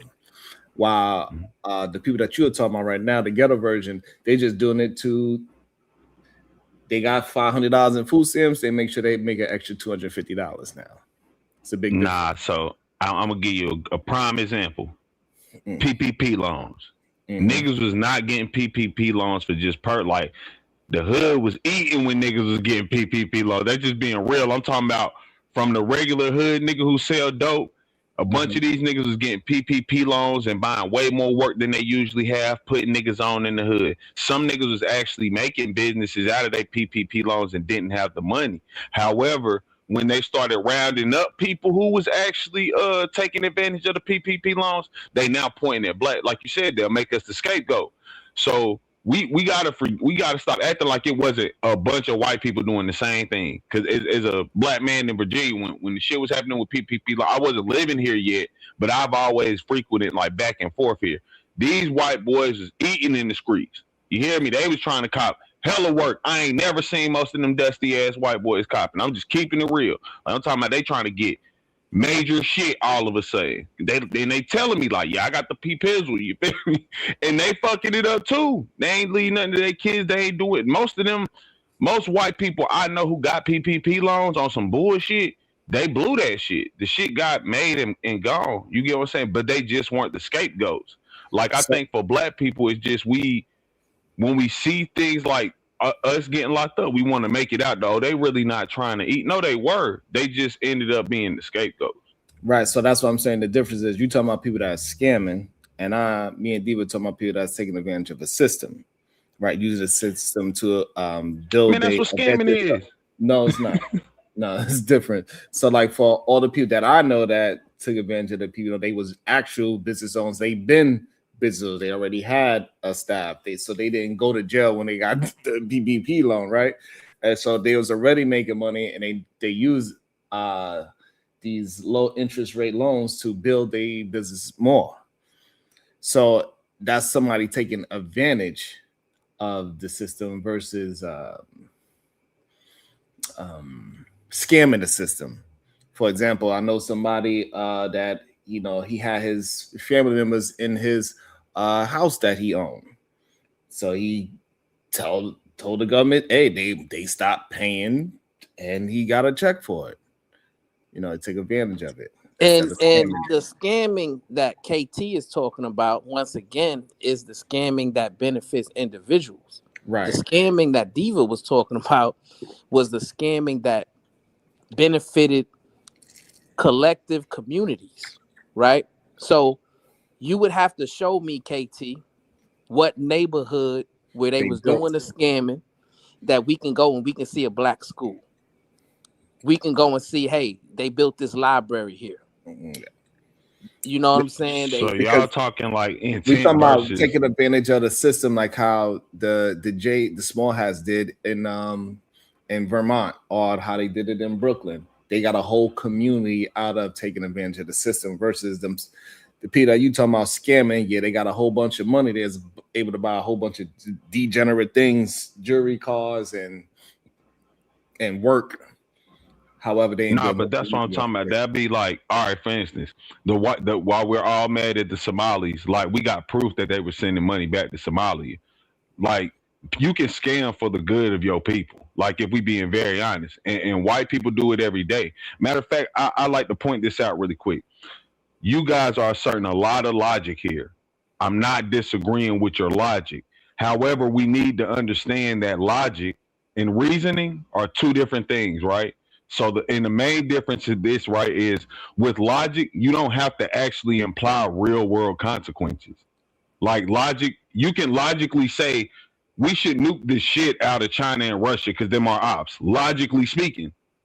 But that still doesn't imply the reality of things. Reasoning does.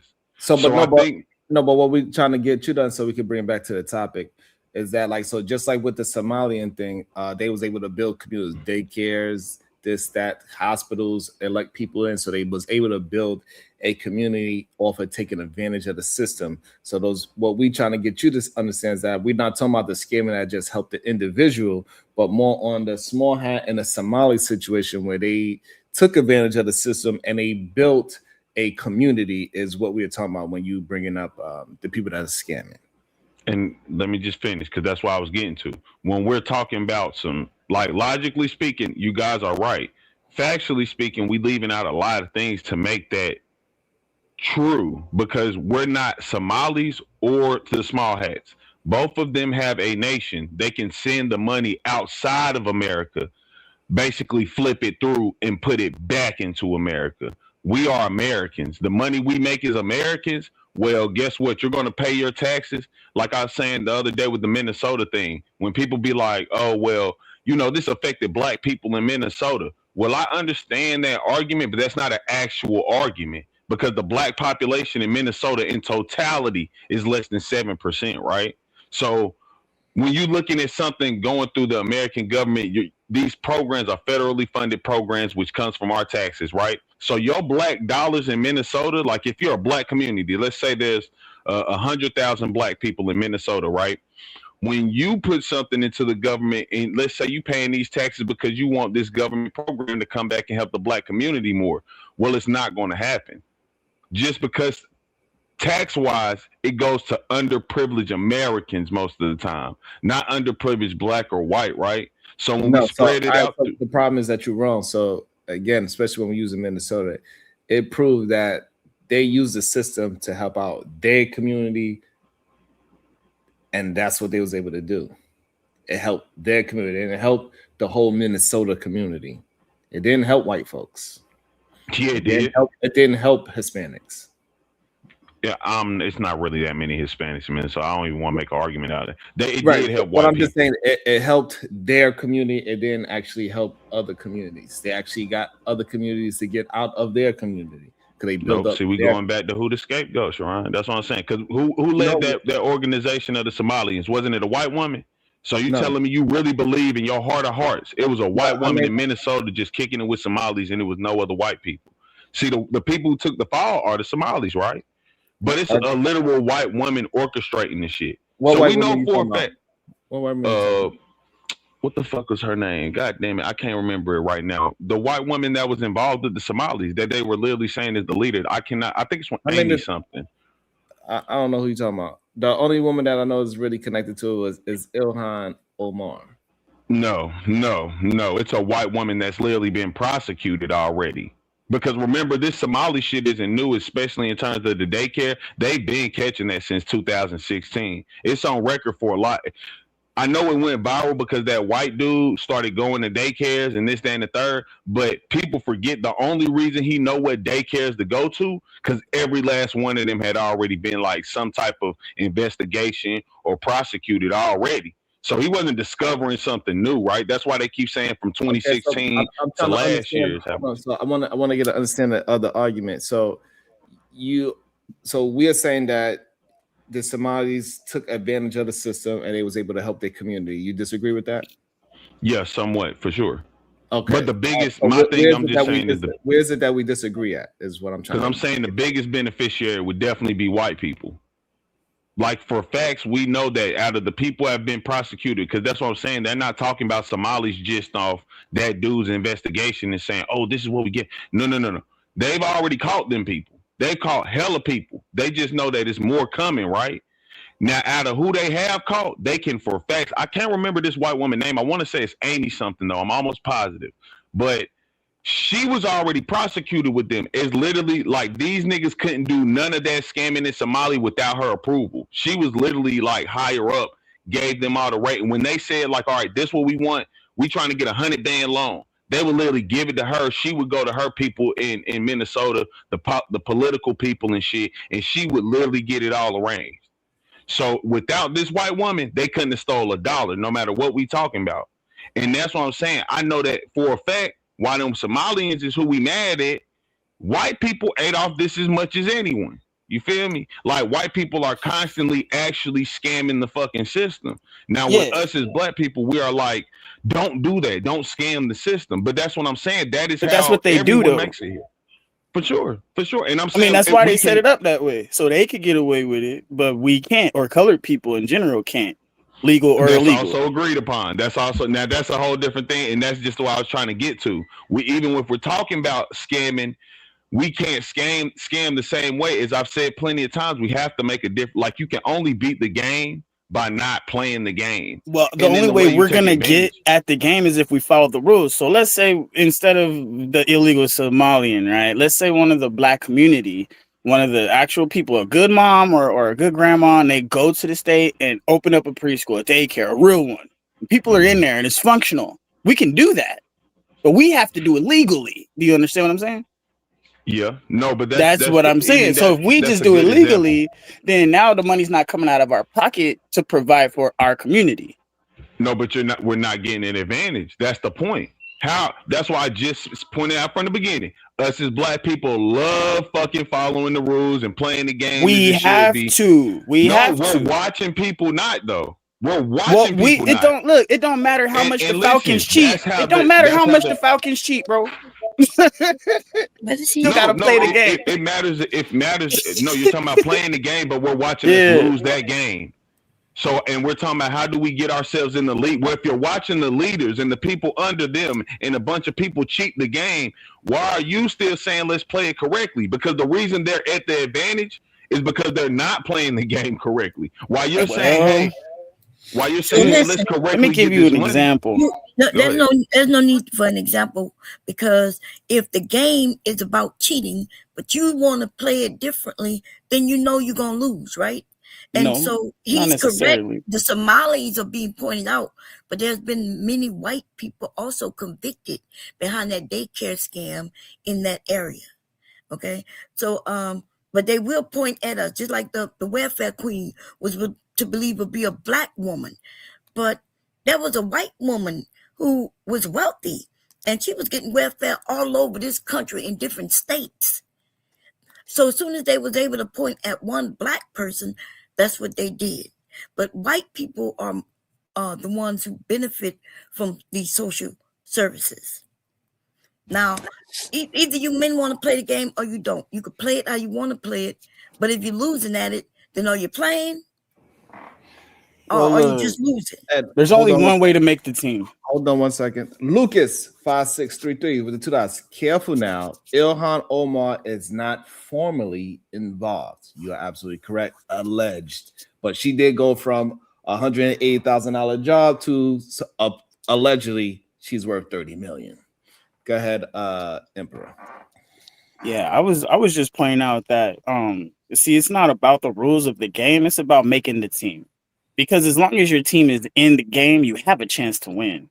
All right. Well, I'm looking at sports in general. I'm a Cardinals fan. All right. I'm used to having the odds against me and horrible referee play. And we was in the Super Bowl, and Obama's a Steelers fan. And dude, there's so much controversy around the game in general. So what I'm saying is, like, yeah, you're gonna lose sometimes because there's a winner and a loser. You can't always win. But when you do win, make sure it's a very, very important game to you.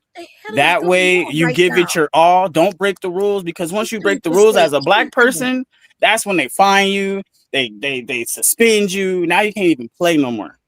As a black person, it's different. So yes, we have to do it better. I'm sorry. We don't get to just break rules. We don't get to do that. I thought that's what you was. Look, I remember you preaching bullshit when we was talking politically just last week, right?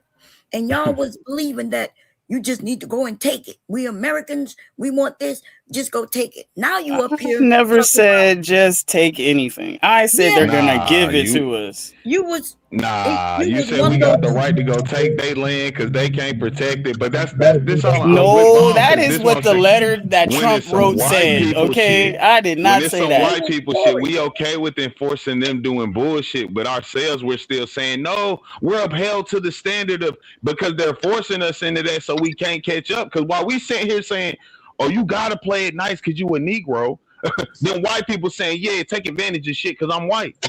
So that's all I'm saying. Like, even with your sports analogy, I'm with you 100%. I'm a Panthers fan. I got just as much pain in life as you, right? I watched Cam fucking destroy everybody in the regular season, get up there and lose to fucking Peyton Manning, and we know that it's a game, but that's why I'm pointing that out. Even with what you're talking about, it's not about talent. You know that's a lie saying it's simply about talent. I never said it's about talent. I said we know what it takes to make the team. Make the team, and that's what I'm saying. Listen, I can make a team. That don't mean we're gonna make it to the Super Bowl. That's my point. Hold on, you guys might make it to the Super Bowl, but that don't mean you're gonna win the Super Bowl. No, again, that's my point. In order to win that Super Bowl, first of all, even make it there, but to win that Super Bowl, it's you gotta cheat. You gotta cheat to win, bro. Really? Yeah. So is Tom Brady not? Let me ask you a question: is Tom Brady not the greatest quarterback ever? He is not. I'm sorry, he is not. All right, I'll take that. By rings, is he not? I mean, he has what? How many rings? 6 rings. He has 6 rings, right? We know 3 of those rings came with the Deflategate, right? Like, factually proven these shits was not fully pumped. But we ain't taking and that, what does that prove? That proves that to actually look that good and to actually seem like you're that good, you have to cheat, lie, and steal. No, for white people. No. I'm telling you, they're showing you that you cannot do it honestly by them doing it this way. They can't even follow their own rules, is what I'm telling you. No, you don't get it. White people will make rules all day, but they can't even follow their own rules. They're the real heathens. That's what I understand. But we have to look at the optics of things, because as a people, we want our culture to stand out, right? How do we move? All we got is rap music to speak of. No, that's the only thing the world's looking at. When they see black people, you think of rap. That's absolutely not true. Okay, so tell me. All music belong to black people. We created it. But y'all will say this shit like we just got rap music. And then even when the things we do have, you'll then put it down. So I don't understand. I'm not looking at it from the black person's perspective. I've been listening to the white people and what they say, and I'm asking y'all about this. Like, hey, look, this is what they already saying. Look, perspective. Are you a black woman or a white man? No, I said I'm looking at this from a white person's perspective because I'm listening to them and I'm paying attention to them and I'm around them a lot more. No, I don't think you are. No, I think. Listen, the things I've heard on this panel today is ridiculous, right? I just got here. I know that. But when I say, so I wanted to go back to the politics thing, right? When somebody say you have to be on the side. So when you in your area, all they know is whether you vote or not. They don't know who you voted for, who you registered with. They don't know that. When they come knocking at your door, it might be a Republican knocking at your door because all they know is that you voted, right? So this thing about being independent gonna work for us. Well, I don't know what's because different states do it differently, but the independents don't get to vote locally. If there's, you know what I mean, for a lot of things, they don't get to vote. You mean Like you mean in the primary, not locally? Yeah. But, no, but they kind of know like because so when you're independent, like for me, both parties be soliciting me. That you should vote for everybody. No. What I'm saying is that like I get both sides. They be like, can you support the Democratic Party? What can we do to get you to switch over to our side? And both parties listen to everybody. Is what I'm saying. They don't know. What I'm saying, if I was just on, what I'm trying to say is like, so if I was already registered as a Democrat, I will only get Democrat that's not information, true. and the Republicans would not be sending it to me and texting me and trying to lure me over to their side. Like, no, that's not true. They don't know. Listen, the law is they only know that you vote. They see the voters. They know the people who voted where you live. They don't know if you voted Republican or Democrat. They don't know. No. We're not talking about if they know who you voted for. We're talking about they know what party you align with. No, they don't. Unless unless when they call you, tell them. Other than that, they don't know. So I get contacted by everybody. You can't register as a specific party. Yes, you can register as a No. What I know that already. But what I am saying, the people, when they come out to reach out, they don't get that information. All they know is that you are a voter who voted in the last couple of which comes. And right. So but Bon, what we saying Democrats come to my door, Republicans come to my door, and independent people, if somebody's running, come to my door as well. Only if I let them in particular know, so they can jot it down that I'm this, that, or the third, where they'll stop contacting me. Other than that, they don't know. So right. So just be careful, Bomb. You sound like you're getting a little excited. Well, I'm saying is that most people are registered under affiliation. Right. Right. We know that. That's how you. But that's what we're talking about. Like we understand that some people they can register as unaffiliated altogether, but most people show their affiliation left, right, or in the middle. Yeah, listen, Mom, I was a registered conservative. Listen, I have been getting paid in this state for gathering people, and I go to Congress with these people, right? The only time I haven't done that since COVID hit, but before that, my boots was on the ground. I know exactly what they do, how they do it. And you're doing those petition signing things? What? Were you doing like those petition signings? If they hired me to do that, yes, I'll do that as well. But no, like I've been to Washington a few times, Dover right here. This is what I've been doing for a very long time. What I am saying, when they come and knock at your door, they don't know who you are unless you inform them directly. Like if I came in, I'm a Republican. And then when I come and knock at your door, I don't know what you are. But then you tell me, yes, you're a Republican. So then I'll jot it on my little so what I'm trying to say, maybe in Delaware that is true. And no, I don't just work in Delaware. I just said I've been to DC, Philadelphia, Baltimore. Right. And so one of the ways that they could tell when you register to vote, right? Huh? I'm talking about when you register to vote, right? And you let your county know what side you on is what we're talking about. So people, right? So we're not talking about we understand that you can be anonymous of what party you want to be. However, we're talking about the people that is known, they are registered to the Republican or they registered to Democrat or whatever they registered to. But what I'm saying, they don't let that out. That's not the information. Yes, they do. You can Google search your name. You can Google if you've ever registered as anything and you Google search your name on your People Finder information, it'll actually show what your registered party is. Mine will show registered. The only 2 times I've ever voted, I registered as a Republican, even though I voted for Obama the first time and Trump the second. Oh, so you making a very point, right? The point that I'm making, if I can get to it, is that just because I'm registered one way don't mean that's the only way I vote, right? No, And so right. wait, so therefore that is why I'm saying when they knock at your door, are you saying no Democrat ever knocked at your door? No, I mean, I've had hold on. So what we saying is that even when if you are registered, when they come knock on your door, they know what party that you're on the side of already. That's why they knocked at your door. They trying to sway you to their side. I'm saying that's not what they get. So if you're registered Republican, then the Democrats will come knock at your door like, hey, we know you're a Republican. Let's go ahead and bring you over. Right. Is that what you're saying? They don't do that. Yeah. They don't. Even if you're registered as a or even if you're registered as a Republican or Democrat, they're gonna come to make sure you're voting or try to get they so, and I think y'all getting into minutia, right? Because I think it's different, I guess, in different states and cities and municipalities. One of the things that they will absolutely do in Chicago, you will never see a Republican going door to door in the city of Chicago, because they could just go by zip code and look at what the voting pattern was for that zip code. And again, when you spend it and you're doing bulk mailing and all that other stuff, they don't have to know exactly what your express registration is. They will look at that. So I'm in the 9th Ward, right? They'll look and see, okay, 9th Ward, 98% vote Democrat. I have no idea what Republicans would be doing there, right? As opposed to being somewhere in New Lenox, building their base there. It's not. The strategy would not be wise. Right. But that's in the area where they could look and see that large number. But what I'm saying is, right? We're not talking about voting, by the way, Bomb. We're not saying they know who you vote for. No.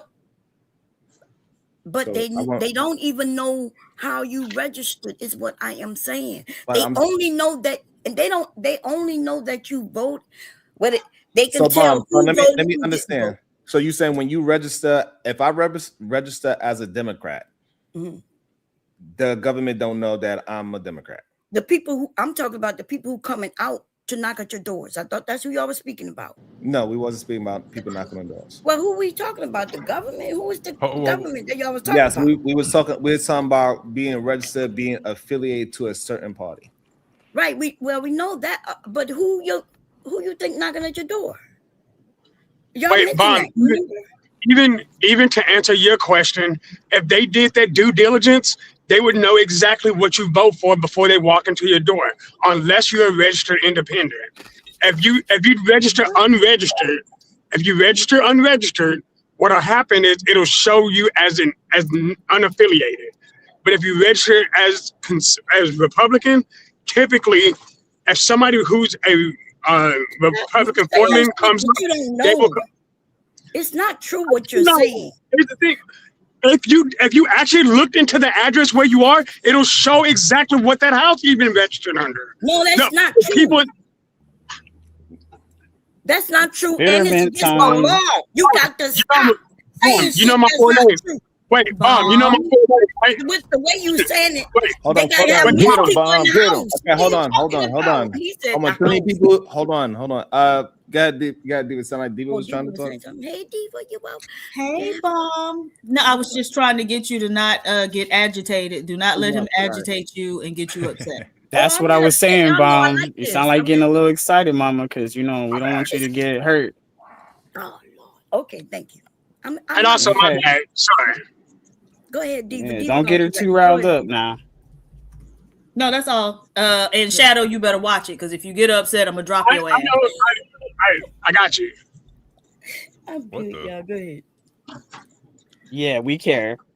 So when I'm saying, like, let's say a Republican in my area, they want to get our neighborhood in my area. They want me to go walk around with them, right? They'll hire me. And then I go door to door. They have a list, and they do have all the addresses, right? They can go door to door, but it wouldn't be, they don't find it to go door to door. They only want to go to the doors of the people who voted, not just those who registered to vote, because it's a waste of their time to go knocking at somebody's door who hasn't even voted in the last few elections, right? Well, so you might be able to wake somebody up, though. time is money. I don't know what you're talking about, but time is money. They're in that area and they want to get the people who vote. They're the easiest to go to, right? And they want to convince. They do not know who they voted for the last time or the prior. They just know that they voted during these elections. And then we knock at their door. They don't know if they're Republican or not, unless you have signage outside or when we get there and they said, well, no, I'm a Republican or Democratic. And then they could notate that for their own records. But other than that, it's not given to them when they get the names. So you're trying to say, hold on. I'm confused now. I just want to make sure, Bomb, you're trying to say that your voter registration, who you've registered for, the party that you registered for, is not public information. It's not. I'm talking about when they give when these people pay for these lists and everything. Canvassers. You're talking about canvassing. Listed there. Yeah. Huh? Well, you don't know. You're talking about canvassing. Know. That's canvassing. Wait. Canvassing. Okay, but they don't necessarily know who you voted for, but they know what party you're registered with already. They just don't know whether because you can be a Republican and the general still vote Kamala Harris. Well, I think that would be state to state. It would depend a little bit. But it's not state to state. Every state, voter registration is public in every state, as far as I'm aware, including Delaware, because I looked it up. So voter registration is public information. Who you voted for is not public information. So you can be registered for Republican and vote for Kamala Harris, and nobody would know. But they would know you voted. They just don't know. Put Bomb Cherry in that database. See what she registered under. I don't know. I don't know her name. No, and what I'm saying is Bomb Cherry Juice. Bomb Cherry Juice. Okay, I'll put that in.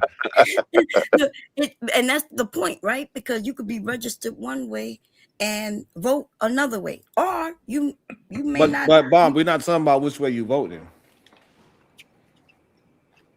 Right. But y'all was mentioning, somebody had said something about being independent was the best way to be because then you have the upper hand. And that's what I'm saying. That's not true because right. And so the reason why they think you have the upper hand because both parties would solicit you for your vote. Right. But both parties are soliciting you as long as you vote anyway. Is what I'm saying. Okay. No, because most of the time, if they know that you are registered a Republican, Republicans is like what Chicago Real just said. If they know that you are in a 98% Democratic area code, they ain't gonna bother their time because they know that it don't make no sense. Can I propose a question to the entire panel? The question I would propose, and everybody can get a chance to answer it. Do you think it would make a difference? Let's say if all 15% of Black Americans detached themselves from a political party and all became unaffiliated or independent. Do you think start a third party? No, he's right. Going that direction. Do you think that would be more beneficial to us, or would it be more beneficial to us to align to either party? I think a third party would be a good thing. Yeah. Third party for sure. On a local level, having a third party. We can call it the nationalist party, but right? on a national level. Yeah, nationalism. It's not going to really nationalist. work. Well, I would say nationalist is something completely different. But no, I'm saying I think ranked choice voting and other methods are definitely the better way to go. But if we're just talking about a voting block, on the local level where a third party can win, having that third party in that local election, those local elections is definitely beneficial. On a national level, I don't think it would necessarily be. I think once it gets started on a local level, it'll bleed up. And when I say bleed up, I mean like they'll see that. Let's say you got Democrats, national party, and then you got your Republicans. And let's say the national party is actually making waves, and we have like a moderate feel. A lot of people in the upper echelon, they'll start to take that identity on, like, oh, we're in the middle. Oh, we're with the national. Like, you know what I'm saying? I'm telling you, you just got to make it sound good. Everybody go for it. Your brain don't think everything out. You just say things out your mouth, right? So somebody looking at 14%. Actually, I'm thinking more like the Garden of Eden, when you made it look good, sound good, taste good. Roughly be 7 million people. But y'all talking locally. So show me where we got 7 million people just in one area the way, like I thought y'all are talking locally, but he's saying 14%, and he's talking about worldwide or nationwide, right? But this is the thing: when you say we, are you saying that every black person gonna be with this party, and no other races of people can join? I'm talking about every American citizen. Oh, see, because that's not going what to be a part question of was, it. though, right? And see, that's why I said She's asking for clarity from Brownsville. Oh, okay. I'm very inclusive. Well, when you say you had a question for me, Queen? So we could tell from your voice. She said when you said the 14%, is it just exclusive to black people, or would it be inclusive of people that align with the priorities of black people? Allies. Would allies be included? Well, it will start initially with exclusivity, right? Getting our people together first, right? And then have people who align with us in the direction that we're trying to go, then yes, we can then incorporate them in. All right. That's insanity. I want to clarify. Hold on. That's insanity. I want to clarify. So what you're saying is every single Black American in America will completely unaffiliate and go to third party. And then we will work on including people who align with all Black causes, correct? Right. So starting locally, okay. Right? So let's say we decide, let's say, reason why it won't work is because if the white people did it, it would be racism. That's why it's not going to work. Dude go, man. No, they don't need that's to. That's why it hasn't worked. But brother, they don't need to. They don't need to. They're already the dominant society in a two-party system. You don't. You're gonna make an opposition, and they're gonna feel like they need to fight back. No, right now we don't have that. Let me just say mine, and I'm gonna go on mute because I gotta jump on this call real quick. Let me just because I say this all the time, right? In Brownsville, I don't know that. I think number one, we shouldn't be tethered or anchored to one party ideology or another. As it relates to what's in our best interest, and sometimes that's Republicans, and sometimes that's Democrats, right? And so again, when I look at, if I think about Chinatown here in Chicago, you never really see them move in a way that is affiliated one way or the other, only what's best for that particular community. I think they only like maybe 5-6 blocks, maybe 10 They're blocks. They're living that American dream, bro. That's what that is. Right, but the point is they use the politicians as a tool. So when you start talking about, because again, you're still in a two-party system, even if you do a third party, you're still going up against political action committees and super PACs. Yes. Right? So true. I align with galvanizing locally, building community, building family, building neighborhood, and then coalesce around the things that we could agree on at a national level, 1000%. But at the local level, especially here in Chicago, I don't see where we will be able to. I don't see where it'd be beneficial to create a third party as opposed to not pledging allegiance to either one of them jokers and making them pay like they weigh, making them court us for our vote. But also, and I'm gonna go on mute after this. We got to start putting skin in the game. We talk all this talk and don't put no money up for nothing. We don't put money up to support no candidate. We don't know policies. We don't know they bullet. We don't know nothing. All we know is personality, and we vote for. And I'm saying as a collective, not anybody in particular on this panel. So I'm on mute. I got to jump on this call. I'll be right back. Yep. I'm talking about the idea, like he brought up. It was a good point, right? The Chinese, they may have a small percentage, but they galvanize their constituents in order to have power in their area, right? They care though.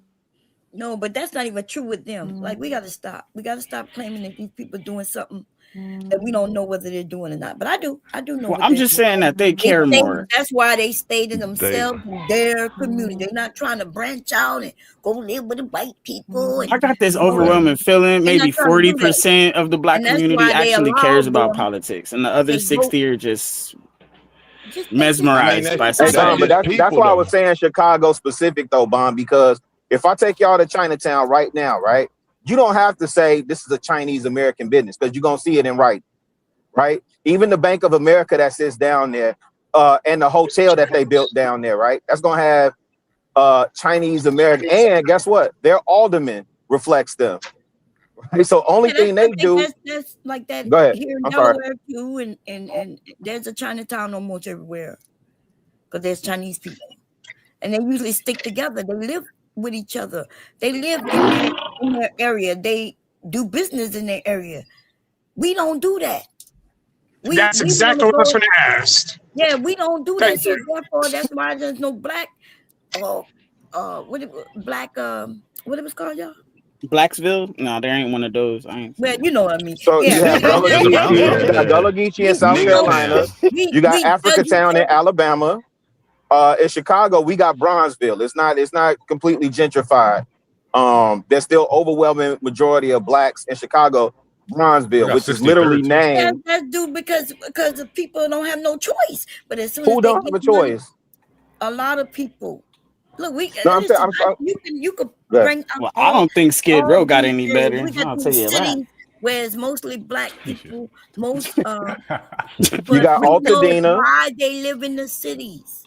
You Until the still got- white people coming back and gentrifying because they want to be in cities. Somebody mentioned it up here earlier, where they want walk around cities where you don't have to have a car. You could be able to take care of your everything that you need in your area. The white people decided they wanted that back maybe about 10, 15 years ago.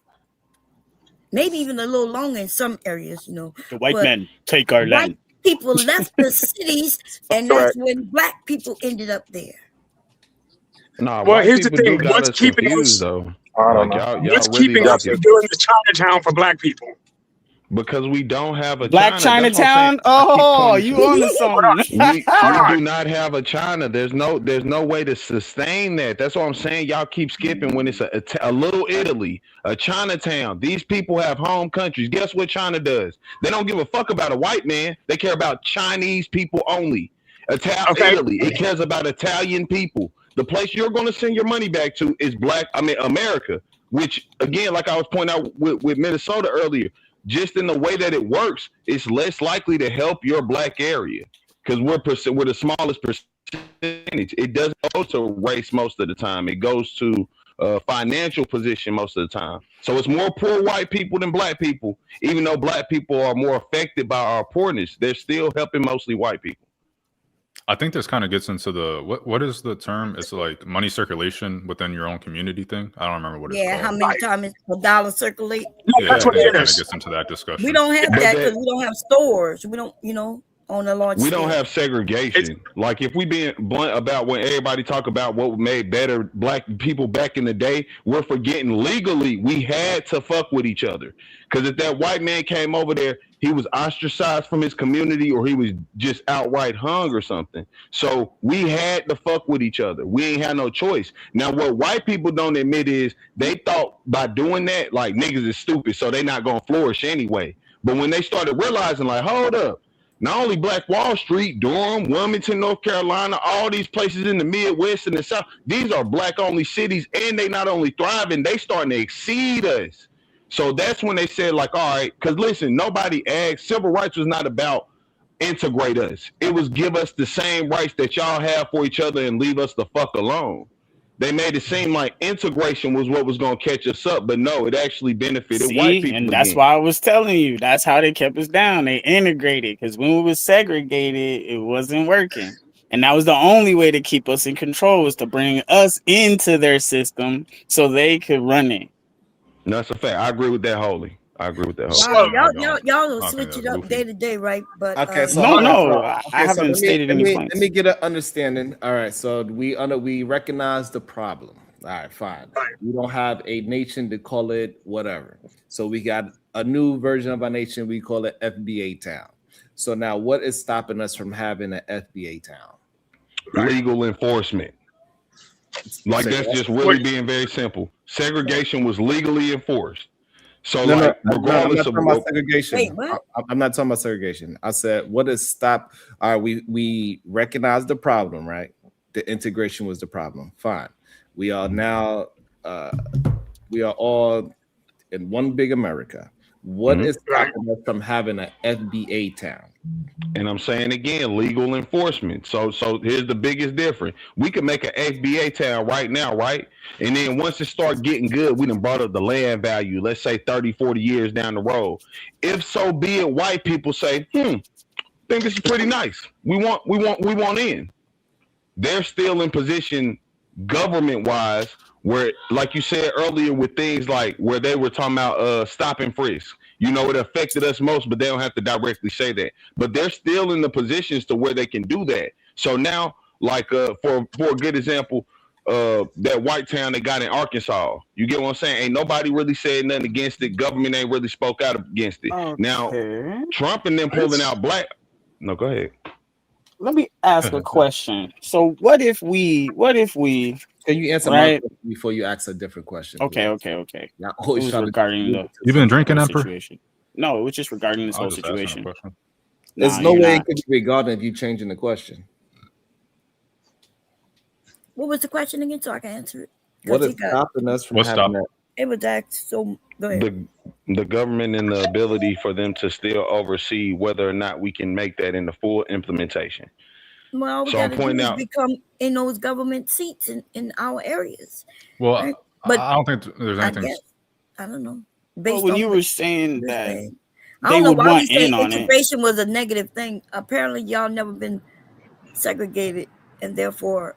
Yeah, they want to be that again, I guess. Yeah, or apparently they want to be segregated. I don't think you know what that means though. Like they can literally tell you can't step over this line because nigga, you don't belong on this side of the line. Water fountains again, and then they didn't take care of our water fountains. If you had to use the bathroom, you wasn't able to go in a store and just use the bathroom. Like I don't think y'all know what y'all. No, I'm not asking for integration. I'm saying like pressure makes diamonds. Like I'm saying, pressure makes diamonds. So, like you just said, real quick, KT, before you get back on that real quick, to answer Sean's question, and then I can go back to focusing on this other thing. I don't think there's anything stopping it. That's a beautiful thing about capitalism and democracy. But if the only issue is people don't, well, I guess there could be technically an argument made that FBA towns already exist. Like if you go through the South, you see plenty of all black towns. There's plenty of them. That's from you go anywhere you drive. Yeah. So technically, I guess an argument can be made that like these FBA towns do already exist. Yes. But with the intention of FBA, group or like that's the intent. The only thing stopping it is intent. Correct. People have power and want to do that. Well, the government could stop it because towns technically don't really have any power. The states have power, and they delegate it down to the towns. So yeah, eminent domain from the state and all that stuff could happen, but that's not happening. No, but listen, here's a good example. That's why I'm bringing up the Arkansas place, right? Right now. So it's an Arkansas city, literally, that's built on only white people can be here. You know why it's not working, right? No, we're not talking about whether or not it's working. I'm talking about the government, the state, nobody. Well, Sharon was asking what was holding us back. And I feel like the thing that's holding us back the most, bro, is the fact that we are not embracing, we're not embracing the white standard. When I say this, we have been fighting it all this time. So if we show them we can be white better than them, they will want to be black like us. They do want to be black like us. But this is what I'm saying. We have to we need to integrate. When I say that, us black people, we've been fighting the integration, trying to be separated from white people. No, that's but if we literally know what I said is, look, you just admitted we lost with integrated, and now you're saying I'm talking about ever since the segregation has ended, black people are so focused on color. You see what I'm saying? When I say this, it's like our community, us, we, instead of like really looking at this as a whole. And making our people so pleasant to be around that white people cannot say no to us. It's not even. Let's use our finesse and our charisma. Y'all even see the craziness in this comment is crazy to me. It could be done. Whatever, bro. Self-hate, and it could be done legally. It could be done. I don't hate us at all. I'm just saying if we stop hating them so much and we start, we got to start loving ourselves. We can't love our neighbors. We're supposed to start loving We love our neighbors ourselves, the way we oppressor. love ourselves. And if we're hating ourselves, like Bomb is saying, how we hate our neighbors as well, because we're treating them the way we treat ourselves. All right, bro. You know, on and on in a circle, homie. Like, This motherfucker is stupid. Man, y'all stuck in a circle. That's what I'm showing you. No, you are maybe stuck in a circle, but Yeah, you act like we all the same, and that's why I'm waiting for somebody to say that we, even though we're black, we all aren't the same. We all don't want the same thing. We all aren't That's in all. the same place in our lives. But look, the craziest thing, and that's why I had asked the question, because there's actually nothing to stop us from building a FBA town, because we already have FBA towns. Right. So this idea that the government is going to come and destroy a FBA town, it just doesn't exist anymore. The way how KT is trying to make it seem like he is stuck in the past. No, we are. Like, but I want to go even further than that. Atlanta is a good example of this. Let me just do this really quickly, Josh, and I promise I'm gonna mute up for a second. So I was pointing out Arkansas because I was going to go to Atlanta next. Not saying Atlanta in specific, but there are towns outside of Freedom, I believe that's one of the places, a couple years ago where these all black people bought the all black city, whatever. So my thing is, the government helped them motherfuckers in Arkansas. And they're not only saying we're going to help you financially, they're not going to place any restrictions on this type shit. One of the bigger problems they had in Freedom, Georgia, a couple years ago was like the permits. Like the literal state was like, we don't, you know what I'm saying? We ain't, you got to do this. Then they'll do that. They're like, well, you need to do this too. And that's what I'm saying. They literally are still going to the point, or even another example with Atlanta specifically is how like it's a big black town, but they try to make it seem more about crime than actual, FBA type things. And not saying crime isn't a problem, but that's what they try to make it. Oh, nobody wants to be in Atlanta. It's all this murder and stuff. It's crazy. That's just how cities work, right? But the thing it's not the murder they talk about, bro. It's definitely not the murder. That's the issue with Atlanta. Okay, hold on. So let's just slow down, because we're mixing too many things into this one conversation that we are trying to have. And that's the issue that we have a lot of times with these conversations. So first of all, the place in Arkansas, even if you're a white person, you actually cannot own a piece of the land, because that would be illegal. So you can't actually, as a white person, buy it and say that only white people live it. What you got to do is say that the bank or the entity owns this land and we are renting it out to these people. And then therefore, but they know that it's only for white people. That's on point. Right, that's because that's what they said. But lawfully, you can't be. So again, that's fine. They figured out a way to work around the system to make it legally all white. And so already we have all black cities and all black towns already. So there's nothing stopping black folks for just having a town, just doing business with their own people and keep it moving. You don't have to call it all black. You don't have to call it FBA town, because once the people get there, they will just see what they see. You don't need to call it that. It's just an American business that just happened to be melanated people. The problem is you're so focused on Chinatown that you needed to say black town is the issue that y'all have, and y'all not recognizing that we are Americans. We don't need to enunciate that this is a black town. They will know when they walk in there, when they see. Going back to what I'm saying, this is the difference and why it can't happen. Because when a white town does this, and you're admitting they can't legally do this, right? But they've done it, and then they went on the news multiple times, like no black people, only white people. So that's what I'm saying. Struggling. The black people have to live. The federal government cannot help them, right? Because it's illegal by it just being white people. So they're not gonna get no help. No, but they have already. They've given them federal funds. They've given them money to do things. No. So hold on. They're giving people that meet the criteria help. Those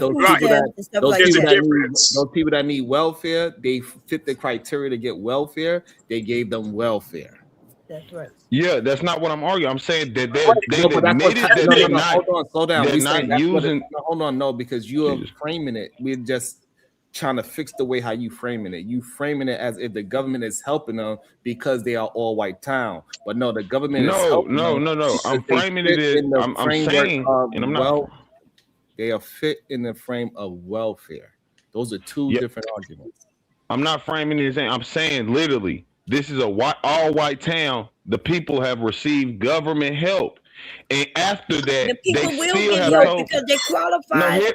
Listen. I'm saying, Hold on. Okay, even so hold after on, they've hold on, hold admitted on, that hold the on, city KT. is So this on way the we can be basis very that it's not specific. supposed. KT, hold on. Jesus. So you saying they're helping those white people because they are specifically all white? No.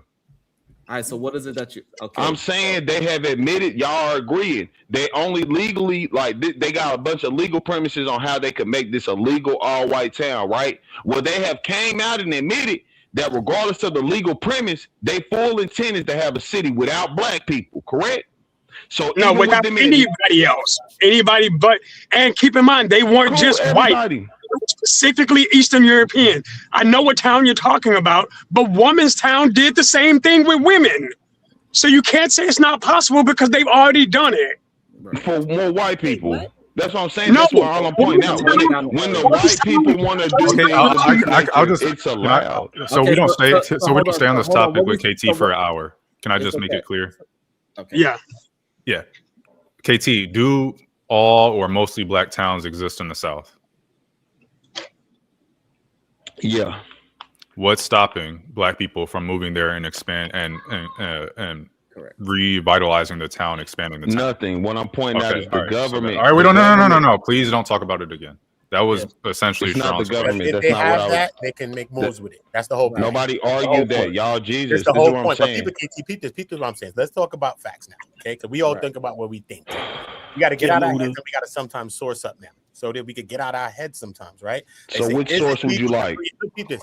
Is it legal to create your hometown in the U.S.? They said yes, in Yes. theory. People do this in two ways. You have to buy the land and build a private community. It's totally legal. It could be called ethnic community if you want to, but it's going to operate like an HOA and not like a government. Correct. To incorporate a town Thank or a you. city, they said, listen, to incorporate a town or a city, this is the hard part. Keep it. They said to incorporate a town or a city, this is the hard part to become an official town. You must buy or control land. You must meet state population requirements. You must provide public service, police, fire, roads, utilities. You must hold elections and follow state and federal law and get state approval.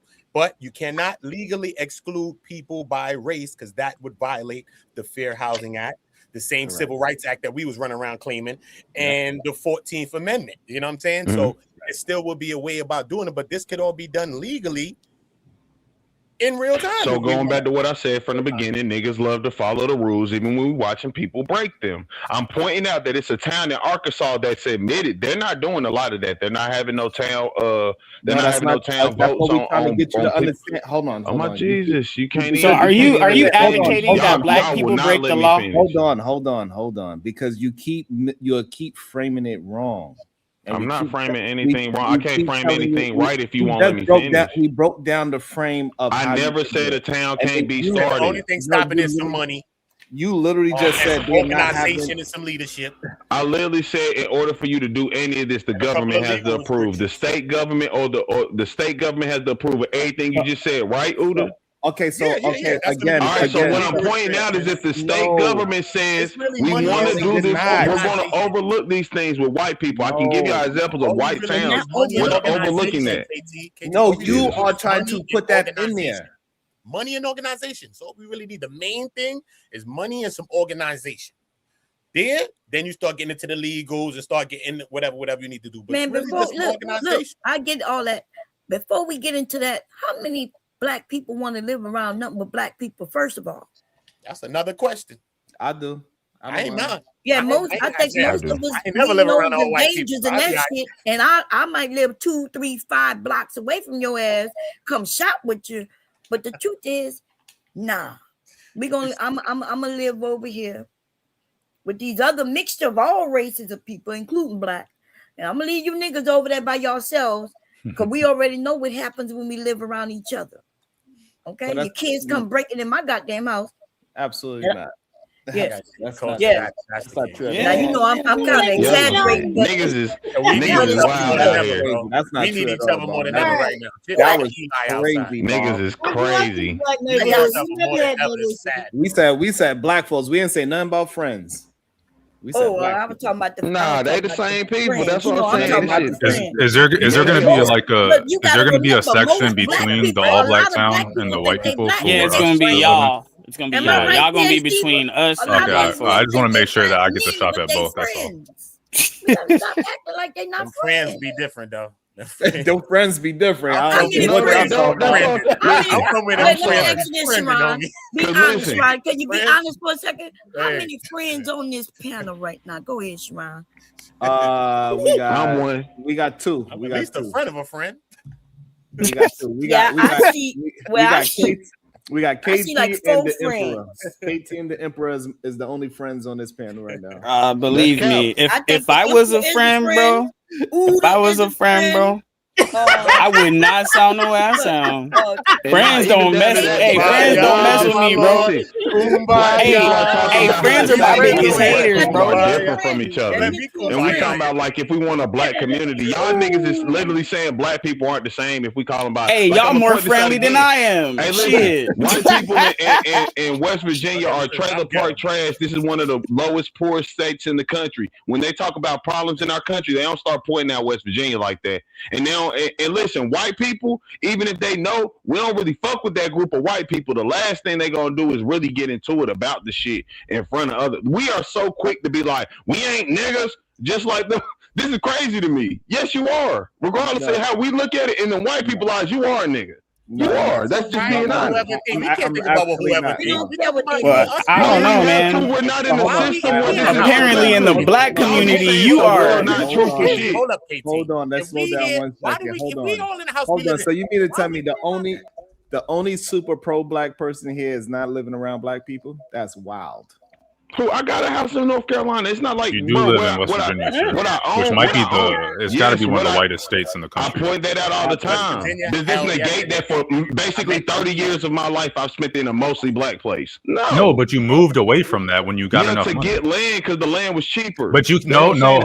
We're not about to disrespect North Carolina like that. I live in North Carolina. There's plenty of land cheap down here. You don't need 64 acres. There's no land near your line. Anywhere near the price of what it costs in West Virginia. Yeah, but you don't need 64 acres, so you could have bought 10 acres for, let's say, $100,000. Yeah, that's okay, and that's plenty of enough. That alone is 3 times what I paid for the whole land I got right now. And look at what you're getting. North Carolina has a better education system, has a better healthcare system, has a better it has better beaches, it has the mountains, it has everything. It has cities in West Virginia. That's the point. AR, what's up? I met 2 people from West Virginia one time, white people, bro. You know they were white. Yeah. They told me never go to West Virginia, homie. I said, is there anybody there that look like me, little chocolate, little you? Not many, buddy. That's not true. They literally call Huntington, West Virginia, little Detroit. I lived outside of Charleston for a little bit. And then in Destitute. Let's get back to the top. So the thing is that first of all, the main pro-black person here, he moved away from black folks. That's supposedly pro-black. And so that's number one. Number two, we could already build our own cities now. We could already build our own town now. Nobody's arguing that. I think y'all just missing. I'm saying who you taking with you to listen. For instance, with me and my land, right? As one of the grandmas. Absolutely, Bomb. You're gonna be the one that's gonna. You're gonna be the one that is gonna be in the what's it called? The community garden. You're gonna be running the community garden, Bomb. There you're right. So I'm gonna just make this really easy. For instance, with me and my land, bro. Brownsville. Come on, give us some more names up here. I'm taking Brownsville. I'm taking Uda. Don't let Diva bully you into not taking gonna it, bro. be doing? You ain't gotta do that, man. She's not even here right now. You can say it. She's not even here. You can say it, man. I don't know if y'all want to come to my town. My town gonna be too nice. Quick for y'all. I have this land I have in West Virginia. I know I said that my end goal is to basically make a town, right? What I'm saying is, in order for me to get my town, you have to do things through the government. The government's going to allow it or not. One of the things I have a problem with already is this. It's a white dealership in Lower West Virginia. They own a lot of, how would you say, like drugs. They're in with a lot of people. Yeah, they do that also, but they're in with a lot of government people, the people who do the regulations, and if you buy a club building or something, the people who come through and inspect and all that. So We haven't got into it yet, but I did tried to own a property in the bottom of West Virginia at one point. I literally for 4 years had a building that I could not open and turn into a club or anything because they were literally getting in my way to stop that. So all I'm pointing out is they don't want your strip clubs out here. No, they have plenty of strip clubs in that motherfucker. But anyway, but it's the fact that it's a black strip club, right? That's the difference here. That's a really big difference. So all I'm pointing out is in the government, period. Are you sure it's not because you don't have a cosigner?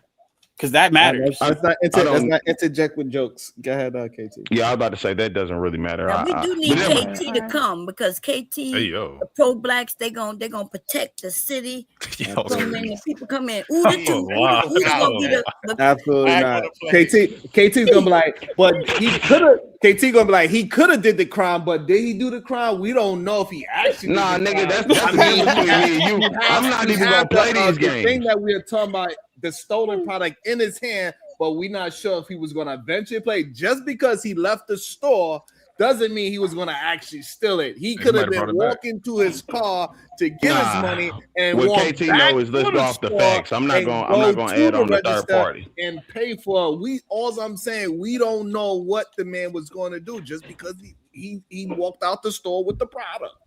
No, that ain't true. You walked out the store with the product, you stole it. We're not going to argue that. Now, if you want to argue about what was he going to do after he stole the product, that's the only place I could do that.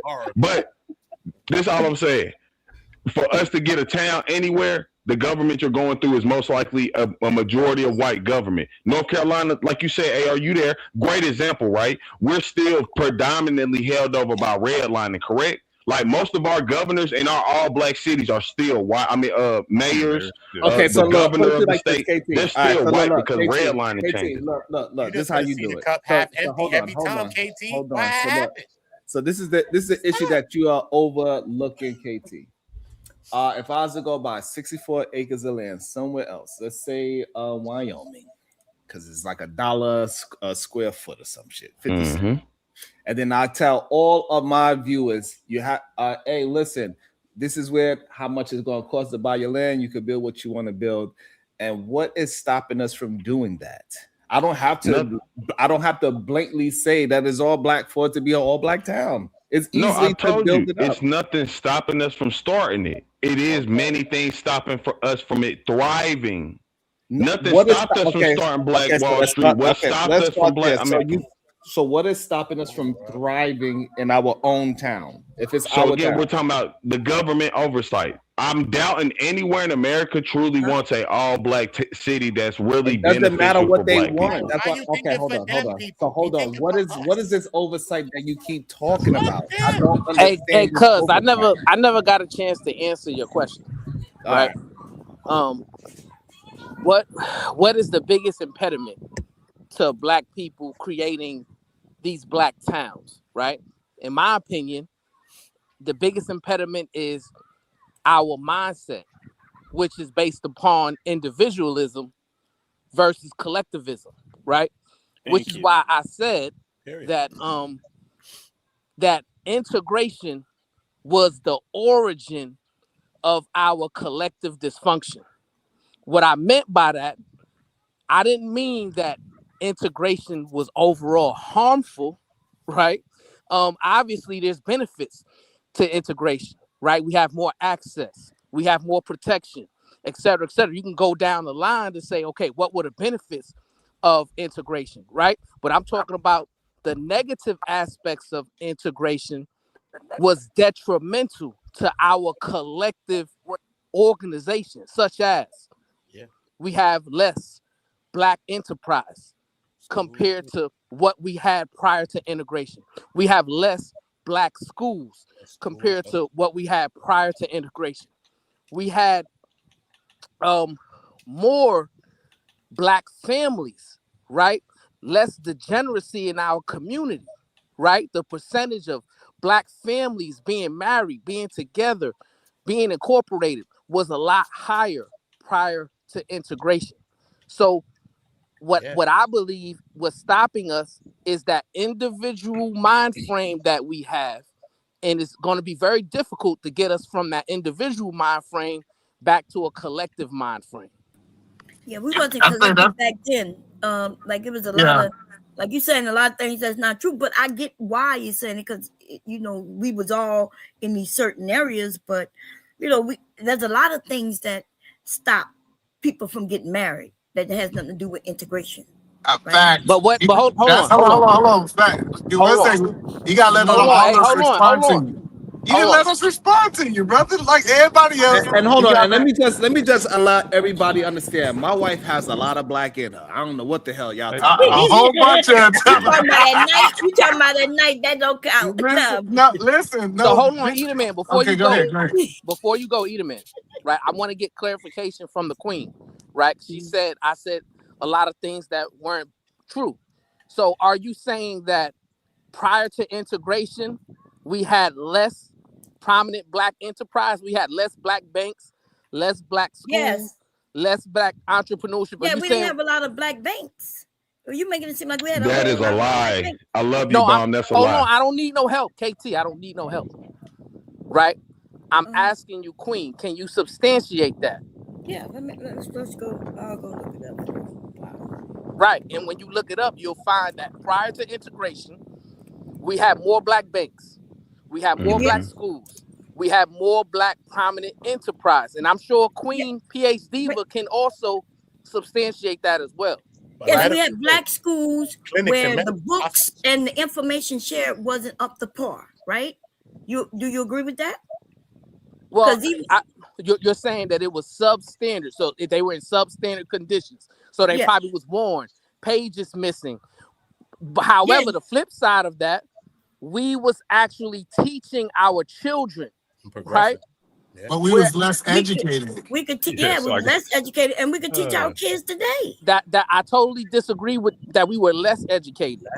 We were. That's a fallacy. Okay, but hold on. Cannot substantiate that. So, but black families at its highest was after integration. It wasn't before integration. That is not true. Hold on, because we keep making this, we keep arguing this point like the crack era didn't happen, right? Like we think that integration was the thing that kind of really destroyed the black community, but it was the crack era that really destroyed the black community. I believe that happened as a side effect of integration. No, we would have. So you trying to say that the reason we did crack with the black people did crack because of integration? Let me point something out. Let's look at how white people were acting when black people were doing good. Let's look at how white people were acting. Their society was going down. They had the mob. They had all these different issues that black people didn't have at that time, dramatically. See what I'm saying? What issues talking about the 1800s, bro. You're talking about the 1800s. You're not underwear substandard living. Like, are we talking about the masses more, the majority, or y'all want to talk about the small collective group who, were educated, had money, and were living in influential communities? What are you talking about? Yeah, most of black people before integration was doing horrible. I don't know why we keep trying to paint this picture like we was lying. No, this is true. This is true. I'm gonna tell y'all the quickest one that we just talked about. Bro. Banks, right? Let me finish Listen, my I'm gonna statement. give y'all a quick one. And if y'all can, you can respond. You can respond. How can that be true? Listen, you don't have to. You don't have we to. had over 150 black-owned why is he talking banks, while bro. I was in the middle of a sentence, Sharon? Nigga, you just always talking, bro. Nobody's talking, Sharon. That's exactly what Bomb Cherry was talking about when she said she didn't want to live around y'all, man. No, but the point that I'm saying is the majority. Hold on. This is. We need to stop. I don't know why it's almost like we keep trying to say white people are trying to rewrite history, Bomb. Black people are really trying to rewrite history. We was struggling. The reason they was marching is because their life was so much subpar under white people. Like this idea that black people was thriving and we had these amazing communities. That is like that's not true. I don't know why we keep trying to say we were fighting. We was, even though things was great, but we went out there to march. So for what? No, things aren't perfect in no situation. No situation or anything. Y'all No, don't listen. So we understand were us. marching, like I said from the beginning, we were marching because we wanted them to leave us the fuck alone and give us the No, equal that's not rights why that we they. was marching. No. Yes, we were No, never we asking for wasn't. You need to go integration, listen y'all. to Dr. Martin Luther King Jr. You need to go listen to I what study the a lot hell of he this. was Even saying. what y'all was saying about banks. Y'all Let me won't point even that go out really listen. quickly. Y'all can The absolutely go black listen to peak what the of bank man said. ownership was 153 black-owned banks. This was before 1935. Okay, but how In many black people segregation. was in this Listen, country, and you listen. want to By talk about 100 banks? by 1990, there were less than 30 black-owned banks. Okay. Today, Do you there's think less than You can 12 create a black-owned black-owned banks. bank if you can want, like So they we had back then, Look where what the I'm saying. federal government Wow. wasn't insuring the money. You don't understand. You Yeah. can have a building and tell everybody it's a bank and have them come give money and everything. But if the federal government isn't gonna secure it, then what you have? And that's what we had back then. And to respond to Edelman, right? I brought up the black marital rate. So in 1960, Edelman Williams, the black marital rate was around 63%. You go to 1970, right? 1970, so that's before the crack era. It went all the way down to 35%, right? So what I'm saying is, I'm not saying that integration was all bad.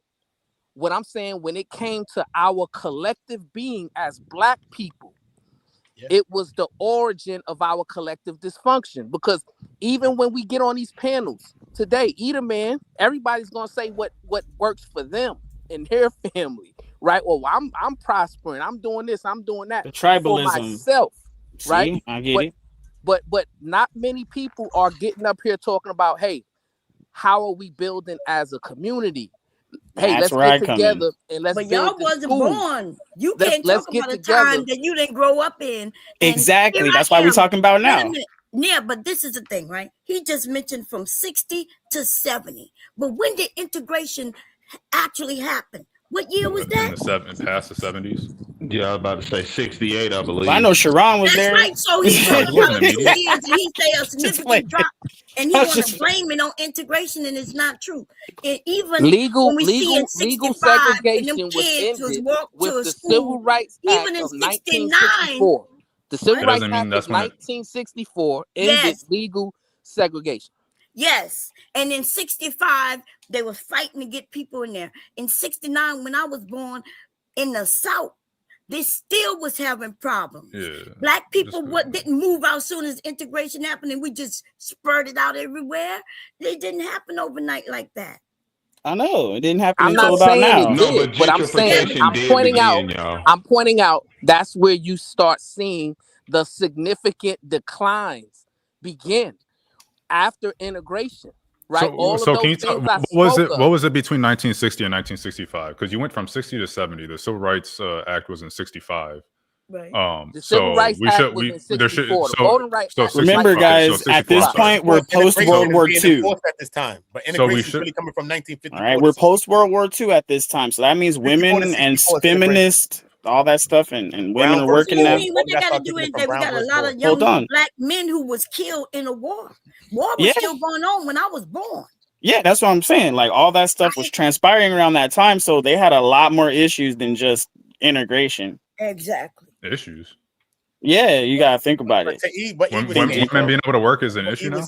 He was saying like the black people was full. I'm like, what? Black people Well, was full. I you can see it this way. If you see the things that they was achieving even before integration and all that, they was doing their thing, bro. They had mad stuff going on. Some people, yeah, smart and thriving, doing their thing.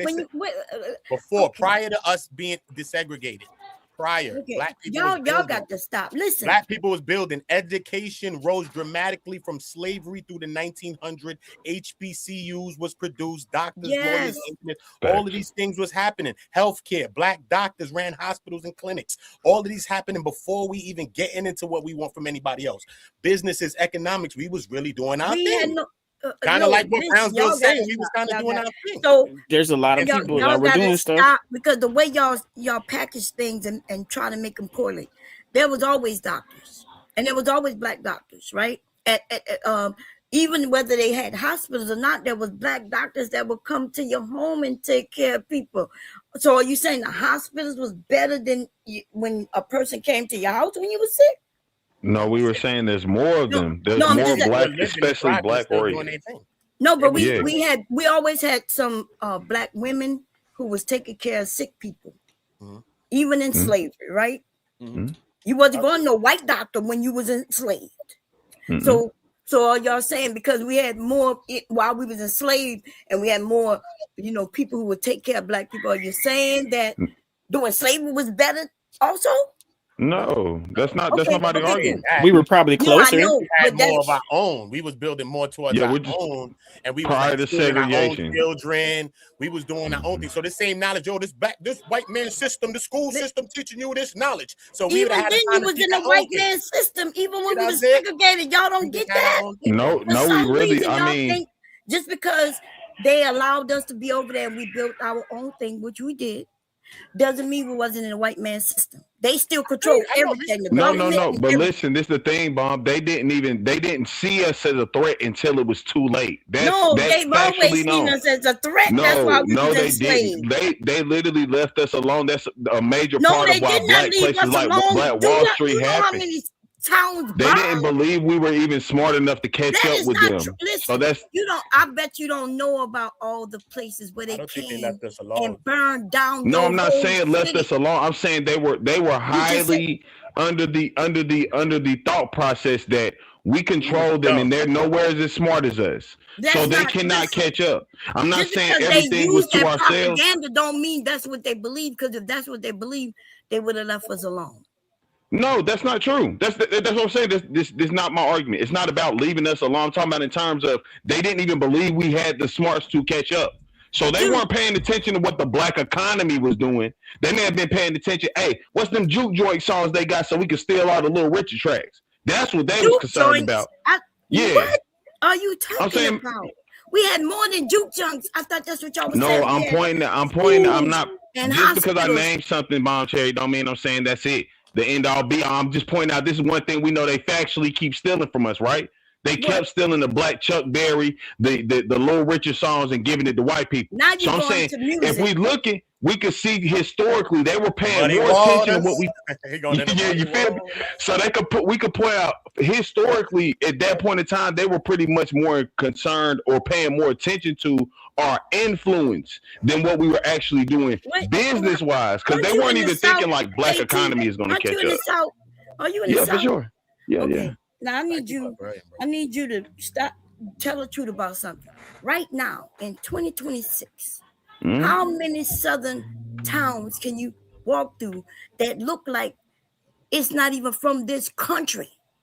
They look like they're from a whole nother country. The areas in 2026 where black people live. So if what you were saying, I don't know too many of them. You don't know, like Charlotte, North Carolina? No, that's not. I mean, like I get his crime there. The outskirts of Charlotte, North Carolina. They are not looking like pieces of shit. I'm from Winston-Salem, high crime rate. You know what I'm saying? All that shit. The projects look fucked up. It's still not. You'll be a lie to say this shit look like a third world country though. And any of us are. We're highly dramatic when we're acting like these places. They look bad for the rest of America, and I can agree with that. But this shit is not looking like fucking Benin when what's the name? That's a bigger city. She's talking about rural areas. So she's talking about something like Lancaster, South Carolina, or Rock Hill is a city now. So she's talking about small cities.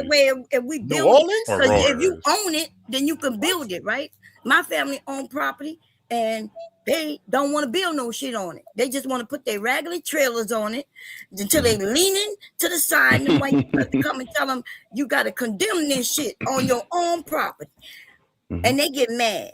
They're like, they shouldn't be able to come tell me, like, dude, your trailer done fell on you already. In the part which goes back to, and I'm not trying to separate you from that, but even goes back to what I'm saying earlier about how white people, because I am in West Virginia. I watch these white people have some of the nastiest fucking shit I've ever seen in my life. Like I'm telling y'all, I've been through some slum areas. I have never seen places like I'm talking about living wise. I have been in homes here where literally everything in the home is covered in trash and garbage, and it's only a pathway from like the front door to the back. Think about it. When you see hoarders, you see it mostly crackers, not black people. So I get how we look, the communities look fucked up, but even in our fucked up communities, we not living terribly well. White people are actually doing some fucked up shit, and they're not like I'm not even condemning. saying that they're not, but I'm also, I guess we was talking about black communities. Sharon asked a valid question. What's stopping us from building up now? And somebody say, she talk about small towns. Well, that's where most of the black ownership with owning their homes is in a lot of smaller areas. Now we have a lot of people live in cities. They don't own their property. For sure. No, we need So to listen. Why, like I said, I just believe we need to listen. I'll correct it because I know we've been arguing, and I kind of made the argument point of what people are against. So let me correct this real quick. I believe that we possibly could have a better possibility to make thriving black cities if maybe we went to the country. Okay, that's just being very honest, because that's how white people got to do a lot of shit. They go to them small ass places where they basically don't even have a government, and then they kind of overpopulate the last bit of the town was there, and then they start changing things over. Like, we're not going to be able to stay in these cities like Atlanta and things because, again, there are white hands that are saying, okay, regardless of that being a black town in Atlanta, it's so much money being made in there. We gotta get our fucking hands in there. So we can't act like the top, like the Bankhead part of Atlanta, Georgia, is not filled with crackers still. And those crackers that it is filled with, these are still politically aligning people in big positions. They're owning some of these record labels. Everybody's saying go to Atlanta for. So they're figuring out how to get their hands in our black things. Maybe if we go somewhere else, we'll have a better odds of that. But even going back to what I was saying to you earlier about how, like, you're right. I thought the people in Atlanta, I thought the governors and stuff, I thought they were black. Am I right? Either man or wrong? I don't know. Yeah, you're right, it's like, but if you always listen to these conversations, is we gotta go and decrease our lifestyle. Listen to what they say. Go to my family stay in a small town. Is absolutely right. They got a couple trailers. They ain't doing nothing. They ain't creating nothing. They're not advancing. Like we got to start talking about, when we talk about advancing, going to the next level, we need to be integrated with other races. Like, we just got to stop it. Yeah, see, now, and that's the retarded ass thought. Like, this is, again, appealing to other people saying that we can't do it on our own. Hold on 1 second, KT. Because I really don't like to have like this black versus white argument, because to me, that's not beneficial. Can somebody answer this? And maybe Edelman Williams can answer this, since he believes that we've been in good hands with the conservative people being in charge. Can you explain to me why nationally the black literacy rate has significantly declined from 2024 when it was in 2022, and it's declining every year at an alarming rate? So why are our young black fourth graders and eighth graders failing the reading proficiency exams? Explain that to me, Peter, man. If we're doing so well, explain. I got you. So you said from 2024 to 2025, right? I'm saying that it's been declining. It's been on a decline, but it was another significant decline from 2022 to 2024. Yeah, so I want you. I'm about to explain it to you. Right. I'm about to explain to you. So I got really involved in the school system in the 21-22 year because I saw something happen when COVID came into our school systems. This is the first time that our kids left the classrooms, and then they started basically doing online school, and then the parents actually had to start teaching these kids. The parents had to hold them accountable because it wasn't a teacher present to do it. And so I believe this big drop in literacy rate is that a lot of these parents was not equipped, honestly, to help their kids be able to get to the next level. And we saw it here in Washington, is when the parents had to be the teacher, they was not equipped. Let me interject. Let me answer your question. Because you asked me a question that don't want me to answer it. Okay, go ahead. I want you to answer it. But you're kind of muddying the waters. I want you to answer, why did it disproportionately affect black people versus other races of people? And I think that black people was not equipped to be teachers. We have been taught that we need to go and give that role to someone else, and those kids was not paying attention online. I mean, I got involved. Like I said, this is not a theory. When I got involved, and I was like, why is this happening? It's like, well, we don't have these kids sitting in front of us. We got these kids on the stream that's on the Zoom. Their parents are not even making them get up and get dressed. They showing up in pajamas, not paying attention, and I can't hold them accountable as I would be able to hold them accountable in the classroom. So when we start seeing the literature rate, we haven't taught our kids how to function through a computer and learn. But why is that? See, because we're talking, we were just having a conversation, right? And Sharon asked the question, what's preventing us from creating more black communities, right? And you just articulated that we have a significant lack of education when it compares to other ethnicities. Is that what you're saying? I'm saying that we wasn't prepared as a black community to be teachers to our kids. Right. So So white what does that community mean? is also has lower education through that same rate. So that's what he kind of pointing out. It's weird that all your resolutions come back to because black people can't do this, and it's weirder that you're not saying, well, we should work on that. You're saying let's forfeit these things to other people. No, I'm answering his question. This is the crazy part. He asked me a black question, and I give a black answer, and then he get mad that I talked about black people. We saw this across the board. All the whole overall school system declined when people left the classroom because of COVID. Like they missed something. The interaction, it shows that kids actually learn better when they interact with other kids, right? If you read together type things. So it wasn't just the black people that got affected. The black community got affected at a higher rate than the other community because everybody reading level went down after COVID. And your answer for it disproportionately affecting black people was that we weren't prepared to teach our children. That was your answer, correct? Yes. What I am saying is that we have been taught to give these responsibilities to other people. We've actually developed something called the Reader's Cup here, where we start giving out tablets, laptops. We start giving out all these. Me and Sharon talked about it. We start incentivizing people to help their kids read, and that they can be incentivized through our organization because we understood that typically parents have been putting tablets in front of their kids. They've been sending them out to school, and that education have only been left up to the school. When you was able to separate the school because of COVID, because people wasn't going in, that really hurt the kids. So we need to learn from this situation and put these in place that our kids are reading outside of those four walls. So, in your opinion, what should the black community be doing to prepare for the next COVID type of situation that will cause us to have to be teachers again? Since you said, I'm using your logic, you said that the black community weren't prepared to be teachers, which I think is crazy. But every community, that's what I'm saying. You trying to make it into a black thing. Every community was not I'm not ready making it. to Listen, I'm not making it a black thing, right? Yes, you are, because I said it 4 times that every community suffered. Bro, when you say black community, you're making it a black thing. Here's He's why making I'm it a not black doing it. thing and get mad when I say because I think y'all are selectively hearing things, right? So what the data shows, now you can argue with me, but you can't argue the data.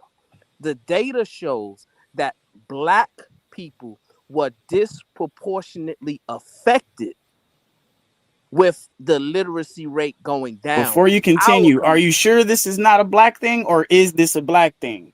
That's where we're going with this. Is this a black thing? Yes or no? Why are you asking me that question? Because you're saying it's not a black thing, but you keep saying black. So is it a black thing? Yes or no? That's both of them. Like he literally did say verbatim from the beginning. No, the black community messed up because we weren't ready to be teachers. So he can't start like both of y'all. No offense, both of y'all really not standing. It seemed like y'all got y'all arguments, but y'all really not. Like y'all said, y'all both don't want to be against separation. So it seemed hard for y'all to make these separate. But y'all have both went to the point of talking about something black and specific, and then try to be like, well, I ain't just talking about black people. No, because it's clear the solution we came up with in my community was not based off race. Any kid in this area, because this area is the area that I live in, have multiple races in it. Any kids, we went to the school system and said we have to find a way for kids to be able to learn outside of school. School is not enough. These kids, especially in certain areas that are low income, half of the time is disciplinary action and not learning actions in these schools. So we start asking, how can we start? We did this at our back to school bash. When we sat down at our back to school bash, sat down with all the principals in these areas and said, what can we do? And then as a community, we went out and bought tablets. We went out and bought laptops. We went out and bought scooters. And we start saying, these are gifts that these kids would like. Wouldn't it be cool if we start clocking their hours? And then we developed a program, shout out to these smart black women, these black women teachers. They created this program where it doesn't matter what grade you in. You can literally click on the you literally what you can do is they can actually tutor you through this process. And then in 2026, our biggest goal in 2026 is open up a physical facility that people who don't have any money, it's not an income thing, that anybody can bring their kids to get tutored for free. We're reaching out to old retired principals and teachers to make it better. So I'm part of the solution in my community. I'm telling you guys, and they that's why was not ready. anecdotal Hold stuff on, doesn't hold on, work. let me land it, Can bro. you prove Hold on, I'm about to anywhere land it. I'm about to land it, bro. The whole point is we know the data says that as parents, we were not ready to be teachers. I don't know why people are feeling like that's a problem. No, that was a good answer. He was right. Y'all know when COVID hit, first of all, there was lots of black families that didn't even have the internet, let alone be able to homeschool their kids. So it was a big issue. But now they also said that adults literacy went down since that time as well, by the way. Y'all want to see a young black man read? Yes. All right, let's watch a young black man read. He said, reading for 15 minutes. Wait, Sharon, is that Kai? Yeah. Yep. Let's go. That boy reformed his life. Let's go. Let's go. Let's go. Let's go. 3, 2, 1. It is currently January 13th, 2:46. Okay. To change, you have to know which agreements you want to change before you can change them. So the next step is to develop awareness of all the self-limiting fear-based beliefs that make you unhappy. You take an inventory of all that you believe, all your agreements, and through this process, you begin the transformation. The tall text called this the art of transformation, and it's a whole mastery. You achieve the mastery of transformation by changing the fear-based agreements that make you suffer and reprogramming your own mind in your own way. One of the ways to do this is to explore and adopt alternative beliefs, such as the 4 agreements. The decision to adopt the 4 agreements is a declaration of war to regain your freedom from the parasite. The 4 agreements offer a possibility of ending the emotional pain, which can open the door for you to enjoy your life and begin a new dream. It's up to you. Shout out to Kasana. So this is a Bronx 1000% educated man. Correct. Hey, but Sharon, look. And what we see his issue is that he's used to speaking too goddamn fast, and he's trying to read the way how he communicates in real time. So if he starts to slow down, you clearly see that he can read. Even though that book is a little bit easier to read, it is a great book that he picked up nonetheless. I have all of there's a clip of him struggling with spontaneity. Go ahead. Well, I'm sorry. My question is... is... go ahead, Bomb. No, Bomb. Go ahead, please. Okay. He's reading the words, but can he read? Like when he was reading, did he understand what he was saying? Because we can all say some words, And that's what reading the literacy test isn't just about pronouncing the words back. It's about once you read it. Yeah, that's the comprehension piece that's been taken out of the schools. I agree with Yeah, I you, was about Bob. to say that's also a whole The, different kind of different but thing. wait, hold on. The young blood is how old, Sharon? Is he 24? Roughly, yeah, somewhere in those in that I think he's range. 24, right? Multi-millionaire, right? Right. And this is the thing, because I see a lot of people clowning young blood. I'm not a fan of dude, but only because I'm older. Like I don't know what these streaming cats do, but I've since become a big fan of him and I Show Speed, right? I'm a big fan of both of them, right? This young blood is showing for his generation in real time how to improve yourself and the necessity of improving yourself, right? One of the things that happened with him is what's that? The CEO of Twitch clowned him, like said he was the #1 streamer in front of him, and then said nah, he had somebody else on the Mount Rushmore, and then I think Kai checked that publicly in real time. I 1000% salute what this cat is doing, because here's the other thing, Sharon. He's gonna run into what you run into. Them stream counts are gonna go down. Them sub counts are gonna go down. And I think he's doing this on a different channel, if I'm not mistaken. He's doing this on the Ghost channel, right? Absolutely. But it's important. It's important. We all know. I've been saying up here for years, and I think Diva been saying it too. Like, not only are our boys, and I just left my alma mater to fill out my application for local school council to the point you was making earlier, Sharon. Or I think it was either you or Brownsville about getting involved locally. But nonetheless, we make all these, our young bloods are not reading. And then now what we know is all of America. So nobody can read if you Gen Z or Alpha. Right. And he's showing in real time, hey, here's the way. And I don't know, man. I applaud that. I'm on mute. Yeah, my bad. And the name of the stream is learning how to communicate better with 15 minutes a day of reading, and which will actually help you communicate better. That's what the title of this. There's one clip, Sharon, where he went past that 15 minutes because he was engulfed in what he was reading. And most of us that read, we know that to be the truth. You might set up an hour, 45 minutes, an hour for read, and you get to read something. It's like, oh snap, I can't stop. I want to know what's gonna happen next one. I remember the first book that got me into reading these the sci-fi books, because I'm not into reading fake stuff. I like to read like history and things that is self-improvement and things of that nature. But I picked up this book called what's the name of that alien book? Oh, I Am Number 4. You said Alien? Alien. It's called Alien. Okay, my bad. It's called I Am Number 4. I was like, let me try to do something different. I wanted to relax my brain, but I didn't want to watch TV and stuff like that. So I picked up this sci-fi book, was a bestseller. I had no idea who the author is, nothing. I started reading that thing, Chicago Rilla. 2 days later, I read the whole book, and I was like, "Man, you get lost. Hey, you gotta read this book because the way how it can get so vivid depending on the author and then how much you get into the characters and everything." And it was like a 500-page book or something like that, roughly. It was a small book, 500 pages. But I read it in 2 days because it was so. Hey, Sharon just flexed on y'all whole niggas. Hey, y'all niggas all about bread. Sharon, no, wait. Hey, hold on, KT. Sharon just flexed on y'all whole niggas, said it was a small book, 500 pages. Y'all ain't even peeped this nigga, man. Hey, Sharon got to be stopped, man. Yeah. My bad. I was about to say most niggas I is like not. Most that, people ain't even got movie. It 300-500 was good. books. I Am Number 4. I was hoping they'd come out with another one. Did they have Man. another book? Oh yeah, it's 5 books altogether. I read them might all. check it out because the movie was good. It's really all of them is good too, and the book is way better than the movie. Huh? That's every book. Every book is I far don't know better if it's than the every movie. book. For I don't sure, think it's but every that book. I don't know if it's every book.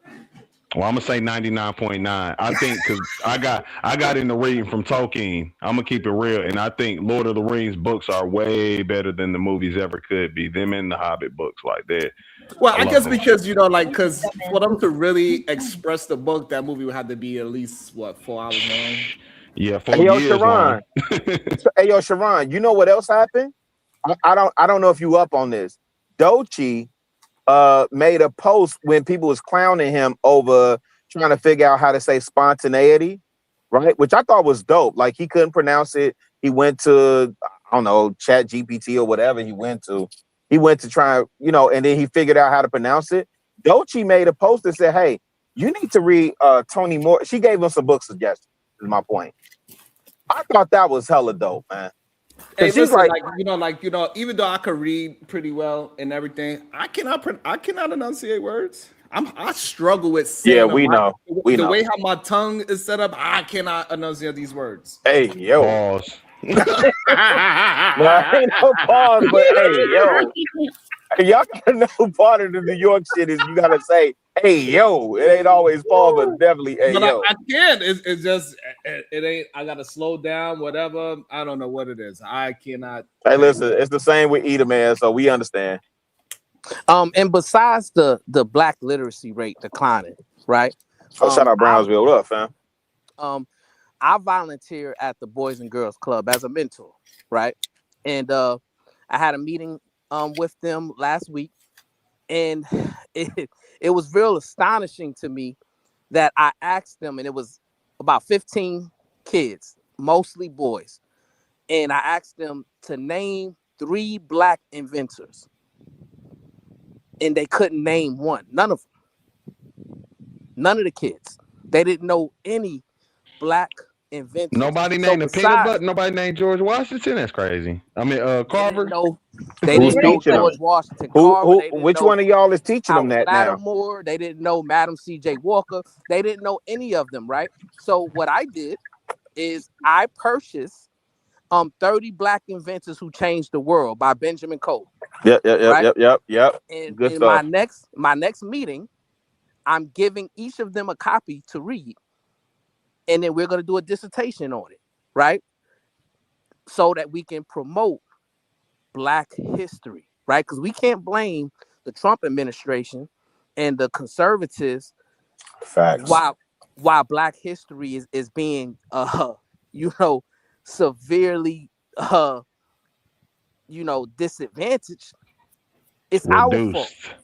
It's our fault, right? We're not doing our job. So I think that when we get into these conversations, we have to talk about what's really affecting our community versus just saying, oh, everything's okay. And we're not okay. Yeah, and the biggest thing I have a problem with Brownsville is, I'm gonna stop doubting myself, right? Because I keep hearing these conversations around hip hop, and let me tell you something. For you millennials, y'all old Negroes too now, okay? And Gen X already know what it is with us. But here's the thing: y'all keep talking about rap and hip hop, even after your biggest quote unquote thug rappers didn't sell a lick last year. Sharon, Thugger came out, Tank, flop. What y'all say, flop or tank? Flop. 21 Savage, flop. All your big rappers that would normally come out talking that rah rah rah, all of them flop. You know what these kids are paying attention to? Streamers. That's why the small head kid that was spitting on Doechii. That's why that was important. Right? That's why Usho Speed doing 20 countries in Africa in 28 days. That's why this joke is almost at 50 million subs. Right? That's why Casanat teaching his audience to read and improve themselves in real time. That's why that's important. I mean, it is, but listen, they're not paying attention to the rappers, fam. They not, no, and we gotta be skip like a lot of them. Speed and what's the name? I fuck with both of them, but let's be very frank here. Both of them are successful because they put themselves with white people who have shown disrespect towards black people. For instance, Aiden is somebody who helped put Kai on. No, you so way off. Aiden didn't help put Kai on. Way off. You way off. Show Speed didn't literally blow up for making monkey sounds and shit. KT. Don't do that, brother. Bro, I'm one of the people watching my kids watch the streamers. I'm closer to it than you. I'm telling you. I hear you. I went and did a whole deep dive. You're confusing with somebody being on stream with propping certain things and certain people up. No, I I get literally that. watch A. I So literally wait, watch I just want to make sure you you ain't gotta gonna say yell. nigga Hey, right now. KT, I'm right here. Your mic is distorting, brother. You don't have to yell at me. I'm right here with you. I'm I only gonna literally ask you watch this. A. I I'm literally only gonna watch ask you Cotton this. call I'm A only and gonna they ask say, you this. I'm gonna give you the N-word pass. Will you say it? I'm only gonna ask you this. Are you saying that I Show Speed and Kai Cenat are where they at because they did a stream with Aiden Ross? No, because they've been white But that's adjacent, what you. and I those mean, white that's adjacent kind people they've been with have shown disrespect for black people. So I'm pointing out Aiden and Kai specifically because everybody knows for facts a major part of why Kai became known out of thin air was because he started kicking it with Aiden. I can literally show you a Yo, video of fam, Kai you is really Cenat calling wilding right Aiden. now. I can literally That's show you a wild. What I video of would Kai say is Cenat You that calling really Aiden, wilding right saying, now, I'm gonna give you KT. the N-word pass. wait a minute. Are you What gonna I say would the say, N-word? gorilla, what I Go would ahead. say is we shouldn't be promoting these people to our children. Period. No, you Like my y'all kids missing it. That's we didn't crazy. promote rappers to my children, right? In fact, I taught them how to put some rhymes together themselves and tell them, hey, you could possibly Yo, be we like that. wilding. We Okay. wilding. But So why are we Mhm. promoting? Why are we promoting motherfuckers who just got on a computer and talk? Yeah, It's yeah. okay if they got I big, got you. nothing wrong with it. But I got you. I'm not gonna high five no dude who tried to read. He read too fast. He didn't Mhm. stop at the commas. Like, let's Mhm. be honest, that reading wasn't up Yeah. to So par. Bomb. Let's be honest, right? So to be clear, I'm getting schooled on all this stuff that these shorties are doing. I'm also clear where these shorties at. Again, I'm hearing Brownsville saying what he's doing when he's in the boys' girls. I don't know what y'all doing in y'all city. I know what it is when I go out here in Chicago and y'all want to tell me that, oh man, y'all want to talk about rap music. I heard literally somebody on platform, and I think it was Eater Man, talking about how rap music is the most detrimental thing to Chicago. I mean, to the black culture. And I'm saying, no, these shorties are paying attention to streamers right now. So I go to these shorties. When I go to these shorties with people that they may connect with, I'm not promoting a Kai Cenat or I Show Speed, because I've seen I Show Speed cuss in front of his parents, and I don't agree with that. Facts. I don't cuss in front of my mama. He be So I'm talking not crazy to his promoting. mom sometimes That's where too. I think we get it twisted though, because we losing these babies. We ain't losing Get no in this baby. internet space. We Listen, giving we them get it. away. We tossing them away. Tell me the way. Because Okay, see, Bomb. I don't want see, to make this a me for you thing. no, 'Cause it's that's not me for you, babe. We're just disagreeing. There's nothing wrong with that. That's what I'm yeah. saying. Like, One not little wrong cuss with us word doesn't disagreeing, change too much. but just a generation, my generation, we were supposed to make sure y'all understood that entertaining is just entertaining, and that's it, right? No, ma'am. That's never been the case. No, but that's And what you might be. that I don't has know if been you the boomer case. or X. I don't know if But you boomer or X. Are you X? You X, I'm Bomb? X. Yes. Oh no, but no, No what? no, no, No what? ma'am. We No, ma'am. never What? made that distinction that it's just entertainment. What We are you talking? always told them you got to keep it real. You got to What? keep it real. Wait, what? And Are you you told them should. that. But I even don't think we're beyond that, talking about the same I'm thing. just Maybe pointing out. you're not listening to me, right? My Go parents, ahead, Bomb. since day one, I can remember my mom showing me what's on TV. She said, hey, you can't really be evil Knievel, right? Because this is TV. You'll go out there and really harm yourself. That's showing, she's saying TV is What are you TV. doing? This is reality, right? Sure. And Reading, you're I'm saying up that, to the chapter on human life where it's talking about Oh my gosh. and I you thought, said, I thought you was asking me about the laws of human nature. I'm up to page Sharon is 10. You know what I'm saying? Wait, Sharon, are we reading the laws of human nature? Huh? Are you reading the laws of human nature right now? Yeah, I'm reading it over. Yeah. Hey, one of the first times I came up here, I noticed this semi-library in the back. I'm like, hey, what books you got back there, fam? Yeah, that was a whole conversation between me yeah. and, This is one of the Sharon. laws of human nature that I'm rereading. I'm up to page 200. Yeah, That's what I'm reading right now. That's a deep read right there. And you can see how he just got his, and you can see how old mine is. No, Yeah. That's crazy. No, this is a new book. that's the original copy you got, Sharon. No, that's dope. That's the original copy. That's dope. yeah. Run it. Go ahead, Bomb. My bad, Bomb. My bad. That looked like a first edition, boy. But remember, they will shit on the boomers and the Gen Xers, and then when we say something, they disagree with us.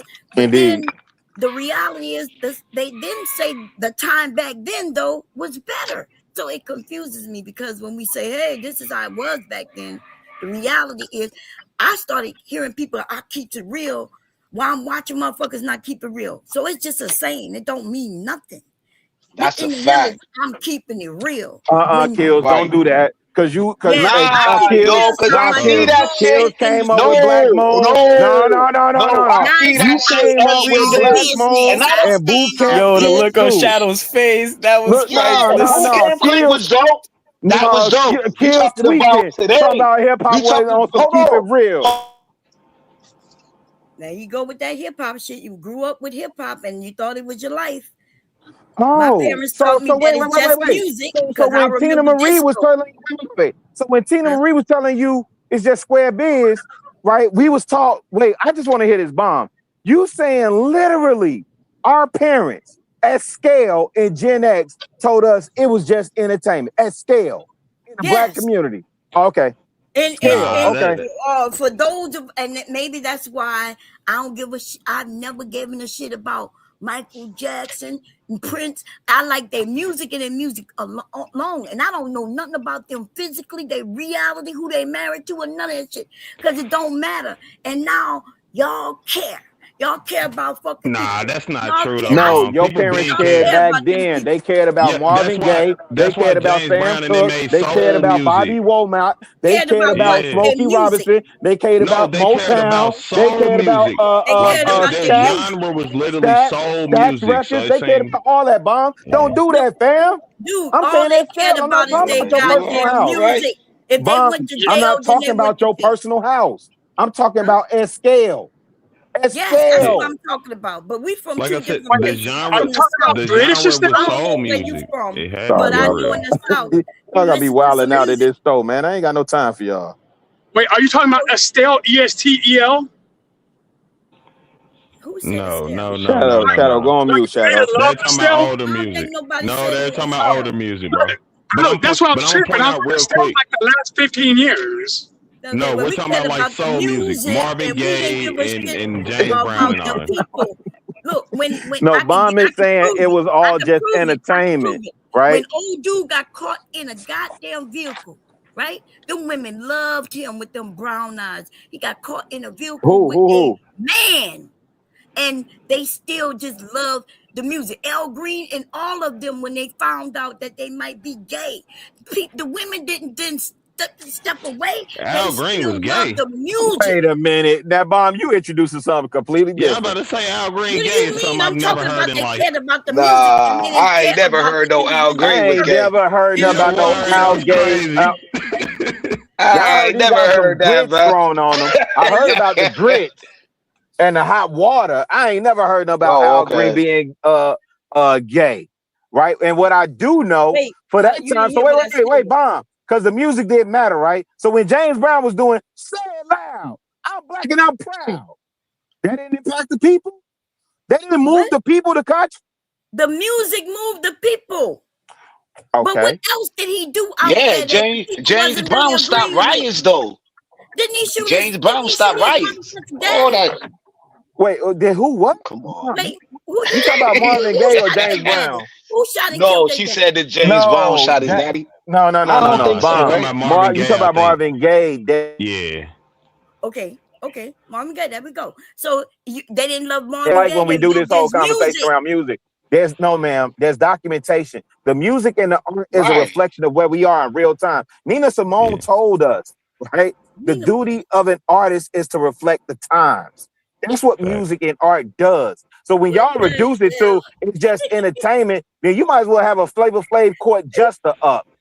That's not true. Nobody give a damn about no Flavor Flav, not even today. No, Bomb, you Most don't. of even, and I'm the All Flavor. these jokers are I'm older jesters. than you. And when Go ahead. Flavor was out, all we knew was the nigga was like, yeah, boy. But I ain't know what group he was with or nothing. Like this idea that you make it seem like everybody Bomb, you wildin'. cared about the individual. Back then, there was no They internet, so did. we didn't know all Ma'am, you about tweaking. You would You not be tweaking. considered a good soul musician if you weren't honestly speaking from your soul. There were many people who were getting songs written for them that were soul music, and people said they did not feel the soul in it, and that's why a lot of them didn't make it, even though they were great artists. I don't So know, like but we you can't just prove. making up shit. You just making I'm not. shit. Hey, So Bomb, soul music is not a genre, let Bomb. me ask you this, Bomb. If the music don't matter, Soul why music do isn't a people get... genre. What you mean? I never said the music don't It's matter. soul music. Okay, my bad. It's You keep literal. saying I'm saying No, the my music bad. don't matter. What I'm saying is all they cared about was the music and not the individual singing the song. We didn't care who they were married to, what they would do. Like we didn't care. What? Oh, I feel like something to move. Okay. Yeah, No, I feel like the cared, goalposts boy. to move. That was No. I'm not arguing that point. What? No, Bomb, you I'll give you that, but I Y'all feel so like something busy to trying to move now prove in the the point, conversation. y'all aren't realizing what she's saying.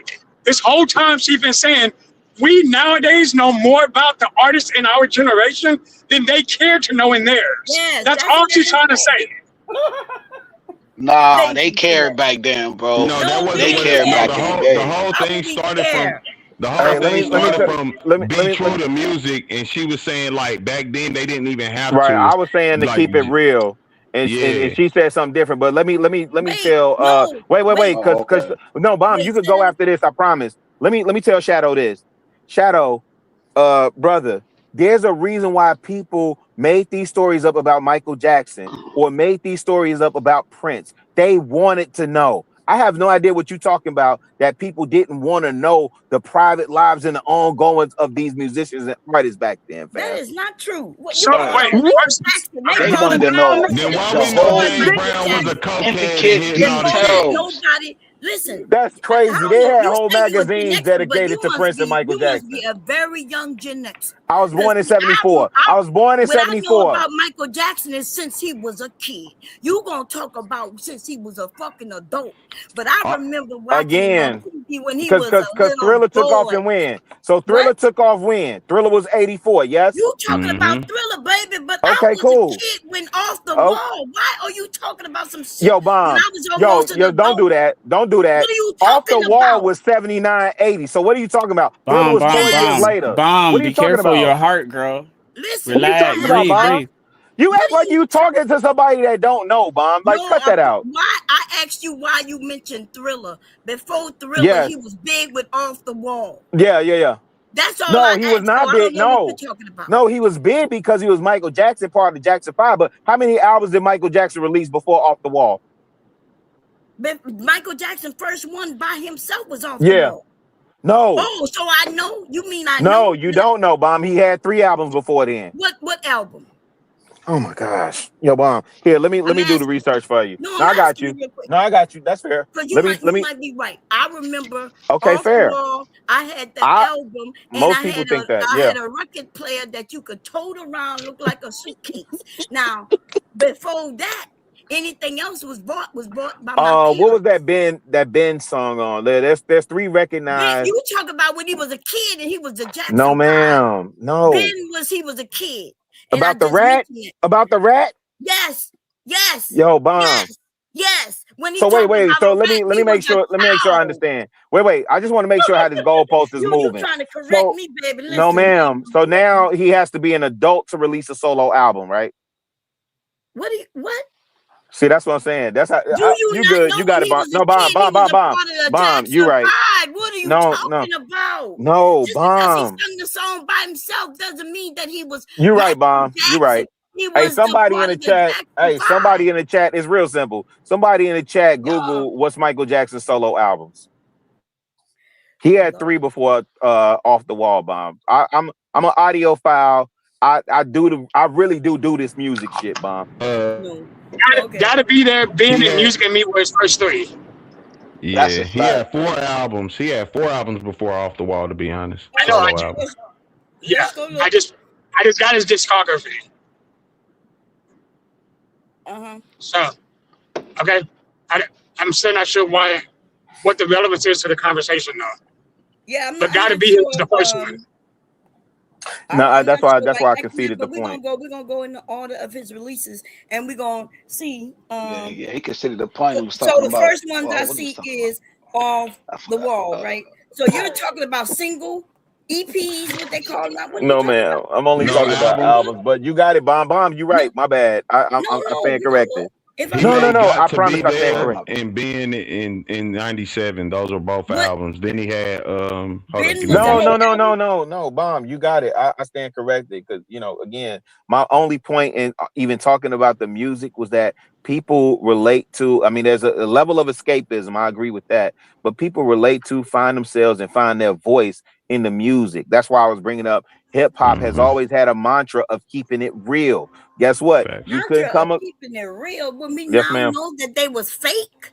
Yeah, we know that Fight the now. Power Yes, was ma'am. not We know. fake. Listen, Go ahead. Yes, those Fight the ma'am. Power was who not was fake. here knew it then. No, but NWA, Ice Cube and NWA was, that was fake. That was some CB4 stuff.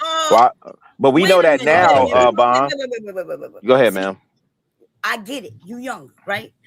I get when you was listening year to it, was you thought it born? was real, but you I'm got young. to understand what I said was our parents taught us that this is entertainment, right? Watching movies, listening to music and everything, even the porn industry, right? All of that shit, right? Yeah, And I disagree with when you. we listened to the music, we wasn't really thinking that they was out there shooting and pow. Now you grew up a little So wait, later, so when and Shirley you thought it Murdoch was did the whole was that As We Lay? We weren't supposed to take that as real? That she just slept with somebody married man? She was just doing that for Why would you entertainment. take that real? She's singing a Oh, song. that's crazy. Nah, Because there was she was women on the really block sucking up that we on literally Buddy. saw Hold that on. identified with that You just heifer. said he listened Women to a on the song block and that he really thought identified with that her. he just slept with Sorry another for yelling, man. Sharon.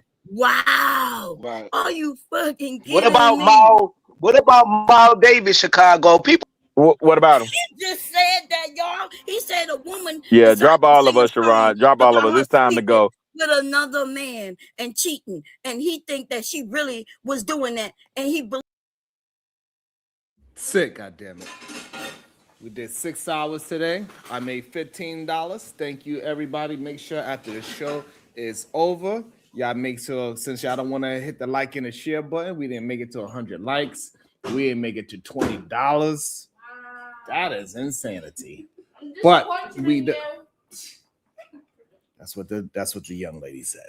So after the show is over, since we couldn't support that way, make sure you support by every last 112 of y'all right now. Wait until the show's over and say something in the comment section. I will appreciate it very much. Thank y'all. See y'all soon. Nothing wrong with being. Hype me up. Let me